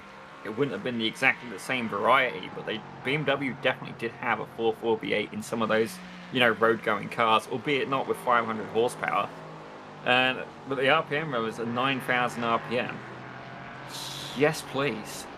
I'll have one of them and a bag of chips as well, please. Thank you very much. I don't need the chips. Maybe some custard creams though. Well, you know, I've finished them. Sorry, mate. Oh, goodness me. Right, back to this. And what I was saying when we were about sort of 50 minutes ago, my God, was the fact that, you know, for the audience now, this is the typical lull in the action that we do tend to see in these races here. But what I've experienced is that the lull only gives us a little bit of respite for the rest of the chaos that's about to unfold over the final 2 hours of this race. But, you know, from a lot of these drivers and a lot of the team's point of view, with all of the gaps now over sort of like 4, 5, 6, 10 seconds, whatever, a lot of the teams will just be settling in the position you've got. Now, absolutely not for Antonenkos. What the hell is going on here? Jeez, oh. Right, this is huge ass gold and black fighting it out side by side. I think we're getting a social media post here, getting them coming across the line together. Gold and black then. As well, to be fair, the two of them are fighting it out here. I'm quite liking this. Sven Zemel doing a decent job of holding on to that third place from Tyler Agostino. But it's an awkward one, is it? Because you want to push, but you never want to push too hard that you start causing a bit of an issue. Oh, that just makes me think of, was it when it was Racing Point, the Formula One team? You'd have, was it Ocon? Was it? I can't remember if it was Ocon. Wasn't that back in the day of like Adrian Sutil and everything? He was with Racing I don't know Point, if it was wasn't he? that far back, but Rosado Motorsports, what are they doing in 5th? They were in 3rd earlier. Now either something's Pit stop wrong, or it's a scheduled pit. I'm hoping it's scheduled pit. You know, Charlie Nielsen, that was a scheduled pit, thankfully, very much. And you can see there the gap between him and the Brown car is currently 37 seconds. But Dan McFarlane, he's bringing it in for Sim Racing Grid Phoenix. Now, I'm wondering if he's going to stay in the car or his comrade David Johansson, you know, the technical guy behind. Well, he's not just a technical guy; he's a pretty good driver as well. Behind the setup there, we'll see what happens. You see the Rosado Motorsports M4 GT3 heading out the field, and there, just behind him, you see Matthias Kunze in the 39 car, the Italian driver for Goyo Autosport. You can see the target ahead of him, but frankly, they both have to pit. And Antonio Alvarez, he sneaks into 3rd. Oh, no, he was already in 3rd. He sneaks by just a second there. I'm sure he'll have to pit as well. But as we look through the field, it looks like Squadra Veloce by Fastlane Motorsport, they are getting in a little bit of a fight with the Digitrack Sim Racing team there in the GT3 Amateurs. So perhaps we'll have a quick look at that in just a moment. 6 temps, 7 temps in it, 9 temps. I say that there's a battle, and then all of a sudden that gap just starts to get a little bit bigger there. As we see Dan McFarlane leaving the pits, a big puff of tyre smoke as he comes out. And potentially as well, he's going to get out ahead of this traffic. Now, the Goyo Autosport car, he is not that lucky. He's got a whole field to go through. You see multiple GT3 cars going past. That looks like one of the RPM racing guys ahead of him as well. And that gap has dropped off from 10 seconds down to 12 seconds. And I'm actually going to hold my comrade David Christie. I'm going to hold him responsible for that.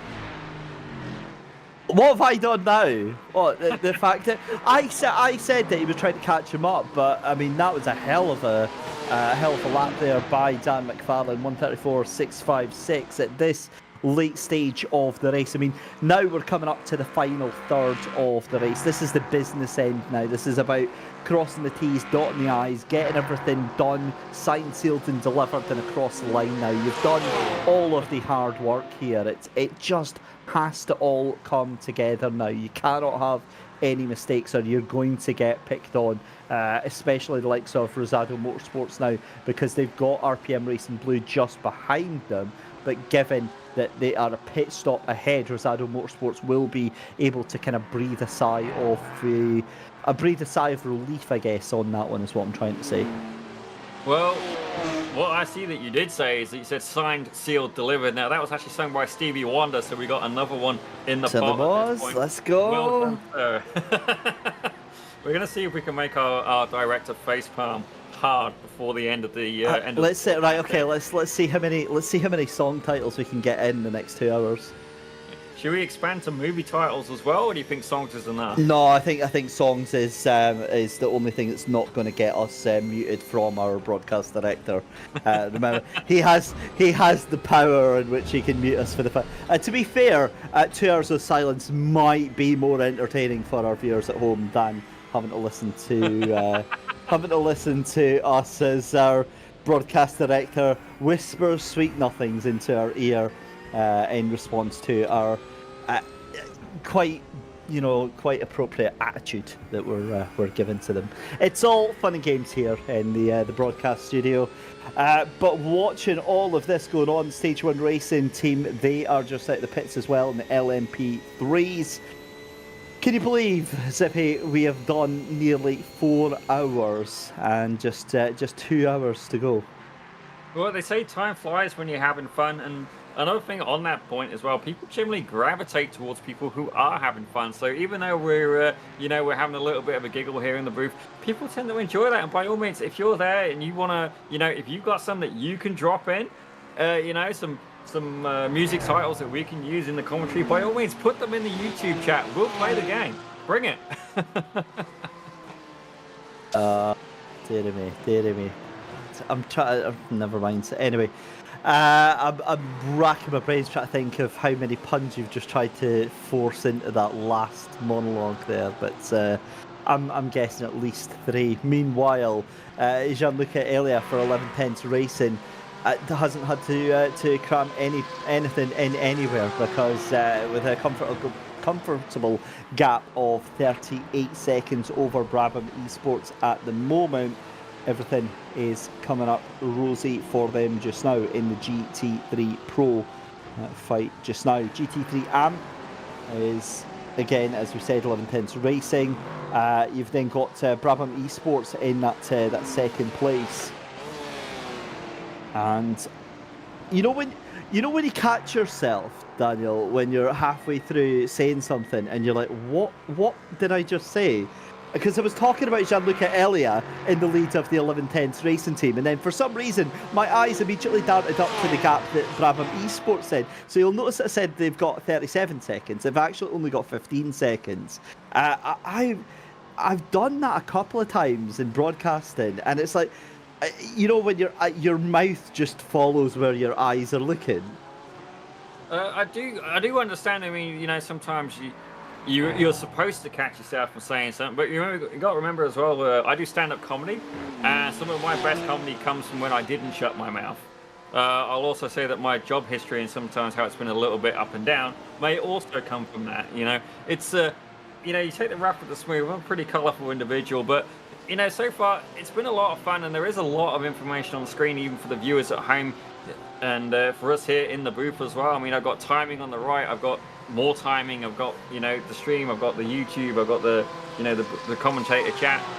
There's a lot going on. There's a lot of different input, and I'm a guy who multitasking is asking a lot. Single tasking, that's more where the limitations end depending on what I'm doing. So I completely understand. By all means, and you just spent the past 2 minutes defending me there, mate. I love you. Thank you so much for that.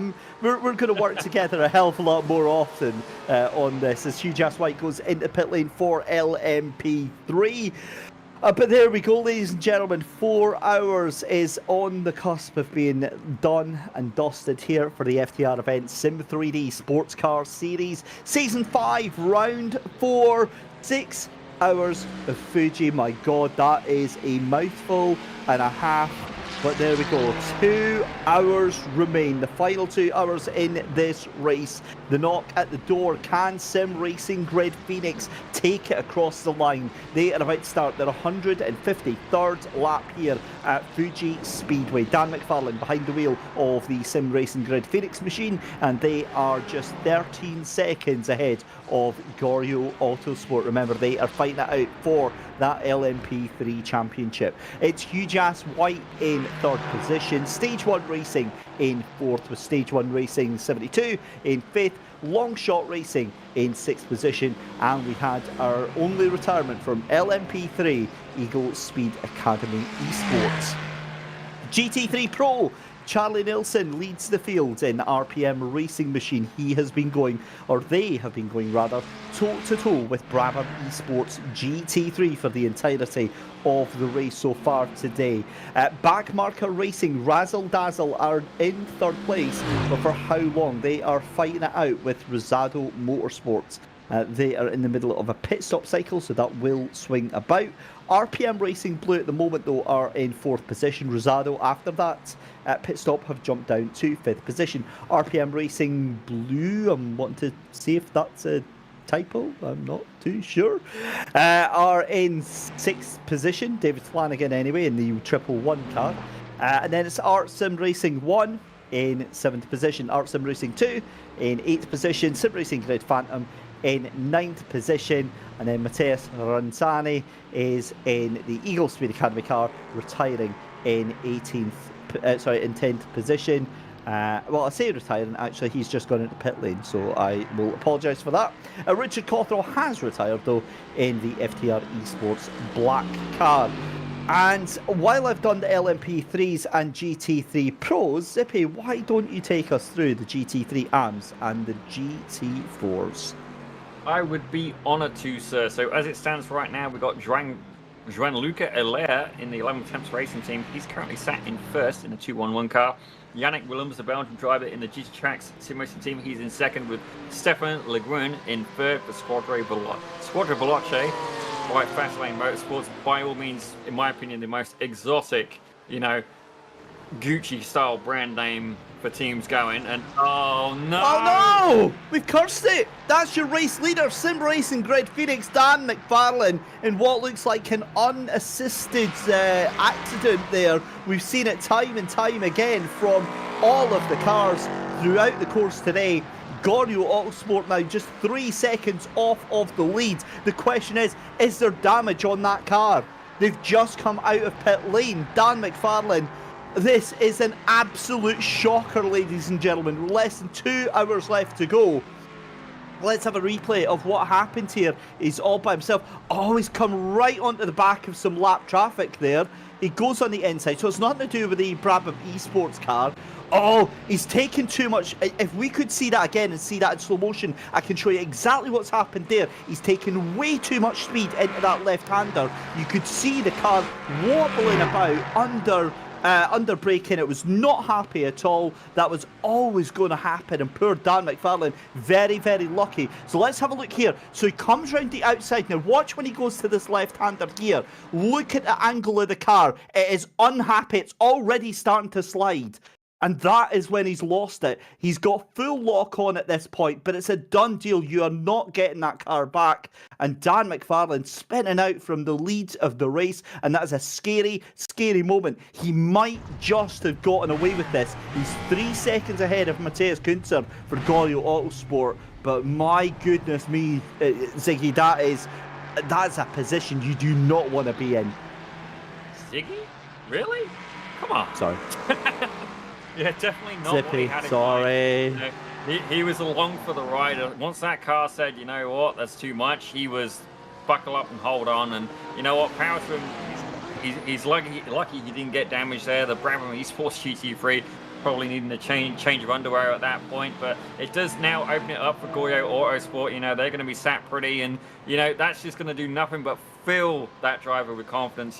He's going to be there, and he's going to know that Dan McFarlane has just roasted his tyre. So Matthias Kunze in the Gorio Autosport car, the number 39, he's going to be in a very strong position. So the gap is currently at 3 seconds with 1 hour and 55 minutes to go. We'll see how that gap plays out. I mean, I don't think it's going to ruin McFarlane's stint, but it's certainly going to have an effect. And, he's just going to put you out of the rhythm as well, at this point, the Gorio Autosport was basically holding out for a hero. They needed a miracle, but for McFarlane, if he could turn back time, then I think he would definitely go into that corner a little bit cooler. Right, well, I'll let you away with those puns that you squeezed in there just because I accidentally called you the wrong name.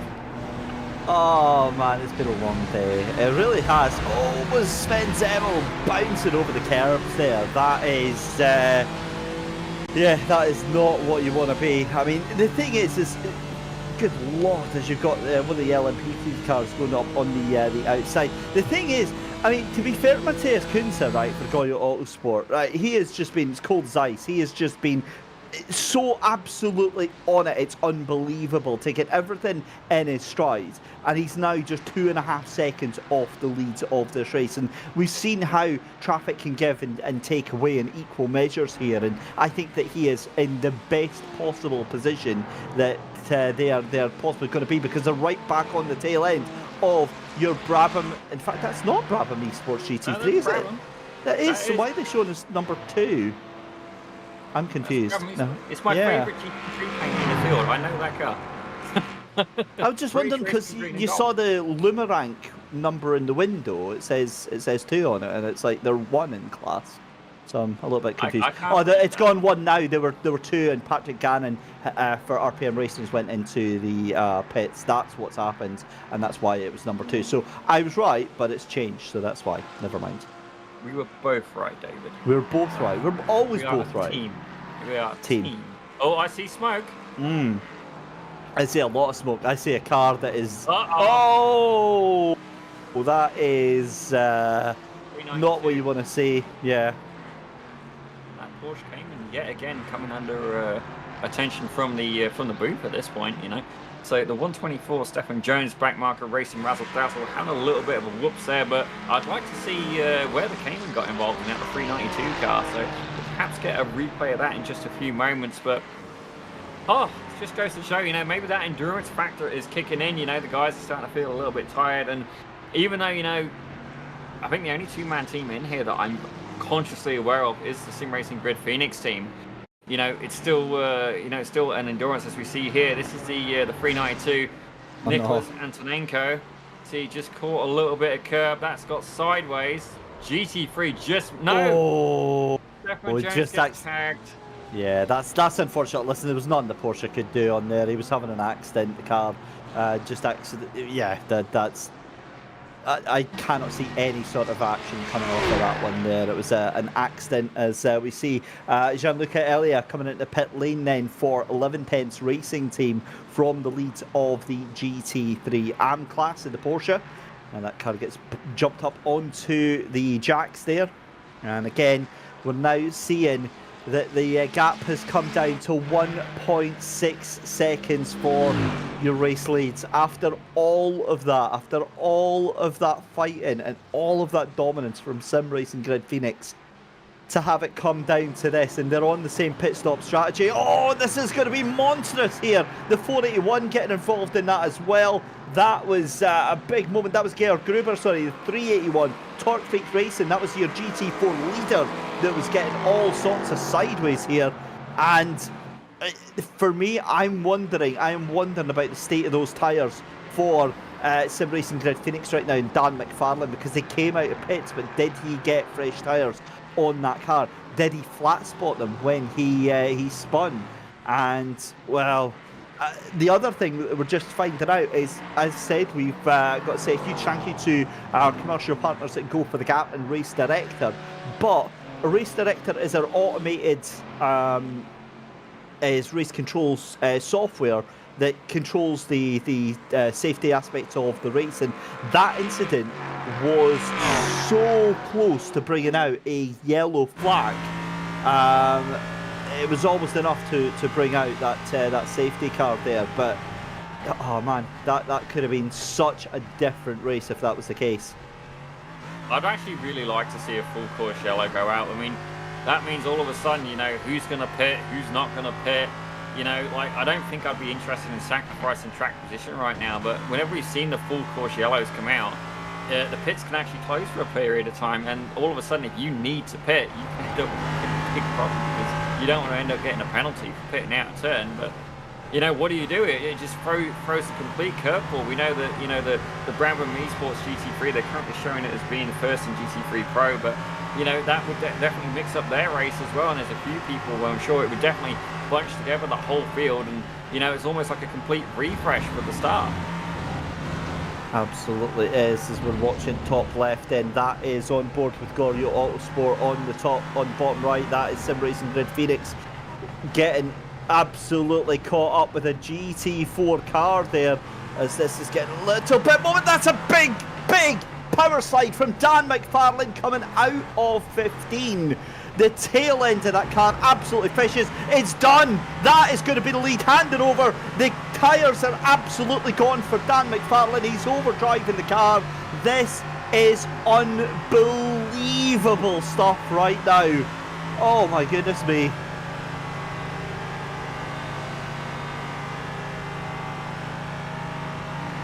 Down into turn 1 then. So Goryeo Autosport in the lead, as Rosado Motorsports jump back up into P3, and it's now Matthias Kunzer's time to go wide into turn 1.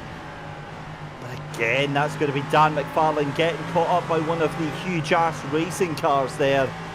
And, oh my goodness me. Right, I believe Daniel have an interview, and I'm going to let you have this one, because you had Hunter as well, so I'll let you have a chat with Gianluca Elia. Gianluca, I understand you are for 11 Temps Racing Team. Now, I was just seeing you contact the stewards, actually, that you got a 1 minute 10-second penalty for speeding in the pits. Now, tell us a little bit more about that. Sorry to bring you in and throw you over the coals quickly, but, you know. Yeah, that was pretty unexpected, unfortunately. Had a bit of a moment with the computer. It just sort of had a few moments throughout that stint of just a few little disconnects. And, yeah, full speed into the pit lane and had one of those moments, and I just couldn't get it slowed down quick enough, unfortunately. It's one of those things, isn't it? And yeah, there you go, penalty. It definitely happens. One thing I've actually been caught out before is doing a driver change. I've had the pit speed limit on when I've got out the car, and then my teammates got in and said it wasn't on, and then they've got caught for speeding. And you know, you really got to watch that. But it's definitely an unfortunate incident. But tell us a bit about how your race has been going so far. I don't think we've seen too much of you yet before today. Like, is it like, you know, I mean, you're just getting our attention today? Like, you know, are you driving the car for the first time? Tell us a bit more about where you stand in the series so far. So yeah, we've just been focusing keeping out of trouble, really. That's what our aim is, because we never really seem to have the pace. But this season we've definitely learned how to fuel save a bit more and look after the tyres. That's definitely something new to us, and I think it's shown, especially for this race. We're quite lucky, actually. We raced here, us three, in the Porsche Club Series a few months ago, so we've had a bit of practice in the same car as well. So in this race, yeah, we've just been really focused on fuel saving and saving those front tyres to get maximum grip throughout the stint. Now, I do find as well for the Porsche, I always found as a GT3, you know, that 911, you really got to make the most of doing the late braking. Now, can you tell me a little bit more about that, about how you guys chose the Porsche? You said you drive it in another series as well. I'm guessing you get a lot of seat time, so I'm not sure if you've driven the other GT3s, but can you give us like a little bit of a comparison between like your car and like the others, perhaps? Yeah, to be honest, I've not really, us guys in particular, have not driven anything else but the Porsche, hence why we're driving it. So we do race in a lot of the other series, the Porsche Club Series. We're Porsche Club members, and yeah, we don't do much other racing, so we pretty much just stick to what we know. We have tried other cars, but because we jump from league to league, it's just, we'd rather just stick with one car and just stick with that, really. Well, it's not broke, don't fix it, right? I mean, yeah. I like a Porsche. I've got a Porsche leather wheel for my sim, you know. I mean, that's what I do. Same. That's what I run as well. Yeah. The brown leather one. I've got the suede one actually, which is a bit worse for wear. That's all right, you know. It's a sim as well, you know. Like, you got to enjoy it and use it. But in your team, like, who generally does the setups and stuff like that? How do you go about it? MBJ does a lot of the work. He does a lot of AI races and puts in a lot of work pre-race. I don't have as much time. Byron also puts in a bit of work, and then towards the end, when it gets closer to the race on the official practices, we sort of sit together a bit more and run together and just sort of exchange ideas. But we pretty much keep it simple. Don't do many changes. Just feel what's comfortable, really. The main set thing for us is we rather have an easy car to drive rather than a fast car and it's a bit loose, if that makes sense.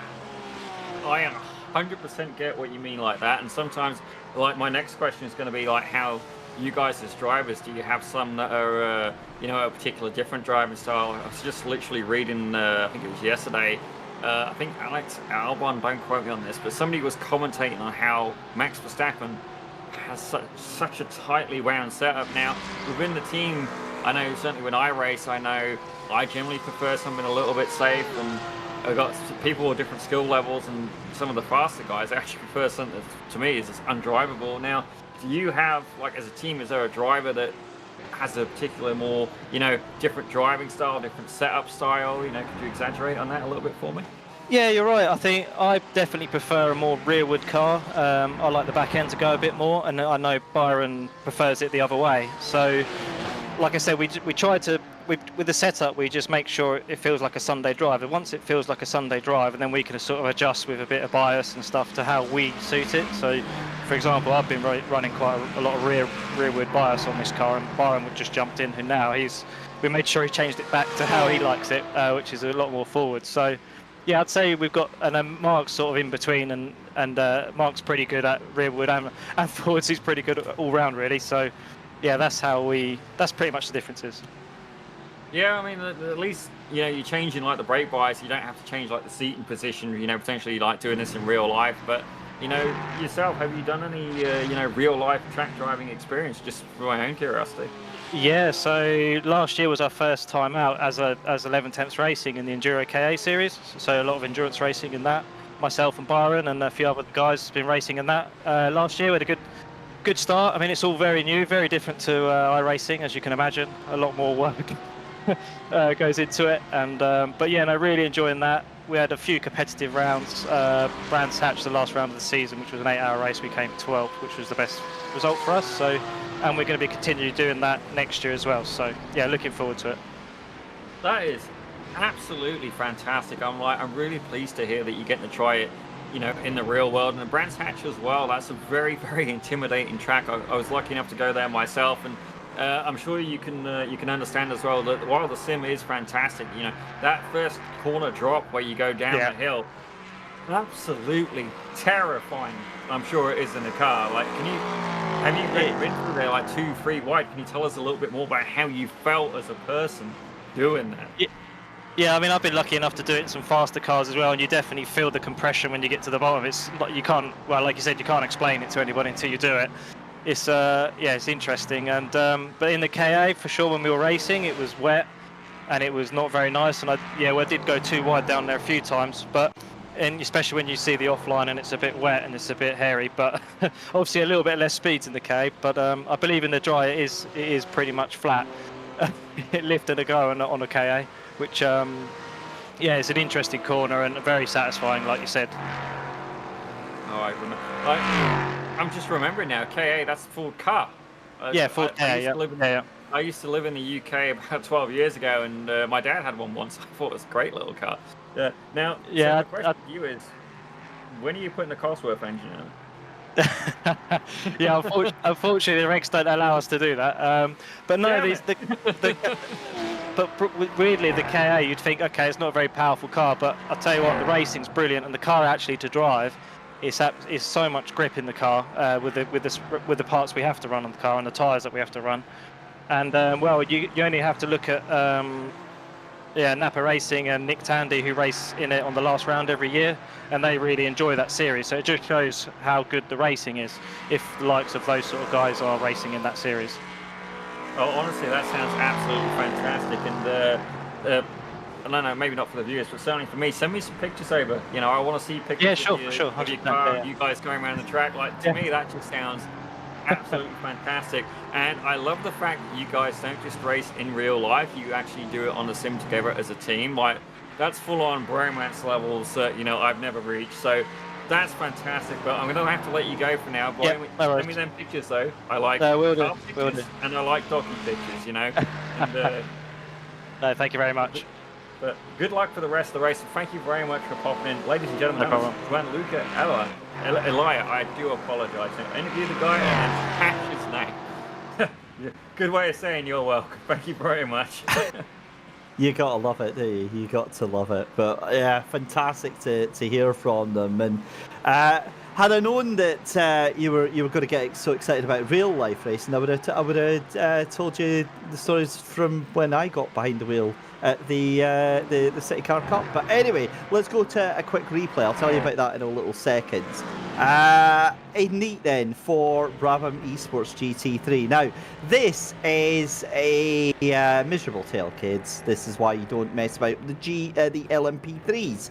It's late on the brakes, and I'm not sure what he was trying to achieve there, but that immovable object was moved.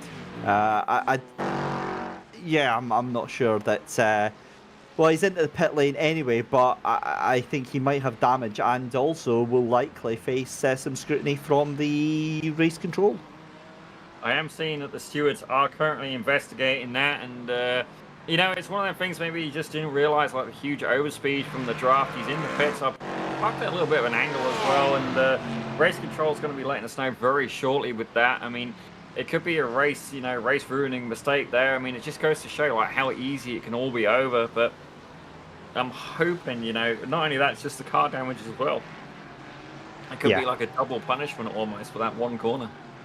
Yeah, exactly, and that is just not what you want to have at this course at this point in the race here. But he comes out of pit lane. We'll see what they can do. But again, an hour and a half left to go, or just over an hour and a half left to go in this race here at Fuji. The sun's starting to set, and quite honestly, Daniel, the race has just gone by so very quickly today. It's been unreal just how fast things have kind of gone here.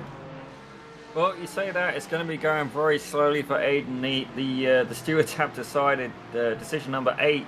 There is a 10-second penalty for Aiden Neat for that contact we just saw at turn 1. So you know, definitely not what he had in mind. I don't think he served it yet. I think that was pit to repair a bit of damage, but he's out pretty quickly. So that's the good news. That remember, these guys, if they get a penalty, that has to be served in the penalty box. You cannot do it in your pit stall, ladies and gentlemen. And if you miss the penalty box or do it a little bit out, they will very, very quickly remind you of such a fact. Be addressing that shortly. But as you see here, Goyo Autosport, they've not managed to run away from the Sim Racing Grid Phoenix team. You know, they've still been putting in a good fight, and I'm hoping, you know, that we can get another battle going. I'm hoping. Yeah. Well, that's exactly what we're going to have to cross our fingers and see just now. 3 seconds is the gap for the LMP3s just now. It does look like GT3 Pro is kind of done and dusted. I can't see Brabham being able to make a way back with that just now. Torque Freak Racing certainly in control of the GT4s. Digitrax Racing not too far off the Squadra Veloce, given remember that 1110's Racing, after leading for pretty much 3/4 of the race, then accidentally get themselves a speeding in the pit lane penalty. So again, this is exactly what I was saying about how the race does start to kind of ebb and flow. Sapphire Sim Sport Alpha, they've had their fair share of moments, I think we'll see here today. Here is DX Sim Racing by Let Room, currently down in P5. But now we're coming into, I think, the final couple of pit stops now. I think we've got 2 pit stops left to go here in this race. And this is now going to be crucial for the remainder and the outcome, I think, here for the strategy. Definitely, it's going to be a little bit to go yet. And this is where we're going to see who was fuel saving as well. I was just looking in the stewards chat. It looks like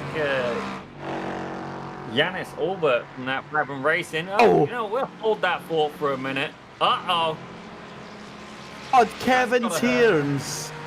That was wild. And he also almost wiped out 4 different cars on that rejoin. That was insane. Oh my good lord. That car needs to go to the scraps pretty pronto. I'm just picturing, you know, like that bird from Ice Age with part out going. But let's have a quick look at the replay. Let's see what happened here. So you can see he's trying to go on the inside. Billboard's in the way. A little bit of contact. Yeah, that's one of the huge ass GT4s. Now just but how did he get across? Poorly. No. Oh! Wow! Didn't hit him. Oh, he did. Oh, that looked like netcode, to be fair. Yeah. That one I think he did. Well, you know, Karma would have said it's another huge ass car. You know, it's. Oh man, that's brutal. God. I can see that coming in the heat from the stewards, and you know what? Like, don't get me wrong, the guy got dealt a poor hand where he got the nudge, but the rejoin was all on you there, Mr. Tierans. Yeah. You know, you got to do better than that. Art Sim Racing 2 there had a little bit of a moment. Now behind their teammates. Art Sim Racing won by a full minute, and understandably so. You can see there the 392 car that came in GT4. I'm wondering if the GT4 has actually got more pace than the Ferrari right now, just because of the damage. You know, it's definitely possible. It can happen. Yeah, and the thing with that is that, you know, you're going to get hauled over the coals for it. There's no two ways about it, and you've kind of left yourself in a very, very vulnerable position. It is what it is, to be fair, and you just have to kind of deal with what you've got, although I'm not sure what you've got is worth very much, looking at the state of that car. Yeah, well, let's have another look at another replay, shall we? See what else has been going on. This is Tyler Agostino for Huge Ass Black. Let's see what he saw of this. So this is when he comes round and... Oh my lord! That is... Yeah, that was a scary, scary moment. Yeah, definitely not one that you would want to sign up for. You know, that's a ticket to a show that you'd rather not attend. Yeah, definitely not a fan of that. This is Justin Niger for Art Sim Racing 1, currently 15 seconds behind RPM Racing Blue, so not really in too much of a fight just now. But again, as we said, an hour and a half left to go in this race, and this is now where everything starts to calm down. This is where everything starts to kind of get a little bit of, I was going to say chill, but I don't really think that that's the best word to use probably at this point in time. I think so. The people to watch at the minute is going to be Goyo Autosport and Sim Racing Grid Phoenix. Now, McFarlane has definitely been struggling a little bit in the car today in terms of comparison, but he's still got the fastest lap at a minute 30.605. You know, he's the fastest guy who's been on the track so far. But you know, fast lap is one thing. You got to be consistent, and that little mistake earlier where he had a spin out about. No, it wasn't this corner. It was anyway. He went a little bit wide on one of the corners. Car got unsettled and just absolutely barbecued the tires and opened the door for Goyo Autosport. Mateus Quenza just come in and then just sneak past. But the gap's currently at 3 seconds. You know, it's not growing legs exponentially, but it's you know, it's not going down either. No, it's it is what it is.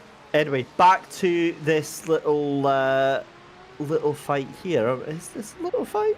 It's not a little fight. I'm a little bit confused as to why they're showed as 8 and 9, but they're in different classes. That's why they're both on different parts of the track. The closest, I think, I'm just having a look here at all of the gaps. I think we've got Kevin Tierens and I believe Landon Patmore and Mateus Ronzani. They're quite close together on track. But that's it. Everybody else, that's a lie, actually. Yannick Williams and is it Byron Crawford are quite close together? No, they're not. They're not even. I'm not sure why that's shown that they're 0.76. I think my timing screens actually having a little bit of a moment. We'll keep an eye on that though. I think it's actually Stefan Le Guin and Yannick Williams. Yeah, so there you go. That's the Squadra Veloci car just a couple of seconds up the road here. But you know, as we're looking through the order now, this is what we were saying with the gaps all kind of opening up. It's so easy for a lapse in concentration, a lapse in judgment to really, really cause issues in a race where you've maybe kind of had the control on things. Yeah, definitely, and that's where the endurance side of it comes into it, and you know, where you know, different drivers have different strengths and weaknesses. So, you know, I don't think there's like a minimum, you know, driver count these guys have to have, other than like, you know, 2. But certainly, if you've got 2 drivers, and even if you spread it evenly, that's 3 hours apiece. So, you know, that's still quite a lot of driving, especially if you're spotting for your teammate in the meantime. So, you know, 6 hours in the rig is a lot of work, you know, and certainly as you go through the race, you know, you do get a little bit fatigued, and I find as well, especially, you got to try and stay cool as well, try and stay hydrated, but don't, you know, overhydrate to the point, you know, where you need a different kind of pit stop. Yeah, and on, you know, we joke about that, but that's a real issue. And of course, you can't just press pause. You can't just go, "Oh yeah, I need to do that." Thankfully, that's where stints come into it, and you're able to kind of jump out the car. But for this point in time, for those drivers that have maybe decided to do double stints, like two hours each, then you kind of scuppered on this one because you've just got into the car and you are in until the end, very, very likely. On some occasions, you can speak to your teammate and ask them very nicely, but if that puts you off strategy, if that means that you're going to be ended up wasting more time, then there's not a chance that they're going to want to do that. Well, sometimes you just got to roll with the punches, and whenever I've done endurance races, you know, original plan might say, okay, I do 2 stints, you do 2 stints, but if you get in and you just go, you know, I'm just not connecting with the car right now, and your teammate is there, well, you know what, put your teammate in. If you got a guy who's having like a bit of a hot streak, like I did at that Spa of 2021, and, you know, I knew I was on it, or if you're in the middle of a good battle and you want to keep going, well, you know, you play that, you use that energy, you know, and I find like when you get to just turning laps, that's when the race, all of a sudden the endurance factor, it hits you that bit harder. You know, you want somebody to chase, you want somebody to, you know, keep you trying to perform at your optimum. Absolutely, I could not agree more with you as we are into the closing stages then of this 6-hour race here at Fuji. We're into the final 90 minutes, if you can believe it. It's certainly flown by quite quickly. It's obviously quite gutting that we've had so many incidents in the past half an hour. I'm really not sure why that's all happened. You know, we've got speeding pit lane, for example. We've got cars bumping each other out of the way. It's you know, unnecessary contact here. This is the fight between Landon Patmore, who's going to move up. I believe that is not for position, so that's the 132 on the 285. And there we go. So that is Pro and Am. They're on the same lap, but it's obviously not for position in class. It's just for position on the racetrack. So that's why they're showing as 12 and 13, because that shows their respective class in, their respective position in GT3 overall, rather than as Pro and Am. Finally figured that one out. That was very confusing actually there, Zippy, because when you see sort of 12 and 13, but you look at the time screens and you know, the two in question are miles apart. It almost doesn't make any sense. Definitely can get a bit confusing, but I believe the amateurs actually score points within the pro standings as well. So you know, there's still, you know, there's a little bit to play for them there. And you know what, if you're in the amateur class and you're going toe to toe with a pro, well, that's just got to make you feel good, right? I mean, I know whenever I do a race, if I'm, you know, punching above my weight class, which to be fair, at like 140 pounds, it doesn't take much. You know, I feel pretty good about that. You know, like, okay, I've got the skills to tangle with these guys. Sorry, I'm just quickly converting 140 pounds into an actual usable measurement. 63 kilograms. Don't you dare comment on my weight. Mate, I am. Anyway. I'm just trying to figure that. I'm trying to figure how. Yeah. So how tall are you, Daniel? 5'10". 5'10". Okay. Right. So I'm just working this out. That's all right. That's all right. So I'm just trying to figure this out. What's yours minus mine? So I am I am almost an extra half the man that you are. I'm an extra 32 kilograms on top of that. That is frightening. That is absolutely. More yet alive, sir. More yet alive. But well, see, I tell myself that, but yeah, no, that doesn't. Yeah, that's. Honestly, Christy, if I ordered a mail order partner, they would get out of the box, look at me, go, no thank you, put a return to sender on the box and go nail themselves back in it. But very quickly, I've got a Stewart's update. So upon further review, the prior penalty given to the 162 Brabham Esports has been rescinded.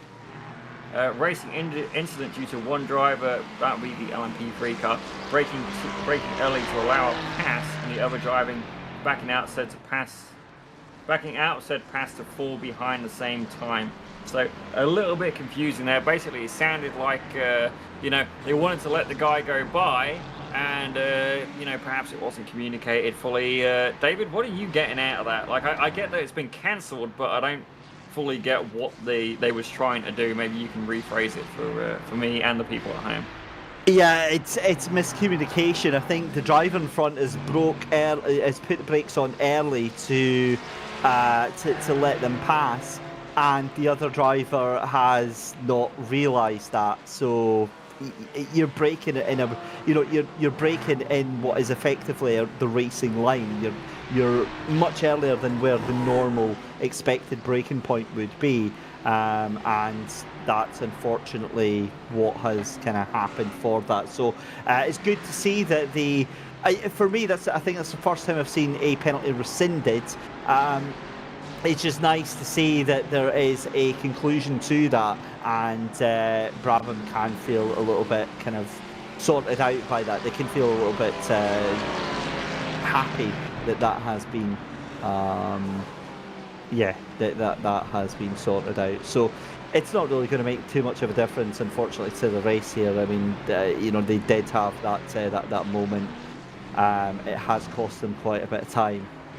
So we'll see. Pit stops are still a thing. So again, I'm looking at the pit stops just now for the GT3 Pros right now, and they pitted 10 laps afterwards. So that means that Patrick Gannon and RPM Racing are going to have to pit, but then, you know, so are Brabham Esports. For me, if we're talking, like, if we move on to strategy, if I'm Aidan Neat, I am going in at exactly the same time as RPM Racing.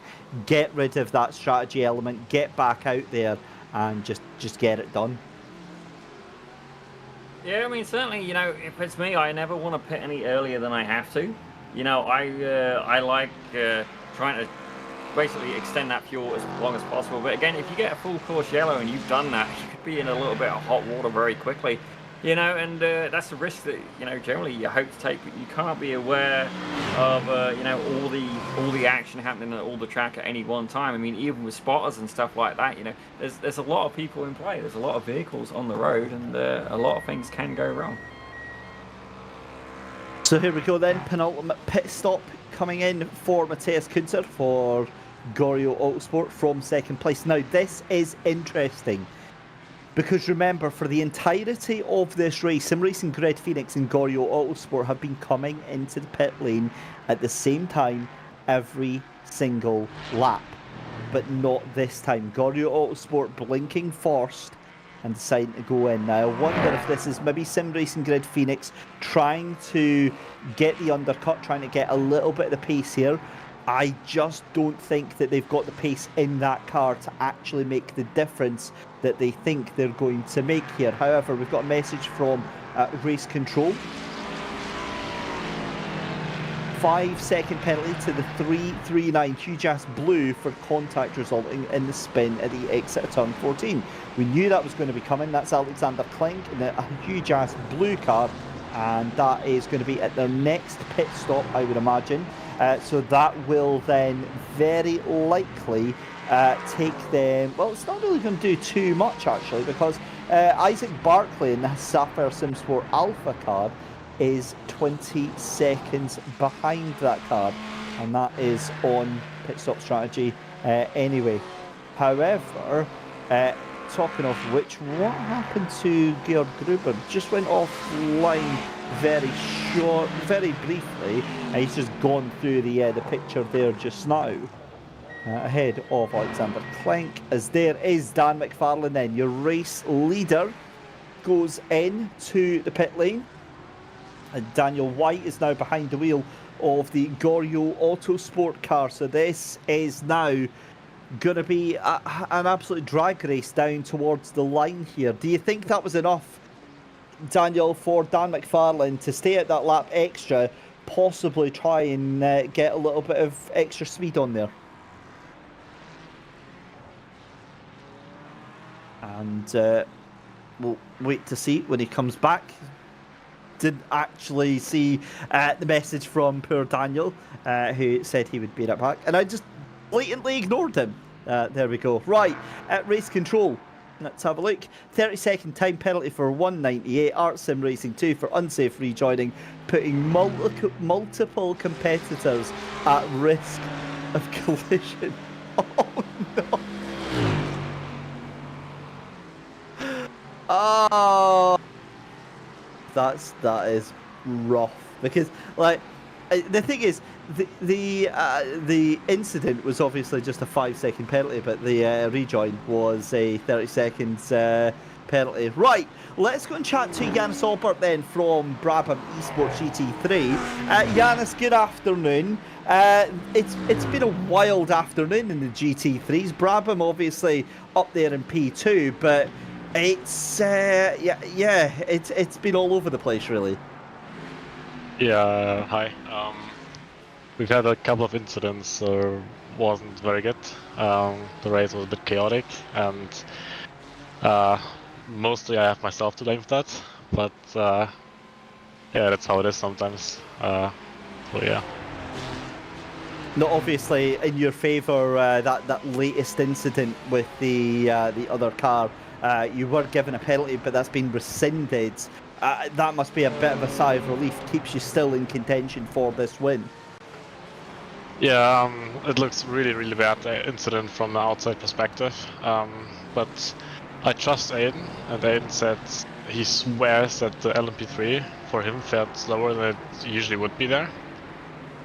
He has quite a lot of experience, so I trust him on that. I checked other laps of the LMP3s, like just wildly random laps, and saw that he indeed was a tiny bit slower, like around 10-15 kph slower than on other laps. So I think it might have been a communication issue.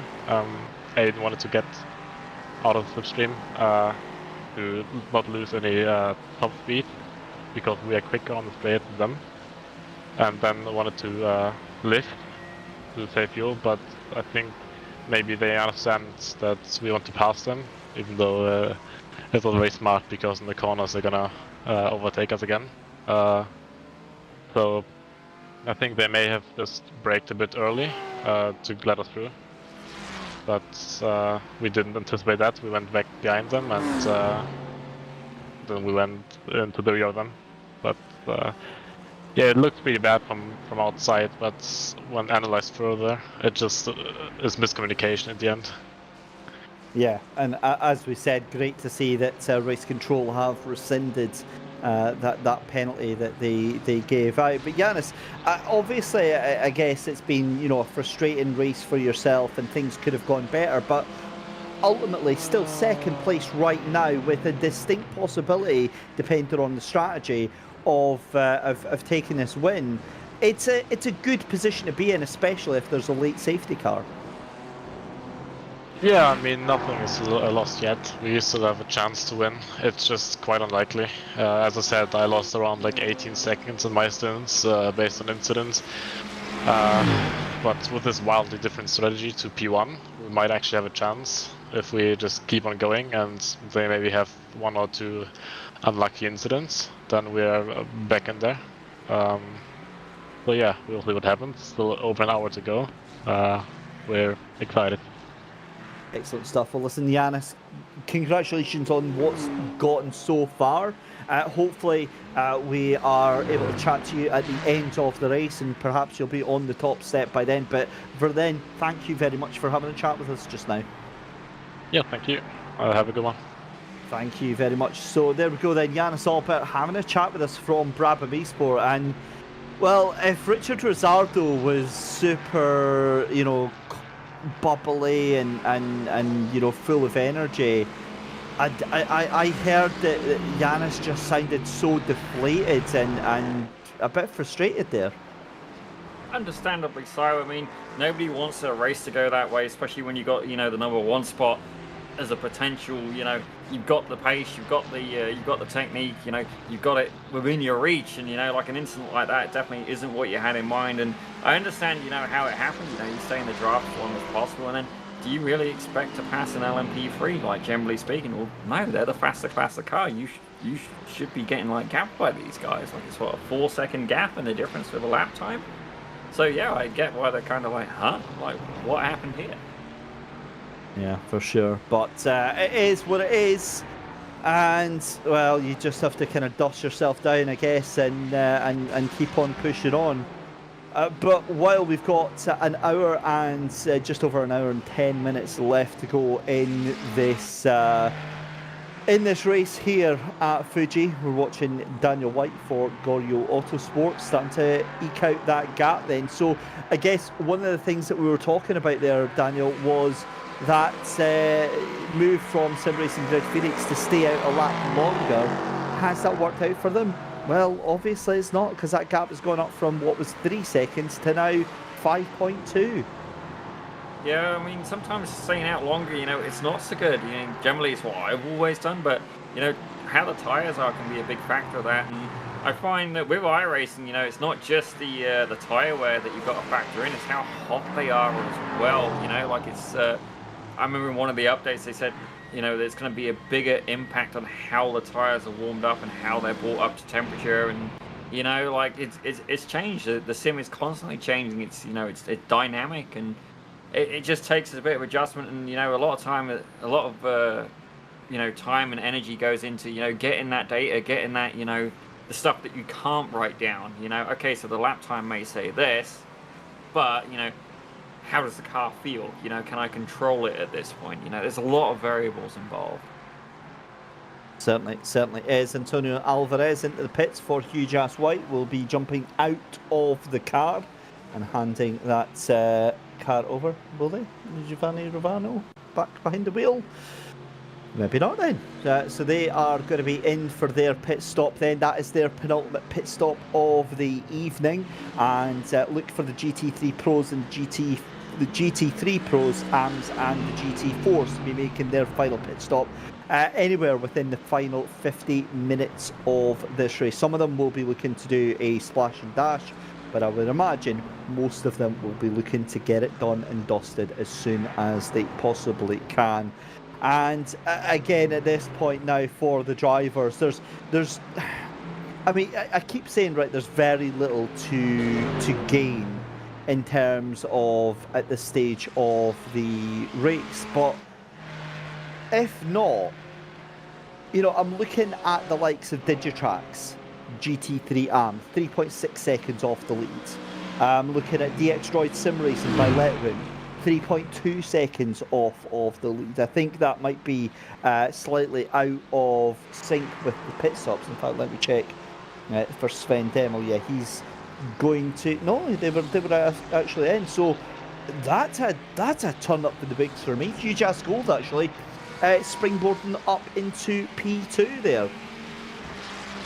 There's definitely seen a bit of movement in the field, and it's going to come down to, I think, the last 10-15 minutes. We're going to see, who's been saving fuel, who's had to make the unplanned stops. You see a little bit of a wiggle there from the huge ass car in the background, but I'm certainly hoping this is where people, they really won't put in that final push, really go, okay, it's not over yet. I've got just over an hour to try and catch this car, and not just catch it.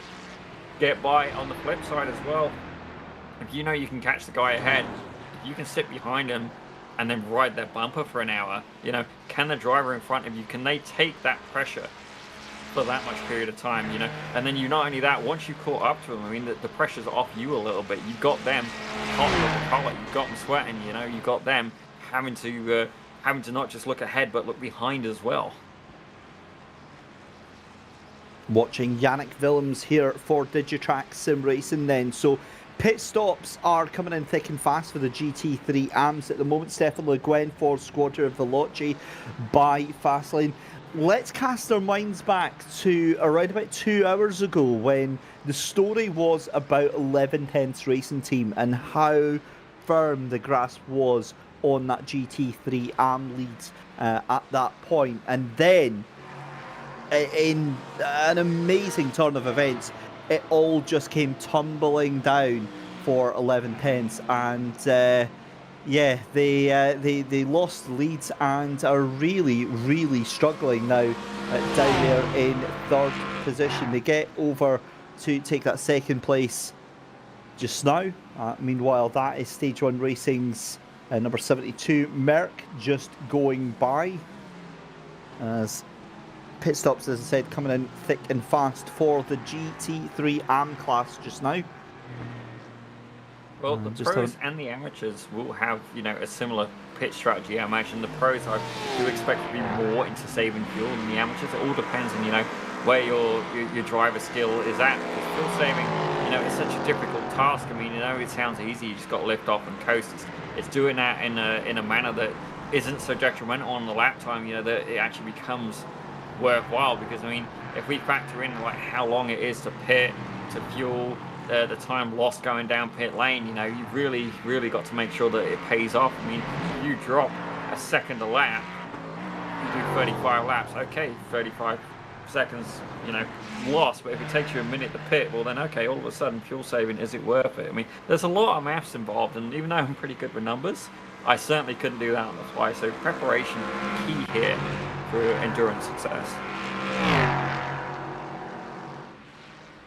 David Johansson here for Sim Racing Grid Phoenix. Now that gap has actually started to come down significantly over the past couple of laps there.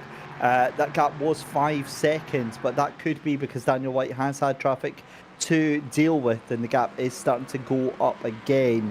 3.1 seconds at the moment. He's got an LMP3 car and a GT4 car, I believe, that he's just dispatched of in that last lap there. But 4 hours 52 minutes have elapsed here, and with Daniel White currently behind the wheel of that Ligier LMP3 machine, there's really not much more at this point in time that he can do. And again, just looking at the power that thing is able to spit out here in iRacing, it is a wonderful bit of kit, you know, with the fact that it is just in a class of its own, that JSP 320, and the lightness of it as well is what makes it so enjoyable to drive. But also on top of that is the fact that it is it's a real driver's car. I mean, when you consider the whole thing, right, weighs about 950 kilos, puts out about 455 brake horsepower as well, and it's just so much fun. It's a real driver's car, but it's not an easy car to drive. It will bite you at any opportunity if you try and take the mick with it. But it's almost like a spacecraft, a spaceship to drive. It's definitely got a lot of tech involved, especially on the aerodynamic side. But you know, in terms of like raw driving, that's one of the reasons I actually like to drive something like a Caterham. But we got a quick replay here.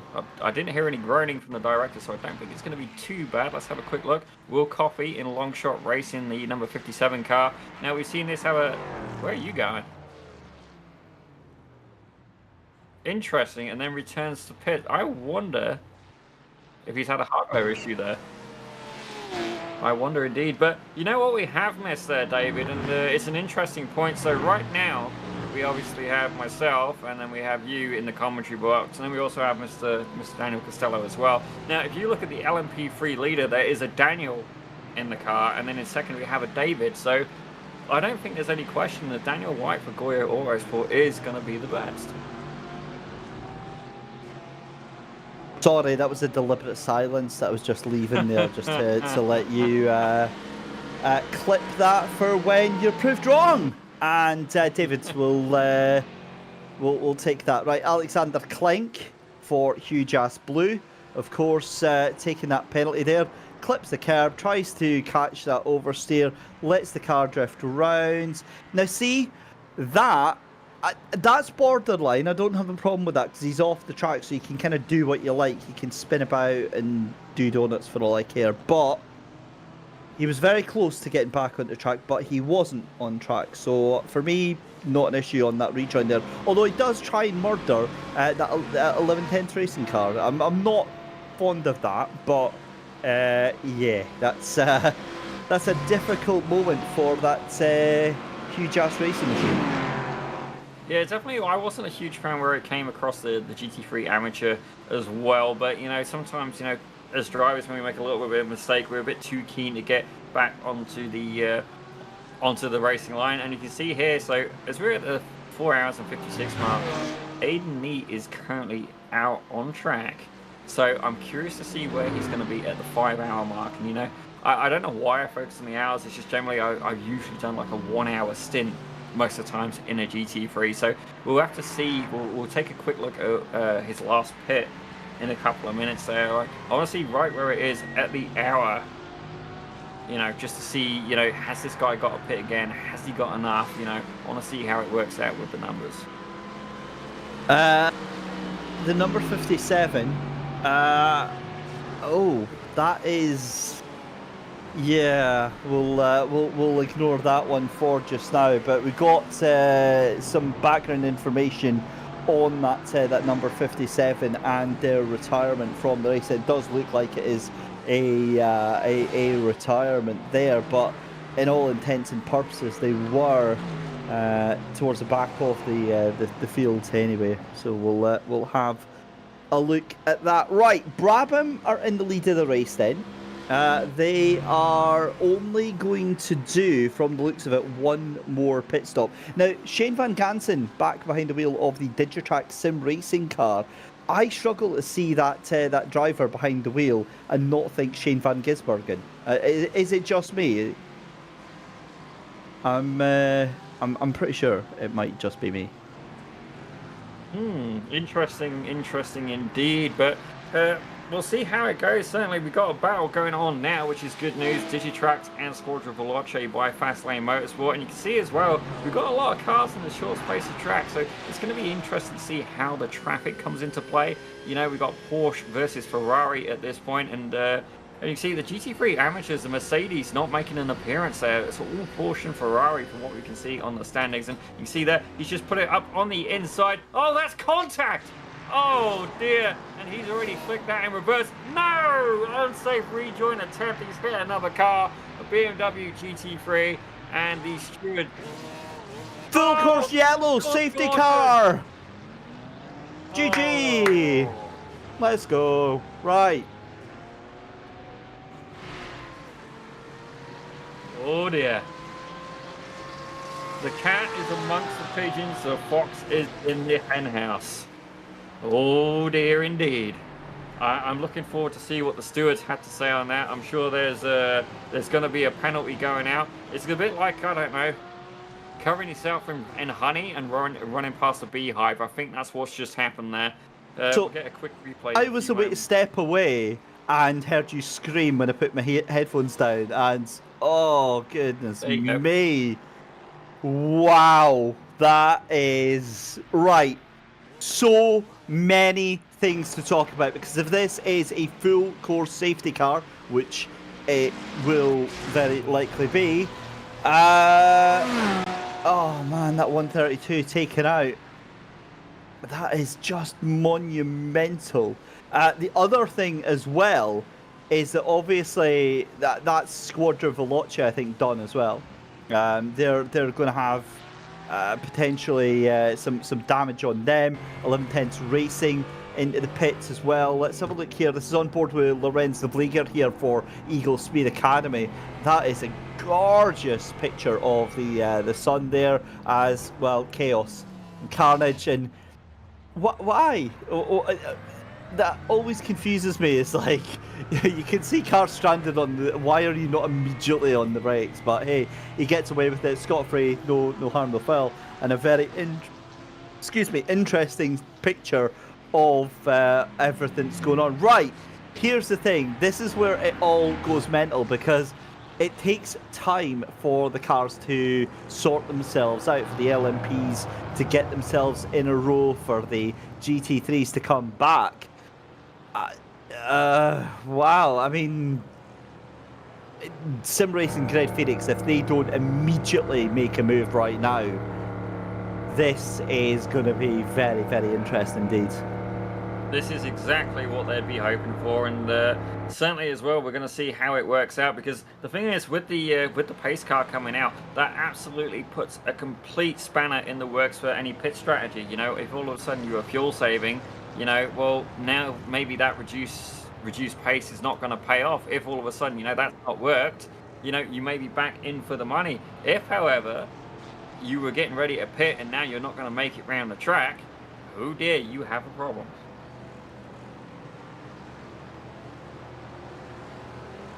The good thing about having the pace car out, we get to see the cars almost parade around. Daniel White, obviously I say obviously, I'm rooting for him because his name's Daniel, and we got me in the booth, we got David in the booth, but David Johansson, he's been a great driver so far. Daniel White, I don't think I've seen too much of him yet so far this season. Certainly the Goyo Autosport car we've seen plenty of. And then even Brandon Linden, we've not seen too much of him today from Stage 1 Racing.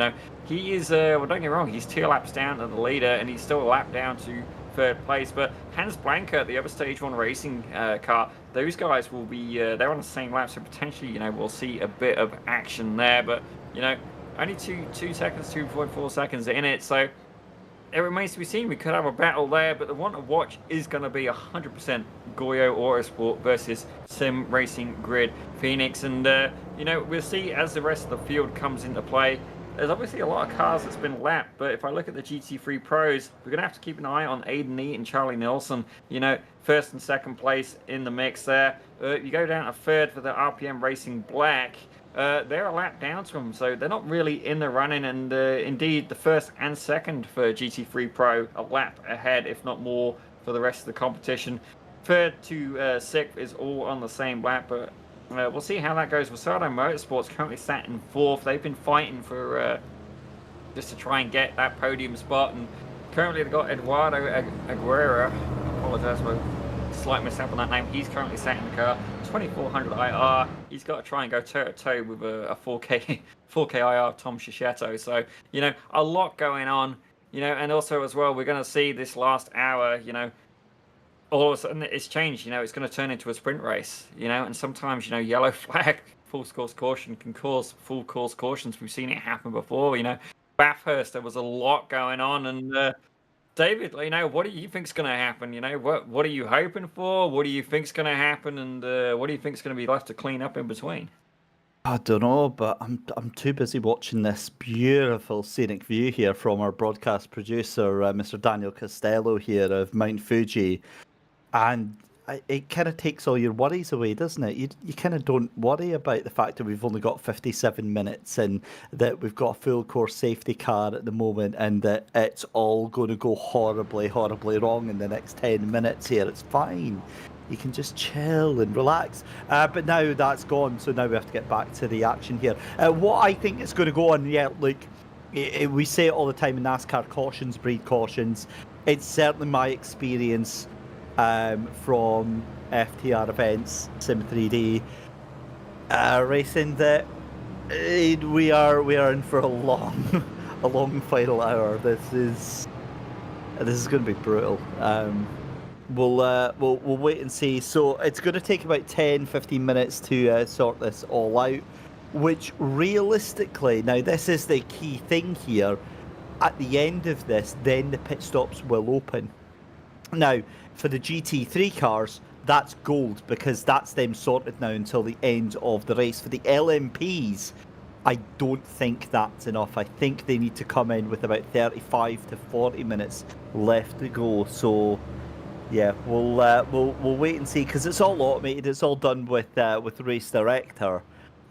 So again, it'll be very, very interesting to see. Now, for me, this is an absolute disaster for Brabham Esports. I think they will be raging at this. They were doing so well in that GT3 Pro. That now means that they are under attack immediately from Charlie Nielsen in that RPM racing car. Also, Shane Van Gansen has to defend off Stefan Le Guin, so it'll be a fight for the lead of the GT3 AMS. I don't think that Georg Gruber is going to have anything to worry about in the GT4s because it's about 3.5 minutes. So almost an entire lap. Well, no, that GT4, because they're on the same lap, that will close itself up. So for the GT4s, I think for the first time, we're actually going to have a little bit of a fight between those cars there. So this is So many moving parts right now. So many moving parts. Indeed, it is. I mean, it's very much hard to work out as well who's going to get, given a little bit of a second Pit chance. lane open. And it sounds like the pit window has been opened. We'll see who dives in there as well. Now, all in apparently. Almost everybody in. That looked like the Stage 1 racing car stayed out. So it's going to be interesting. This is basically almost resetting the grid completely. Okay, you're going to sacrifice track position, but unless you have enough fuel to make it to the end, I mean, yeah, I'd be pitting as well. Like, as you can see, the standings lighting up like a Christmas tree right now. I wish my bank account would do the same. That toll booth is going ching, ching, ching, ching, ching. Maybe not quite with the same old-fashioned chime. You don't really get that these days. It's a little bit disappointing, but absolute flurry of activity going down the pit straight. And I do believe some of these guys are going to have to share garages at this point. Because it's a little tight for space, David. It's wild. Look at it. Goodness me. Right. Okay. So it is.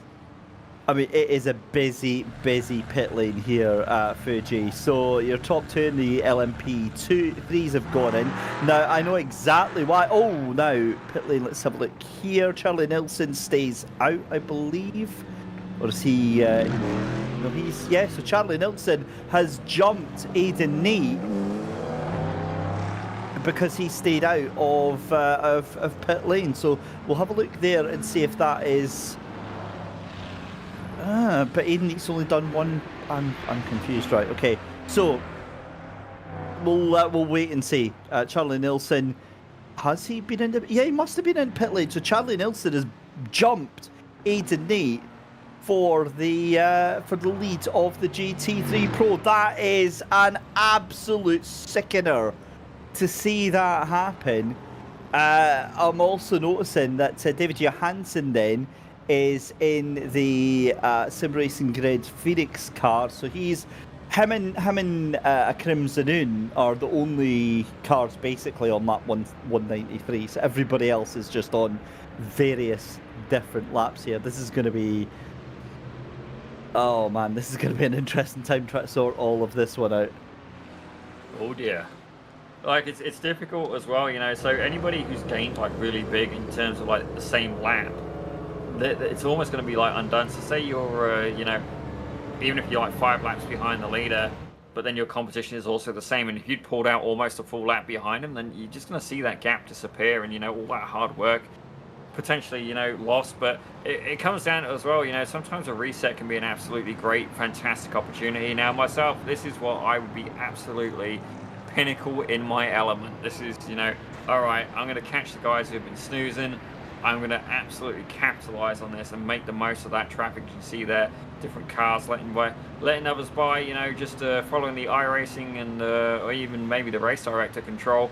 I believe that iRacing, if I understand correctly, iRacing sorts out the order, but race control triggers when the yellows occur. Now, correct me if I'm wrong. I know that the race control are a lot more switched on to this than I am.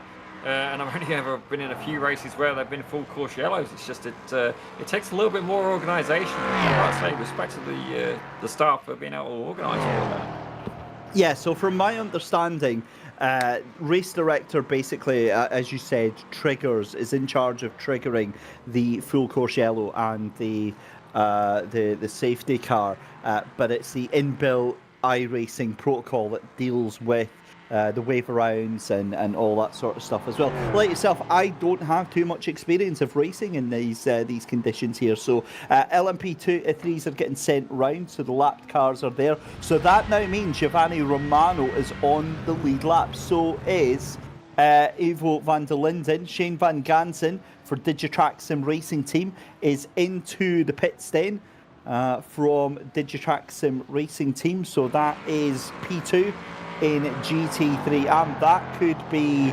significant. Although he's got going again. Oh, there we go. He's just into the pit lane now. That was a quick stop. That was a very quick stop. That was a 6-second pit stop. That may have just been a splash and dash. Just knowing that this race is very, very likely gonna be restarting in about sort of 5-10 minutes time here. and there's only going to be 45 minutes, maybe just fueling that car, or topping up the tank on that car. I do wonder, I mean, another thing I was thinking about just now is, you know, so as soon as the pit lane opened, are you better off diving in the pit lane as quick as possible while the field is spread out more? I'm thinking probably yes, because the more grouped up those cars get, if you then go in the pits, there's more potentially cars to pass you at that opportunity. So anybody who is going to pit, I'd say as soon as that window opened, that probably would have been the best time to do it. I think that would have been the best bang for buck, as it were. I think the other point as well is that when you go into the pit lane and the cars are spread out, it means that you get that time to warm up the tyres a little bit as well, although it's kind of useless by the time that you catch on to the tail end of the train here. But yeah, so many rolls of the dice. There's so many potentials to go on here. Right, here is my thing. Giovanni Romano, what a dark horse he is in Hugh Jass White, because he is now on the lead lap, and he is now going to be just a stone's throw away from Akram Zanoun and David Johansson, possibly the closest that he has been in the past 4.5 hours. I mean, that is properly awesome to see another player, another contender getting thrown right into the mix here. Oh, it's definitely good. I mean, I'm really looking forward to the racing, you know, when it restarts. But I'm wondering if you actually meant to do the Katy Perry reference just there with Dark Horse, you know.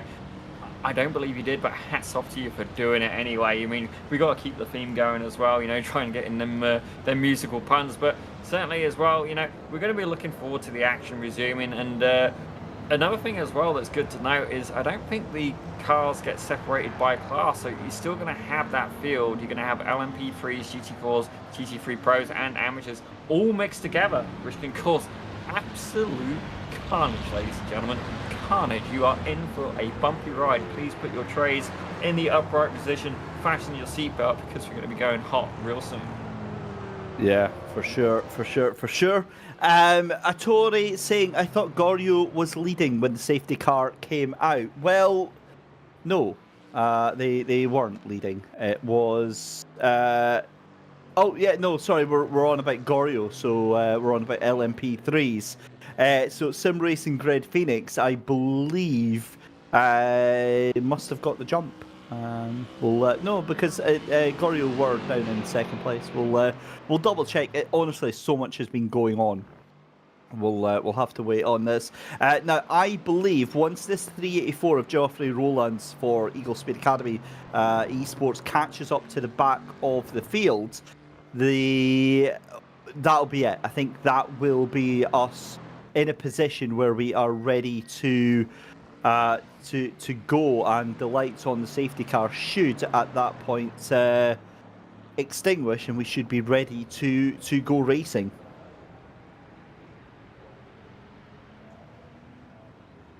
As comes out of that final corner then and gets going again, as the 126 has just disappeared. Now where has that 126 gone? That was let's have a look who the 126 was. Or the 156 I think it was it? Oh, 326, excuse me. Antonio Salada is in pit lane, but yeah, so he's done the jump in the pit, and yeah, David Johansson gets the job done. That's a long stop from Akram Zanoun. So we'll see, because they're going to have to pit again. They might be banking on having another yellow flag here. The lights are out on the safety car, I believe. We are about to go racing, ladies and gentlemen, are we? Let's have a quick look at that safety car again. Yep, lights are out. We are getting ready to go racing then. Back in time here, Daniel. Any last thoughts? Put your head between your legs and, you know, kiss it goodbye at this point. You know, you're going to have to strap in and hold on. I think McFarlane is in... is that McFarlane driving? Yeah, sorry, Johansson driving. He is in the best position he could possibly be. And not only that, Goryeo Autosport, they are sat back. It's only 2 cars behind, I believe, if I'm not mistaken. it's hard to see with the standings, and yeah, no, that's 2 cars. It's about 2.6 seconds. So they've got 2 cars to contend with between them and the Sim Racing Grid Phoenix car. I don't think it's as much as Johansson would have liked, but if I'm Johansson at this point, I'm going to absolutely blast on that throttle as soon as possible and try and get the biggest gap possible between myself and the Goyo Autosport car, just so he can try not to get the draft. I mean, you got to hope that he can hold on. I mean, the Goyo Autosport car we've seen, they've had a lot of pace. They've really, had the advantage over Sim Racing Grid Phoenix today. So, this is his moment to try and, knuckle down and run away with the win. Here we go then, ladies and gentlemen, our first safety car of the day here, round 4 of the FTR event, Sim 3D Sports Car Season. It is the 6 hours of Fuji. Talk about saving the best till last. The car is about to pull off. I believe the safety car is about to pull off, but still on the track. What is the meaning of this? It might make an emergency pull off. There we go. It makes the most random pull off to the right hand side, but it's gone, and we get ready to go green. Hold your breath, ladies and gentlemen. We've got cars deciding to go into pit lane again. Oh, this is frightening. There we go. The lights are on and off, and we go racing again. Oh, how many are gonna die in this? Coming down into turn 1, it is brutal stuff. There we go. It's Brabham up to the inside. It's a fight for P3. So P1 in GT3 Pro as we cut back to the GT4s trying to make their way up as well. And oh my good Lord Almighty, this is going to be absolutely chaotic. I definitely don't envy our broadcast director right now. Closest battle, I think we need to keep an eye on that GT3 Pro battle. This one here, Charlie Nilsson coming under pressure here from Brabham Esports GT3. Hugh Jas White were into the pit lane on the restart there, so the gap that they just managed to pull back in has absolutely evaporated. 40 minutes left to go in this race, and it looks like everybody has kind of gotten away with that one. Yeah, I'm not seeing any incidents pop up at this point, but I think Sim Racing Grid Phoenix, they must be absolutely stoked with the race start. They managed to pull away, albeit right now, a 2-second gap to the Goyo Autosport car, and they had the luxury where RPM Racing and Brabham Esports didn't have. They had cars between them. Now this is just, I mean, it's great for us for the battle point of view. As you can see there, the GT4s side by side. Oh, I thought there was going to be contact there. 2 huge ass GT4s and a Porsche Cayman in the mix. Now, how are you going to play this out? I mean, can you even bump draft your teammate? Can you give them a shove and just try and pull away? I mean, the GT4 at Daytona, I mean, can you bump draft in this car? Is it a feasible technique? No, I don't believe you're allowed to. I'll double check the rules on that, but I'm pretty sure bump drafting is outlawed in this championship, and they're on different laps as well. So it's I can't see why that would even be a thing. We'll double check. I'll go and have a look at it, but yeah, it's I just can't see that being a thing as well. But either way, back to the action then. At the moment, it's 0.5 of a second between RPM Racing and Brabham Esports GT3 for the lead of the GT3 Pro right now, and this is huge for the championship as well. Remember, Backmarker Racing Razzle Dazzle, they wanted to get some points out of this as well. And my goodness me, this is all coming ahead very, very quickly indeed. SimSport, Sapphire SimSport Alpha, half a second behind Hugh Jas Black as Chris Soffer for FTR Esports White. That is the slowest exit I think I've seen from pit lane in a long time, but there's an LMP3 car trying to get its way past this Brabham Esports car just now. A little flick of the tail from these LMP3s just now. And we're about to cross the line, start lap number 199 here. My goodness me, nearly 200 laps done, and this is going to be a move for position. RPM Racing Black onto Rosado Motorsports The 156 is helpless. It's going to be a move down into Daiichi, battling late breakers there, and you've got straight into an LMP3 car.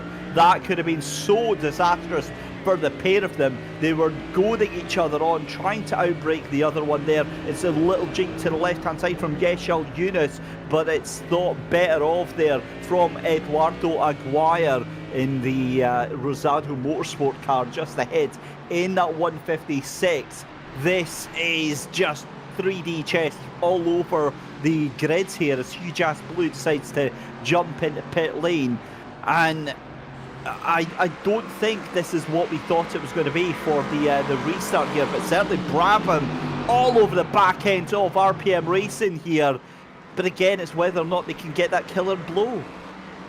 Well, I actually wonder if they even want to make the pass at this point, because while I'm sure that they've got enough fuel to last the end, 40 minutes, out of the tank of a GT3, that seems very attainable by every mean. That's assuming they took full tanks, and then even then, if you can stay close enough that you can get a draft on the final straight, I don't think I'd save it till the last lap, but I certainly wouldn't be in a rush to get past them. Keep them under pressure. I mean, it's a little bit of a higher risk strategy in some ways, because if you can get ahead, you can pull away. You're relying on being able to stay nose to tail with these guys, but it all depends on the psychology of the guy ahead of you. Can you force this guy into an error, or are you going to risk having traffic interfere with your race? That's a huge move. Side by side, there's contact under braking there. Oh my goodness me, this is getting very, very physical between Brabham Esports and RPM Racing. You saw under braking, RPM Racing just moving to the right-hand side there, and that was a very, very dangerous move because that could have wiped the two of them out there, Daniel. Oh, the gloves were off, and they were definitely, it was a full-on like hockey fight. You see that in Canada, the gloves, stick, gloves, shirt, and they were absolutely just hitting each other repeatedly into the bodywork, and I don't think that's the end of this. I mean, it's definitely going to add some fuel to the fire, gasoline on the match. It is going to get hot, it's going to get spicy, and I'm hoping nobody needs tissues. Well, that is wild stuff there. Richard Cottrell asking who's in the RPM car. That's Charlie Nilsson behind the wheel of that RPM Racing number 110 at the moment as they make their way round in towards turns 13, 14 and 15. What Charlie's going to be hoping here is that they get a good run out of this final corner straight onto the back end, and that is exactly what they are trying to do. My God, this is going to be absolute fireworks between these two. They get the drag out of that final corner, but is it close enough? Because it looks like that car is gaining, but here we go. I think that Brabham Esports have just got enough of a lead here to fend that car off just now. But stranger things have happened there. Yeah, the Merc there in front has the run, and there's no way that RPM Racing car is getting that as we go back to the GT4's Eagle Speed Academy with the X-Droid Racing. And there's been contact again, Charlie Nilsson and Aiden Neat. Charlie Nilsson now has the lead again. We need to figure out what the hell just happened there. Brabham losing that position to Aiden Neat there. To Charlie Nilsson. We literally blinked, and well, Daniel, what the hell can you possibly say to that? Oh, I don't think this is over yet. The grudge match continues between Charlie Nilsson and Aiden Neat. Let's have a quick look at the replay here. You can see Nilsson's thrown it in on the inside. Oh, it wasn't. That was him. No, I think that might have been Brabham just giving that position back. Maybe they felt that they took that position and wanted to give that position back, or maybe they need to stay behind that car. Maybe they need to save the fuel. You notice, I don't think they actually meant, well, no, maybe they did. Because the thing is, right, I was looking at that moment that all kicked everything off here as, whoa, this is getting a bit sketchy. That's a lot of text Winston up the inside of Equipment Geek Racing. Gets the job done, but Equipment Geek Racing tries to hold it all around the outside, but can't quite do anything. Going back to that overtake with RPM Racing and Brabham, right? Brabham stayed behind RPM Racing. They moved to the right-hand side, not as in their right, but to our right. and it was almost like they were trying to cool down, and then at the last minute made the move as Equipment Geek Racing just send it up the inside here into turn 1, struggling to get that car broken in time, get it done, a little bit of contact between the two of them, they keep going again. Oh my goodness me, one of these cars is going to end up in the wall, you just absolutely know it. A lot of aggression there from 1110s Racing, and that is going to be the position done for now. Third position, but what have Equipment Geek Racing got in the locker? The answer is, I'm not sure they have anything at the moment, but this is starting to get very spicy, and you get the feeling that that is not going to be the only full course yellow to that. Yanis saying they let him pass to be safe, that they don't get a pen. So that's confirmation, they let him pass because they were worried they could have got a penalty. Well, you say that, I was keeping an eye on the stewards, contact stewards, and it's been very quiet in there, you know. I'm actually surprised, but I think as well, a lot of people go, okay, racing is racing, you know, now they'll weigh up the pros and cons. I mean, nobody wants to, you know, cry every time somebody, oh, you touched my car, you know, like, come on now, it's racing, you know, sometimes, you know, there will be casualties. As long as you can keep going, that's a, you know, somewhat fair play, right? So, but we'll remain to see. We're going to see if we can hear a little bit of fuel saving now.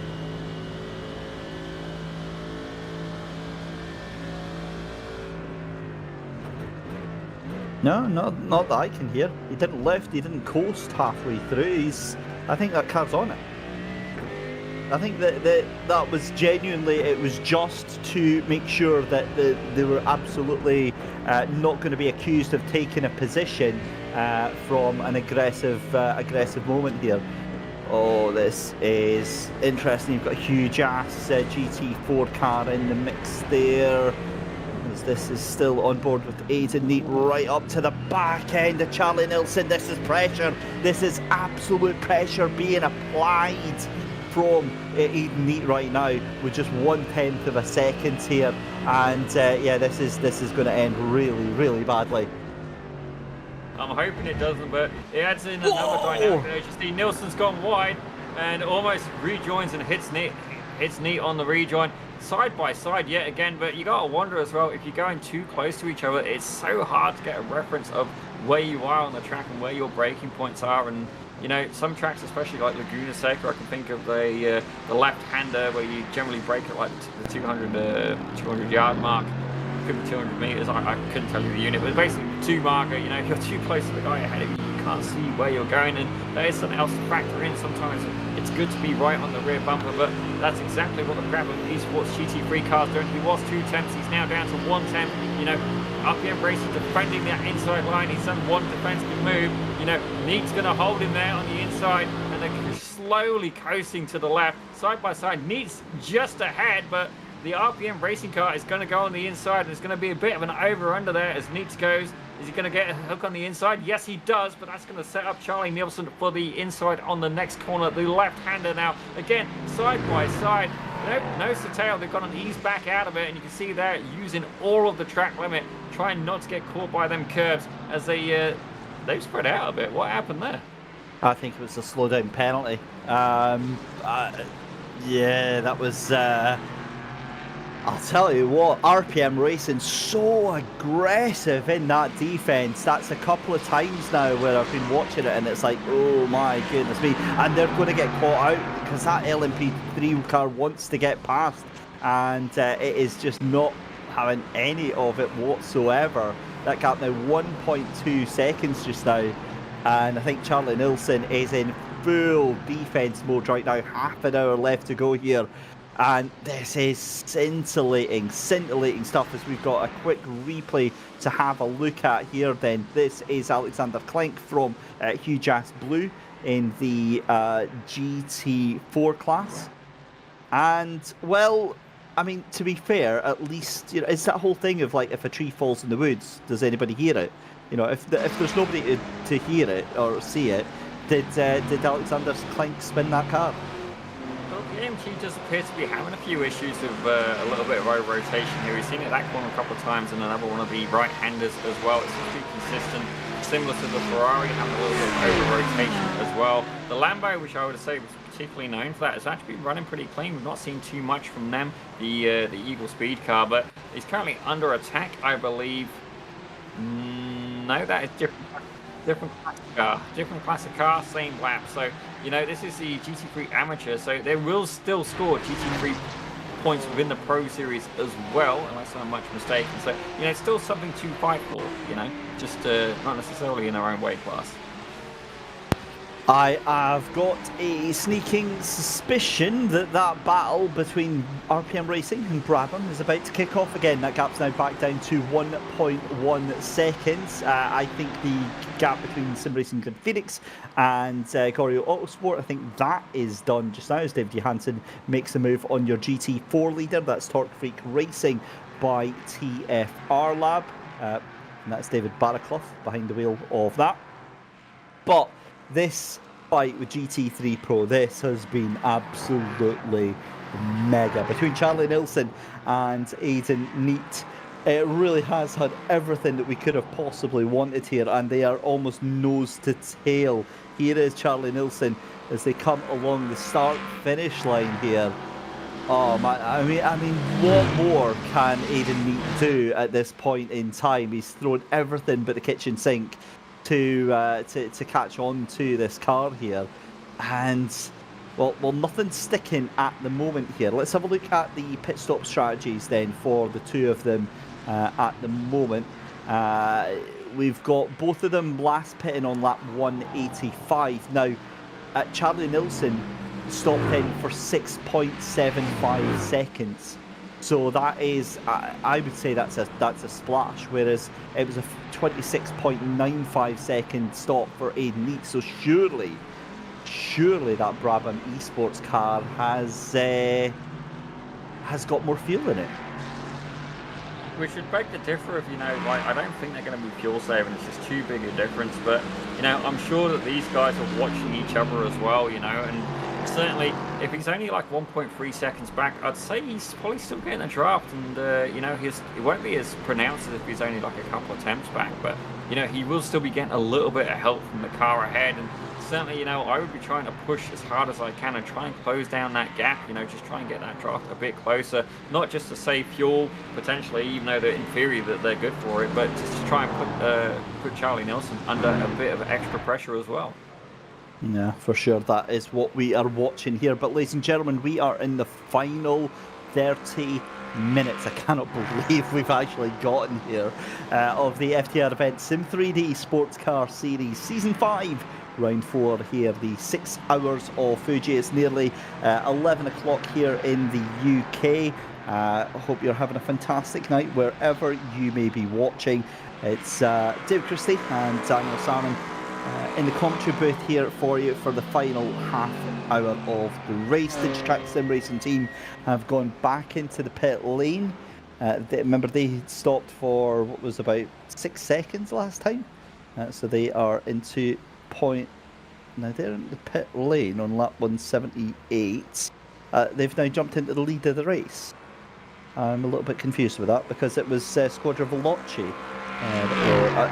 I'm not. There we go. Yeah. I was getting a little bit confused there. That's better. Right. So now that they've gone over, that will be Squadra Veloci into the leads of the race. Meanwhile, David Johansson here for Sim Racing Grid Phoenix, 1.9 seconds ahead of Akram Zinoun for Gorio Autosport. That gap isn't coming down, and well, not particularly much. Neither is the gap between Charlie Nilsson and Aidan Neat. That is going up. That's now 1.5 seconds. So I wonder if Charlie Nilsson is turning on the burners or if he's getting the laps in anyway, knowing that he is going to have to pit in the next 25 minutes. So many storylines are away to be.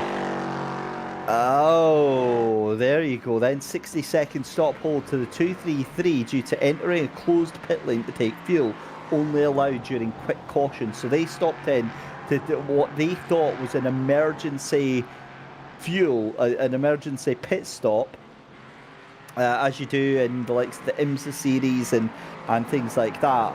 But that is only allowed during a quick caution, and that is not what that what that was. So Digitrax and Shane Van Gansen gets back out there. 25 minutes left to go. And, well... Oh, goodness me. Right, so that now means that 1110s, after all of that, have got themselves back up into P2, and I wouldn't write them off just yet. They're still on the same lap as your race leader, I want to say. No, they're not. No, they are definitely not. They are one lap behind. So they still have to pit, so they're kind of out of sequence with everyone that is out there just now. So Daniel, again, we're now at the dying stages of this race here, and yet that safety car has thrown a lifeline to so many teams right now.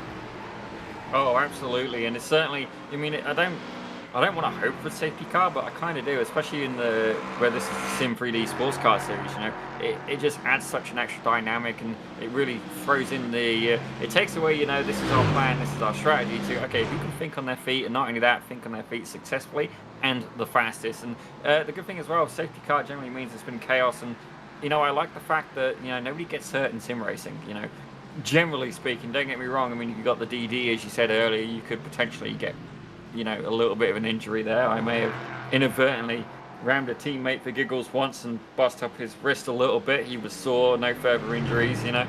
It happens. But I do wonder as well if the RPM racing... Hang on. No, we need to dig into this one a little bit here. How did you accidentally injure your teammate through your recklessness? You know, when you just, you know, relax and you're just doing some practice laps, and if you see the opportunity to just, you know, maybe give him a bit of a nudge. Well, I gave him a very, very big nudge, maybe into, you know, the next planet, solar system, and his DP. Daniel, hit him with quite you full speeded into him, didn't you? You yeeted him. I may have done a 5, 6, 7, 9 cars back on him, yes. Wow, okay, there you go, kids. That is goodness me. Right, let's have a look. Our first retiree, Eagle Speed Academy, is back out on track. Alex Byans behind the wheel of the Eagle Speed Academy esports car, and they've actually been out for a number of laps. They had retired, but they are now back out. And I was about to say 7 laps down. No, they're not. They're 140 laps down. So they have just decided to get back in the race. So I guess their movie had finished, and they've decided to come jump back into the race then. I gotta wonder, but I'm just reading in the steward announcement there is an incident under investigation between RPM Racing and Brabham Esports, and that was at the 5 hours and 29 minute mark. Interesting. Yeah. It's not long been reported though, so we should see what happens there. Perhaps there is a bit of merit in them, you know, letting them go by just to try and avoid scrutiny from the stewards. But it remains to be seen. Certainly, the stewards could have a huge influence on that battle for the first and second place of GT3 Pro. Hopefully not. Hopefully, racing will be racing. But obviously, somebody feels that there's been a cause for concern, and it's now under investigation. Certainly is. And also on that note then, I wouldn't like to see that happen, but I never understand when teams decide to kind of give a position back, because 9 times out of 10 they still get penalised anyway. Yeah, but I think maybe it looks favourably, and you know, it's all about sportsmanship as well, a bit of sporting endeavour, you know, like. So, all right, you may have got the position, you may have done it, but you know to yourself, you know, if you didn't do it clean, if you punt a guy off, you know, it's not clean. You know, if you go and send it into turn 1 and send the guy off, I mean, there's 2 ways you can do that. Be like, oh, I'm so sorry, and apologise, give the position back. Or you could be streaming it like I may have done in the past and just go, that sucked, oops, well, I'm going to carry on anyway. You know, I'll get reported, I'll take the incident points, and sometimes it goes like that, you know, but generally it, whoops, oh dear, that's the wall. That is stage 1 racing exiting stage left. See what I did there? Yeah, that's I don't know what else to say to that one. Anyway, back at the pit lane then goes Brandt Crouch for RPM Racing Blue. And again, it shows you, even at this stage of the race here, accidents can still happen. Well, you said sometimes, you know, you got to stop at perfection, and that's why I'm the last child that my parents had. You know, it's it just goes without saying. You know, you just got to put the time in, you got to put the effort. But I don't think it's over yet for this Brabham Esports car. You can see there is a GT4 of one of the huge ass cars ahead of them that could potentially get in the way, but it depends on where on track they do get in the way. Obviously, there's a little bit of a hold up there. Ideally, they would have been the straight, they would have been stuck behind him, and then they could have got a bit of a draft. But that gap has grown a little bit there. It's up to 1.7, 1.8 seconds now. So I do wonder, you know, if the incident, who's going to be at fault? Is there going to be somebody at fault? You know, are Brabham Esports hoping that the stewards are going to basically win them the race? I mean, it remains to be seen. Yeah, that is going to be an interesting little thing to figure out as we're watching Nicholas Antonenko here for Sapphire Sim Sports Alpha with 20 minutes left to go. There goes Torque Freak Racing by TFR Lab up the inside, almost getting wiped out by somebody else. This is just, yeah, I honestly have got no idea how this you feel like it's got an extra sort of thing in the end of its tail right now, and you just don't know how this is all going to unfold here. Oh, the suspense is going to be getting more and more, especially for the drivers, and I imagine for the viewers at home as well. You know, you can see there, like it's in the chat that Yanis was saying in the stream chat that, you know, they're worried about a penalty, and even their own team's kind of curious. You know, Hunter McDaniel's there like, why? And Yanis is like, okay, look, you know, come in the voice chat, we'll talk about it. And, you know, we'll see what happens there. I'm eagerly awaiting the steward's announcement. You know, obviously somebody feels something's gone on that wasn't necessarily above board, but certainly from Mark Baxter Jones in the 11 Temps racing car, you know, what a recovery. You know, they had a little bit of an incident earlier. You know, it definitely went a little south for them, but they're back on the podium in second place now. Remember, we spoke to they call him Johnny actually, but it was Juan Luca. Get that right, Juan Luca. Let me double check. But anyway, they actually raced for real in a legit race car series, and that's fantastic. It's just like these little hatchbacks, the same kind of size as a Micra, as a Yaris, like a little Ford Ka. Not something you'd get stateside, and I got to see the pictures, and you know what? Pretty damn cool. So I'm hoping for good things for these guys at this point. You know, you've got my support.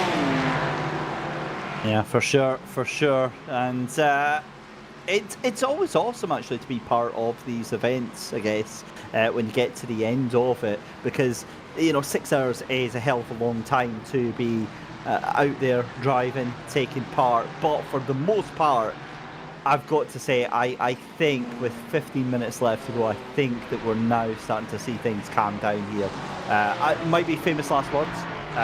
Well, certainly at the end of the day, if we get a yellow flag now, that would be it. It would be done and dusted, because there's no way they'd get it restarted back in time here. But I mean, the Brabham RPM Racing battle, that's kind of fizzled out. The Sim Racing Grid Phoenix and Goryeo Autosport battle, that has kind of fizzled out. Let's have a look here. Oh, DXroid Sim Racing getting a 60-second time penalty. Stop hold for DXroids for entering the pit lane while the pit lane was closed. Oh. You just see that? I did. I did not. That's Goryeo Autosport going round, and that is definitely going to be the LMP3 race decided then, 6 seconds, and that is going to be an absolute kick in the nuts for a Crimson Noon for Goryeo Autosport. They're going to be absolutely raging with that. But on the flip side, you know, David Johansson and Daniel McFarlane, they're going to see that as a huge sigh of relief. It's going to give them a little bit less pressure. Certainly that gap going from like 1.8 seconds down to well, up to 6.8 seconds indeed as well. And if you look at the last lap, Zanoon, he did a 131.6 with Johansson doing a 133.7 before that. So, you know, he was definitely pushing. He was really trying with the car. Now let's see if there's any other contact. You see on board there, he's tight, caught a bit of curb, and just as he's trying to go around that GT3, a little bit of an unfortunate bounce. The car's loaded up, and you can see there the 11 Temps racing car just trying to dodge the bullet of the LMP3 of Akram Zanoon for Goryeo Autosport. Well, that was a bizarre one. I've got absolutely no idea of what the hell has just happened there. But well, there you go. Welcome to sim racing and multi-class racing as well. 7.2 seconds is the gap to sim racing grid. Phoenix at the lead of the race there. GT3 Pro RPM Racing 2.2 seconds ahead of Brabham Esports, and then GT3 AM Squadra Veloci are a lap ahead of 1110's Racing Team. GT4 Torque Freak Racing 57 seconds ahead of Hugh Jazz Gold. Well, I'm getting the feeling I could go and pop the kettle on, get a cup of tea, and we are just kind of counting down the final sort of 10 minutes on this, the final couple of laps, and I'll be honest, it's been an exhausting affair, this. It's actually been the longest commentary I've ever done. I mean, don't get me wrong, this series as a whole was the longest for me, but this one, a 6-hour, race, it's a lot. But I finally, I say finally, I'm not trying to harass the stewards by any means, but I've been eagerly anticipating the result from steward decision number 11, and it is decided that there is no further action, aggressive driving from both teams in the closing minutes. That's between RPM Racing and Brabham Esports. So, perhaps that technique of letting them have that position back, maybe it was tactical. In the last 15 minutes, we're going to see how it works out on fuel. We were a little bit curious whether RPM Racing has enough fuel to go. Certainly, if they've got to push as hard as they can, and they don't have the fuel to make it, and Brabham Esports knows that, then why fight the guy? You don't need to go into an unnecessary battle. But certainly, it remains to be seen, have they got enough juice left in that tank? That is the big question, which we are all asking ourselves just now, because the pit stops have been all over the place, quite frankly, and I'll be very interested to see for the likes of RPM Racing if they can make it all the way to the end here. But here is David Johansson then on what is essentially the final part of the race here. 10 minutes left to go. He is literally just praying to the sim racing boards right now that everybody just behaves and just gets out of his way. And to be fair, for the most part, everybody kind of has so far. So yeah, we'll wait and see. But either way, I think this has been a really enjoyable race here, Daniel. Oh, absolutely, and we have seen like a couple of unsafe rejoins and stuff like that, but I've not really seen any moments today where like a slower class car was just going to cut off one of the faster class cars. It's been actually very clean on that aspect, and that is a pure, testament to the drivers and also to the people who are spotting for them as well. Not all teams have a spotter, but a lot of them, they do that. It's you can get a bit more information, and as your driver as well, like myself as a spotter, I don't tell you where the car is, I tell you where to go. I'll say, okay, stay left on exit, or lift off on this straight, let them go by now. I will manage the situation for you as a spotter. So definitely it does ease a little bit of the stress if you have that, and potentially this is a good strategy for some of the guys there that have been running today. Let's have a look then what we have got left in store for the final 10 minutes. Aggressive driving from both teams in the final minutes. Love that. Absolutely spot on from race control there. Aggressive driving from both teams in closing minutes. They're just saying, you do you guys. You do what you need to do. They were both given as good as they got there, and well, Brabham Esports dropping back even further there, 0.7 of a second. And I do wonder now, the word's fuel saving has been kind of bandied about quite a bit, and it's just how much time they are dropping off the back of RPM Racing. That's what is starting to concern me just now. I honestly, I wish you could hear Hans Blanker in our ears. We have our broadcast producer, Daniel Costello. Now, bear in mind that, actually, hang on, GT3 AM pit lane for Squadra Veloci by Fastlane Motorsport. They don't have anything to worry about because they are a lap and a half ahead of Mark Baxter-Jones in 1110's Racing just now. But anyway, we've got a broadcast producer in our ears. You can't hear them over the broadcast, but they've got, picture the scene, they've got 6 different monitors with, like, say, loads of different feeds of all the cars that are going round and stuff like that. They'll see something, and all we hear is, oh, or oh. And you can usually tell how drastic the situation is by the tone of the O in your ear. And obviously it's then a couple of seconds before we get to share in what that announcement is, or what that moment is. So it's, if you hear us go silent or you hear us giggle or laugh behind the scenes, then that's pretty much what it is. But sorry. You're telling me you don't always have voices inside your head? Well, no, this is just the ones I get paid to hear. No, let's just make that clear, okay? That's where we're going with this one. The other voices, it's usually other things. It's not an O. It's usually tell me to burn things. Come over to the dark side, David. Come yes. Yeah. Anyway, replay. Let's have a look at this. Christopher. Oh no. Oh, not FTR. No, they've had a horrible day. Oh god, that's no. That was wasn't that the leader? Wasn't that the GT4 leader? No. All right. I thought that was the. No, it's not. Right, that's fine. Oh, that was a bit scary. It's fine. That's the. Yeah, they're fine. They're fine.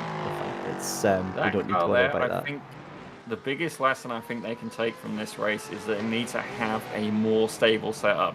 You know, we've seen it. It's been 4 or 5 times where that car has gone, you know, tail before nose, and it's just. I know when I drove the Ferrari, I found it was a very similar behavior, but you can certainly try and work it a bit out more with the setup, you know. And sometimes you got to sacrifice pace, but every little spin you have like that, don't get me wrong, they didn't hit anybody there. They got away with the contact, with no contact. But you know, if you start hitting other people, you're going to be under scrutiny from the stewards. You're going to be getting car damage, and it's not going to work for you. You need to have a stable setup. I mean, the Daytona 24-hour is next week, and I was actually testing the LMP3 car, which isn't something I usually drive, and I found one setup there was so much oversteer. I mean, it was wicked fun to drive when you powered on.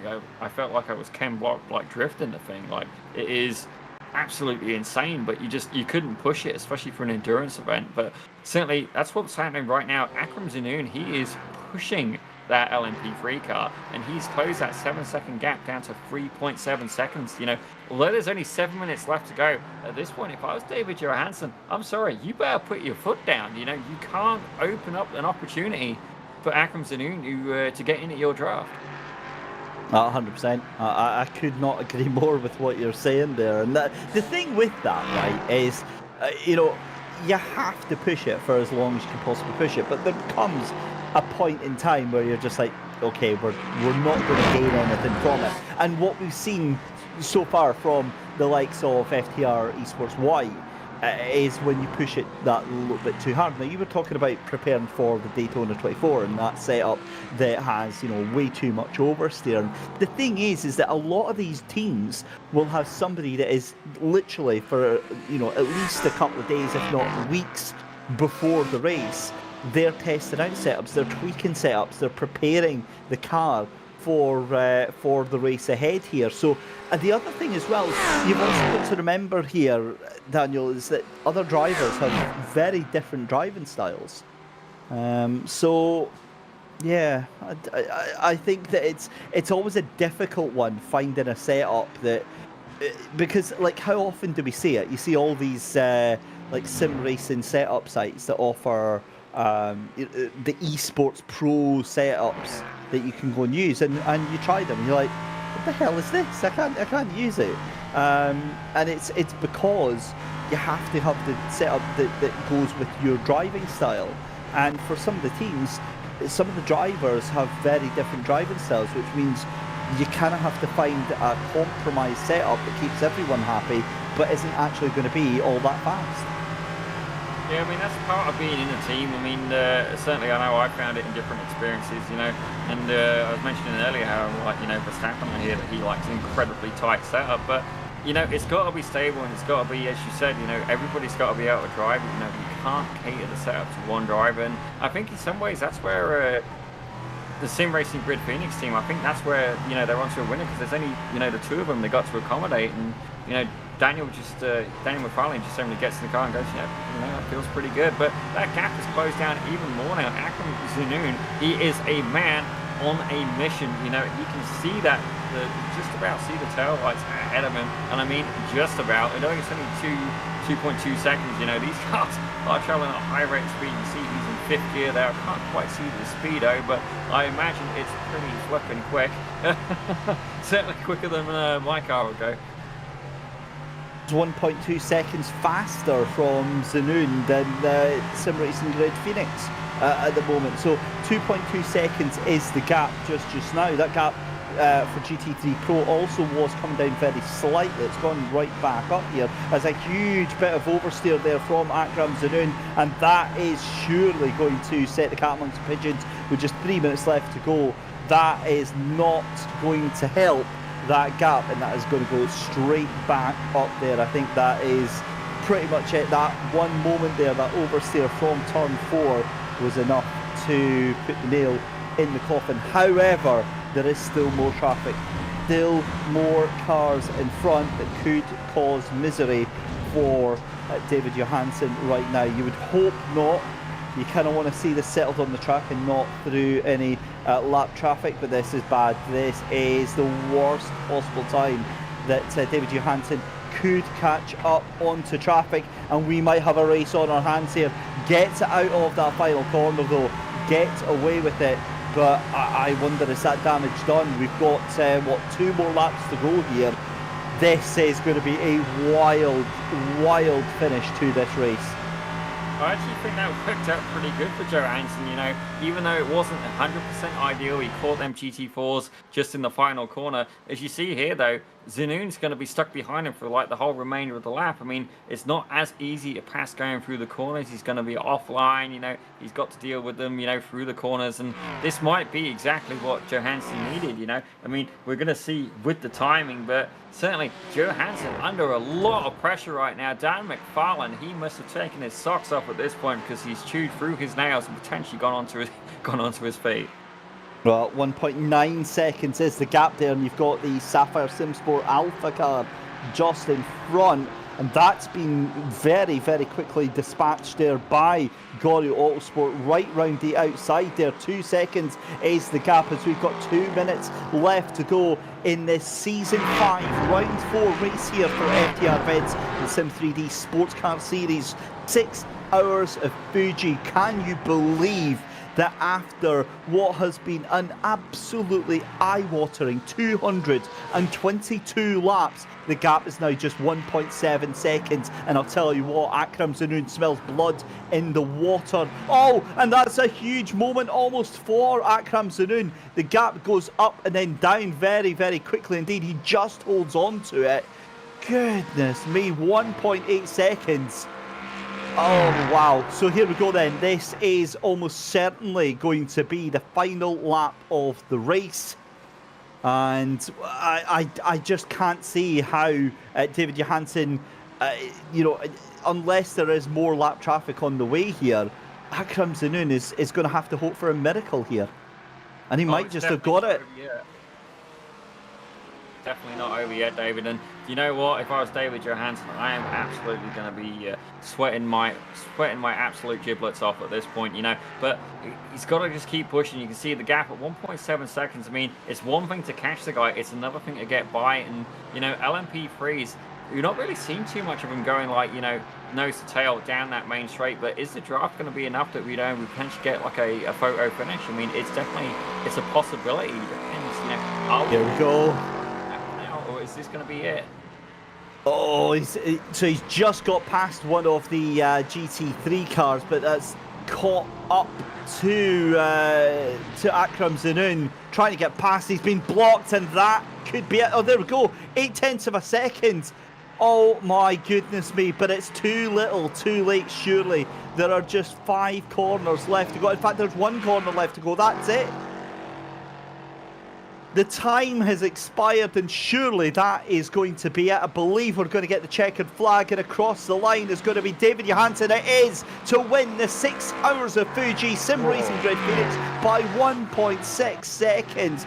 Unbelievable finish there. Coming across the line though very shortly is going to be the RPM Racing car to take GT3 Pro. Stefan Le Guin goes across the line though to take that GT3 AM victory. Brilliant performance there, beating 11 tenths Racing. Here comes Charlie Nilsson for RPM Racing, 3.7 seconds ahead of Brabham Esports GT3.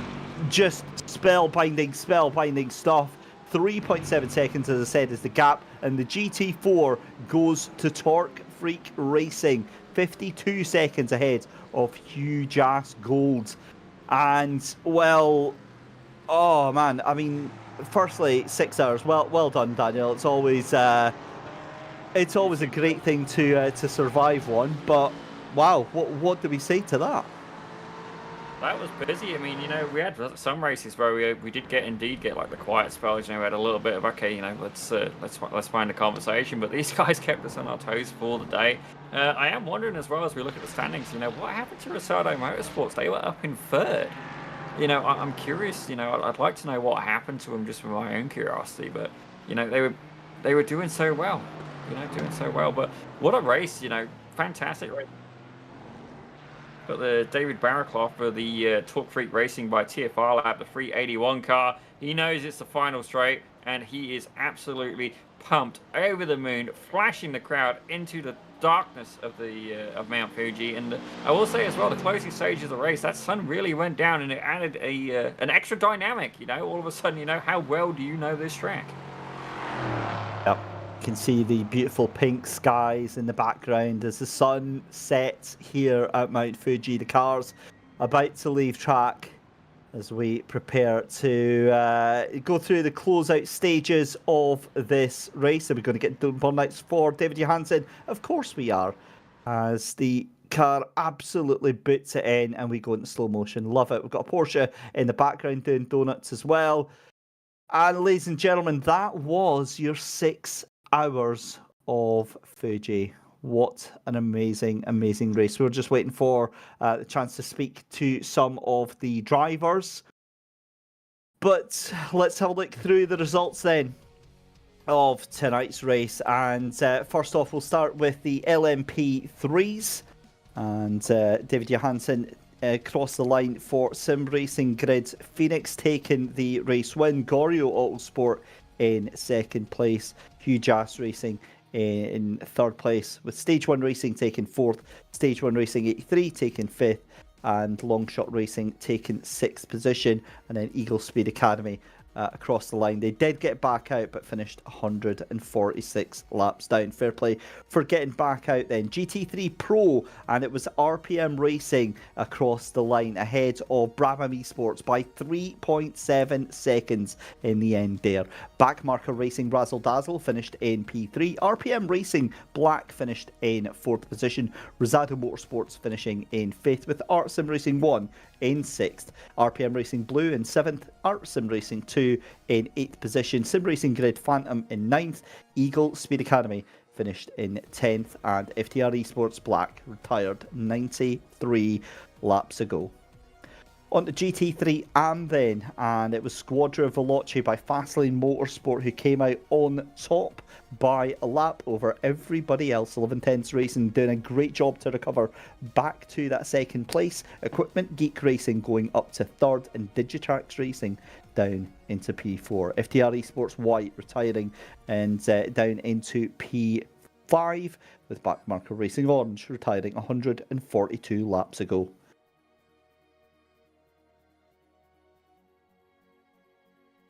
GT4s and Torque Freak Racing by TFR Lab took the race win by a whole lap over Huge Ass Gold. Huge Ass Blue were in 3rd place.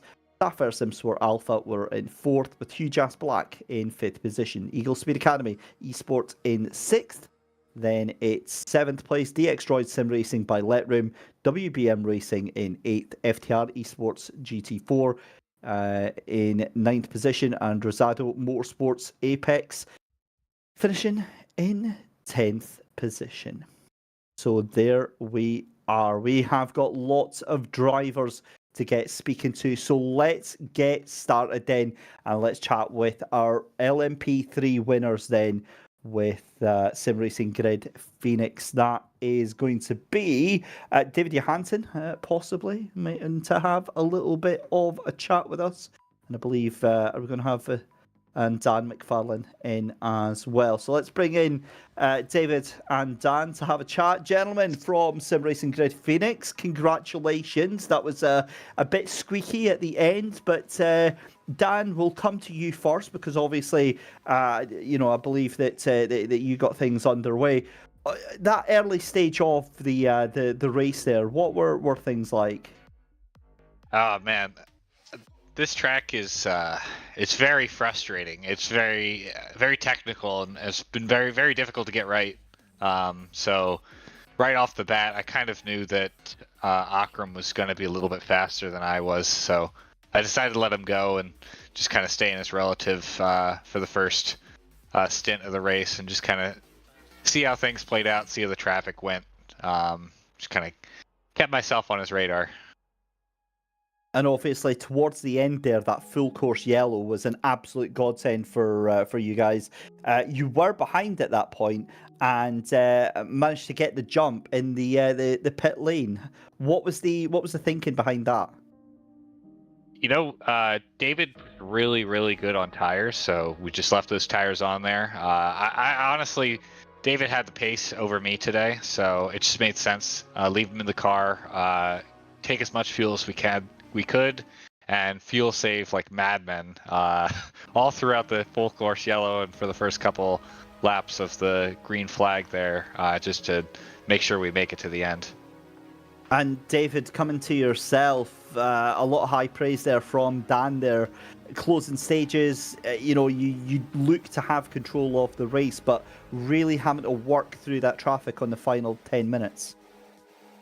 Yeah, that was an intense last stint. Holy shit! Sorry, excuse my language. You feel free. Yeah, that was epic. That was one of the best stints I've done in a long time.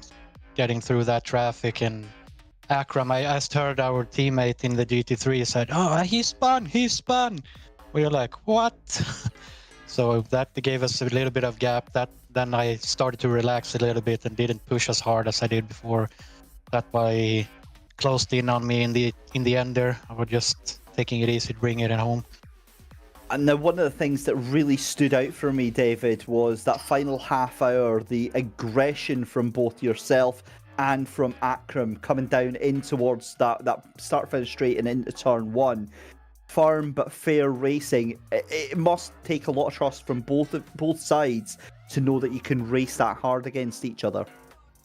Yeah, it does. They had great pace today too. We know that this race is going to be a hard one, not like last race at Donington.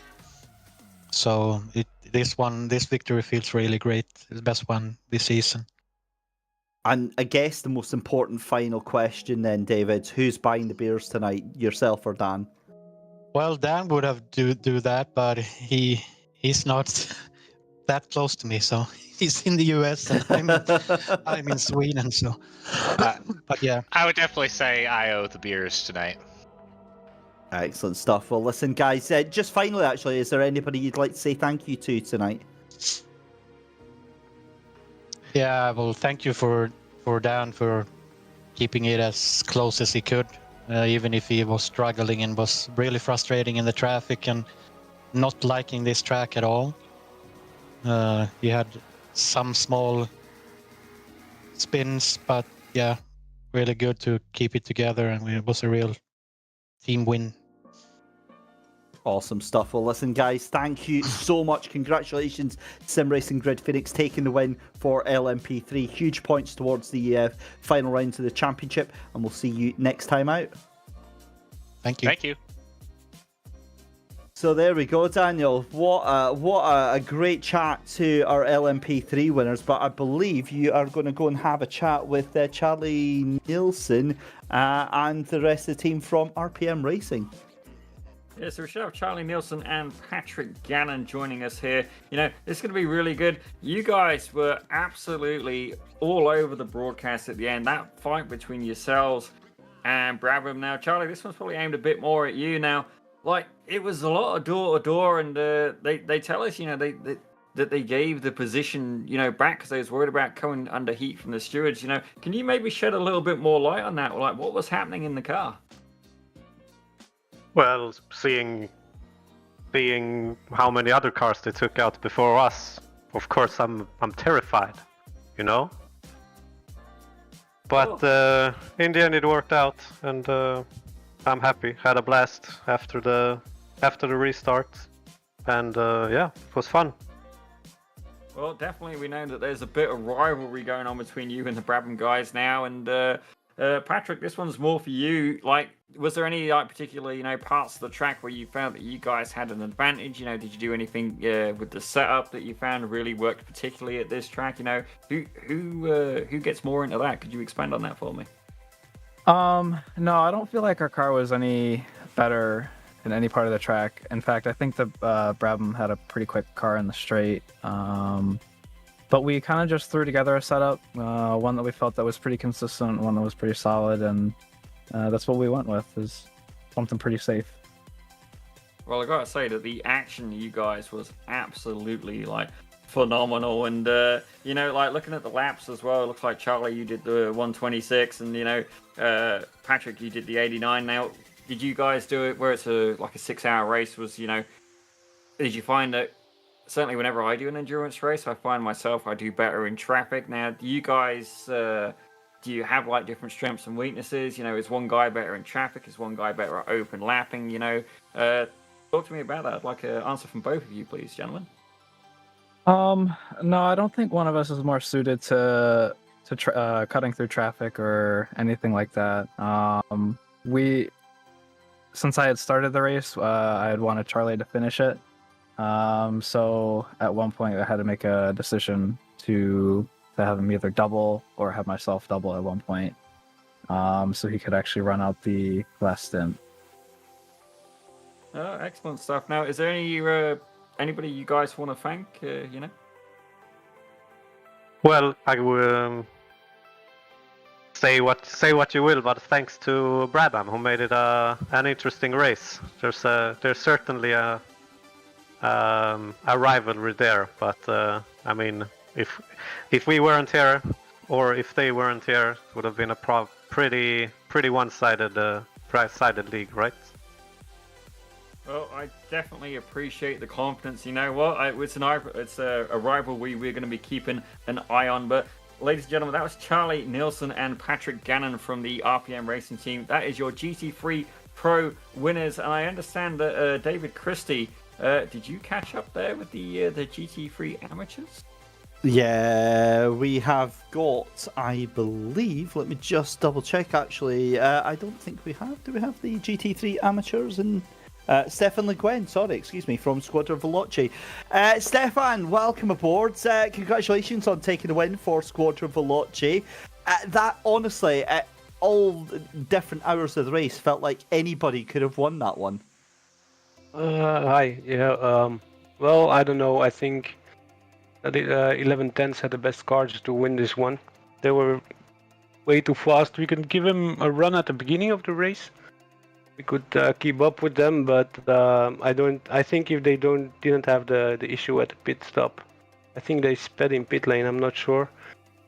I think they would be a clear winner. So we got a bit lucky there, but yeah, you have to take that. Yeah, either way, I mean, points are points, and given the standings in the championship, that's some fantastic points for yourself, and brings you right up to them with just 2 rounds left to go in the championship. You must be fairly happy with that, regardless of how it came about. Yeah, that was the goal of this race. Try to stay close to 11-10. Try to keep the gap in the points as small as possible, but we're not sure if we can. They're fast. They're really fast. We'll see what we can do in the next 2 rounds to give them a run for their money at least. Well, of course, on that note, we've got 4 hours of Long Beach and 4 hours of Mugello. Out of the two of them, which one's your preferred race? Ooh, that's a difficult one. I like the Mugello track. I've drove it a few times already. It's pretty good. Gonna be a fun race, but Long Beach is Long Beach, and that's a bit like Bathurst without the hill. So, and I like Bathurst, so I'm not sure which would be my favorite. I think Mugello would be more fun to do. Some stuff. And finally, as we run out of time here, is there anybody that you'd like to say thank you to tonight, Stefan? Of course, to the organization, to you guys, the broadcasting team, the stewards, and of course my teammates. Jonathan, he didn't drive much today. Well, it's always a team effort, so thanks to the team. And if you're gonna let me go, I'm gonna say thank you to the fridge for a nice cold beer.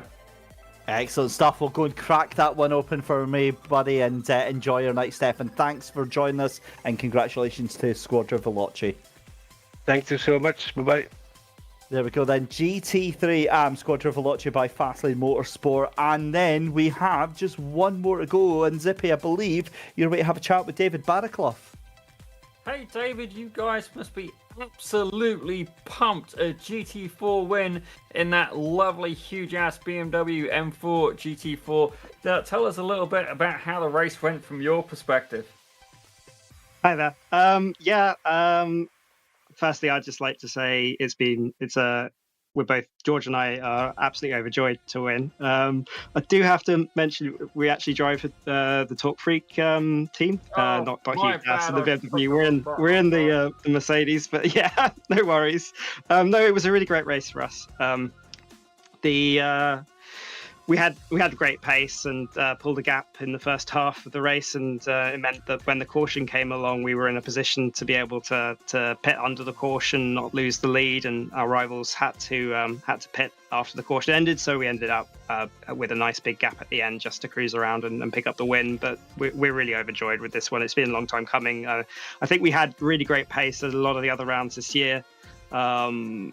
Last round, the cold tyres caught us out and we crashed on the first lap. Otherwise, I think we would have had a great result there, and it kind of put us on the back foot of the championship. But we can only look after ourselves now, get as many good results as we can in the second half of the championship, and just hope that the huge-ass BMW slip up in one or two of the races in the last two, which might give us a shout, but it's looking unlikely. But yeah, we're going to do everything we can. So, but we're really happy with the race today. I honestly, I don't blame you. I mean, it looked pretty clean as well. Whenever we saw you guys, you were staying well out of trouble. The car looked like it pretty much came unscathed, maybe the odd off track here and there. But I want to ask you a little bit about the setup, like obviously, so this is quite a long track in terms of, there's a lot of straightaways, there's a lot of high speed corners. Now, what did you guys do to prepare for that? So we had the advantage of having raced this car on this track fairly recently. It was a year and a half or so ago in the Ivrea Club Sport Series. And for that race, we were slightly overwinged, so we took the wing out of the car down to the lowest level that we could comfortably still maintain good traction for the last sector.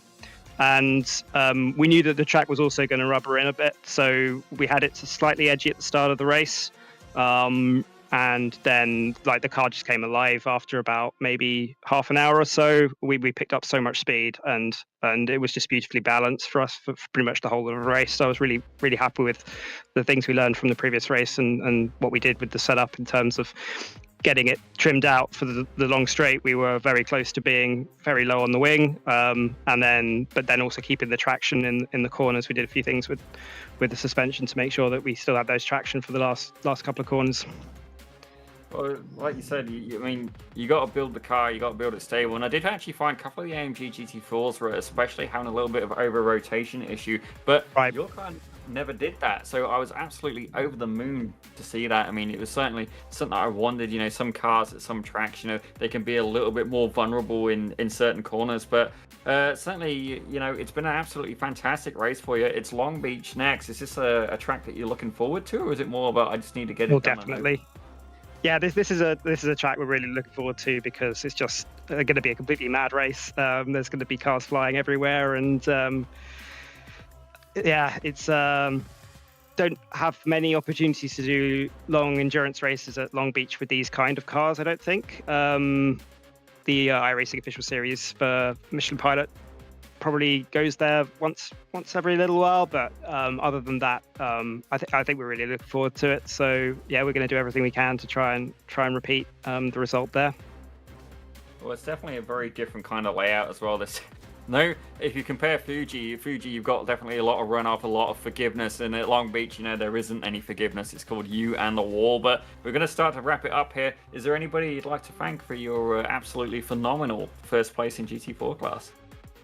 Yeah, so first of all, big thanks to my teammate George. He did a great job today.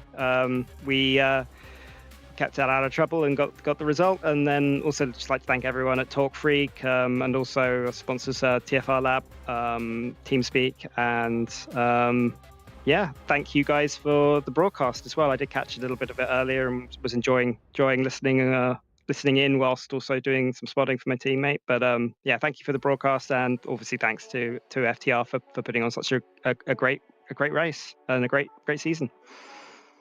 Well, thank you very much for coming in. Ladies and gentlemen, that was David Barraclough, the GT4 winner with Talk Freak Racing by FTFR Lab, with George Gruber, his teammate as well. Fantastic job by them. But, that's it really for Fuji. David, any final words?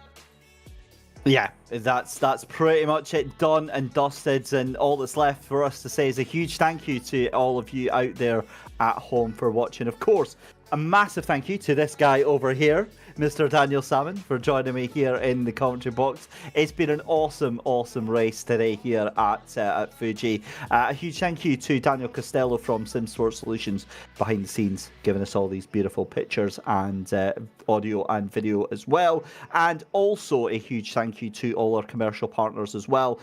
Go for the Gap and Race Director, as well as Sim3D, FTR events, all that sort of good stuff as well. But there we go. That is us done for Fuji. We are going to be back with 2 more races next month. We are going to Long Beach, and then we have got Mugello for the end of the season here at FTR events. What an amazing night it's been here for the Sim 3D Sports Car Series. My name's been David Christie. He's been Daniel Salmon. Thanks very much for watching, and we will see you next time.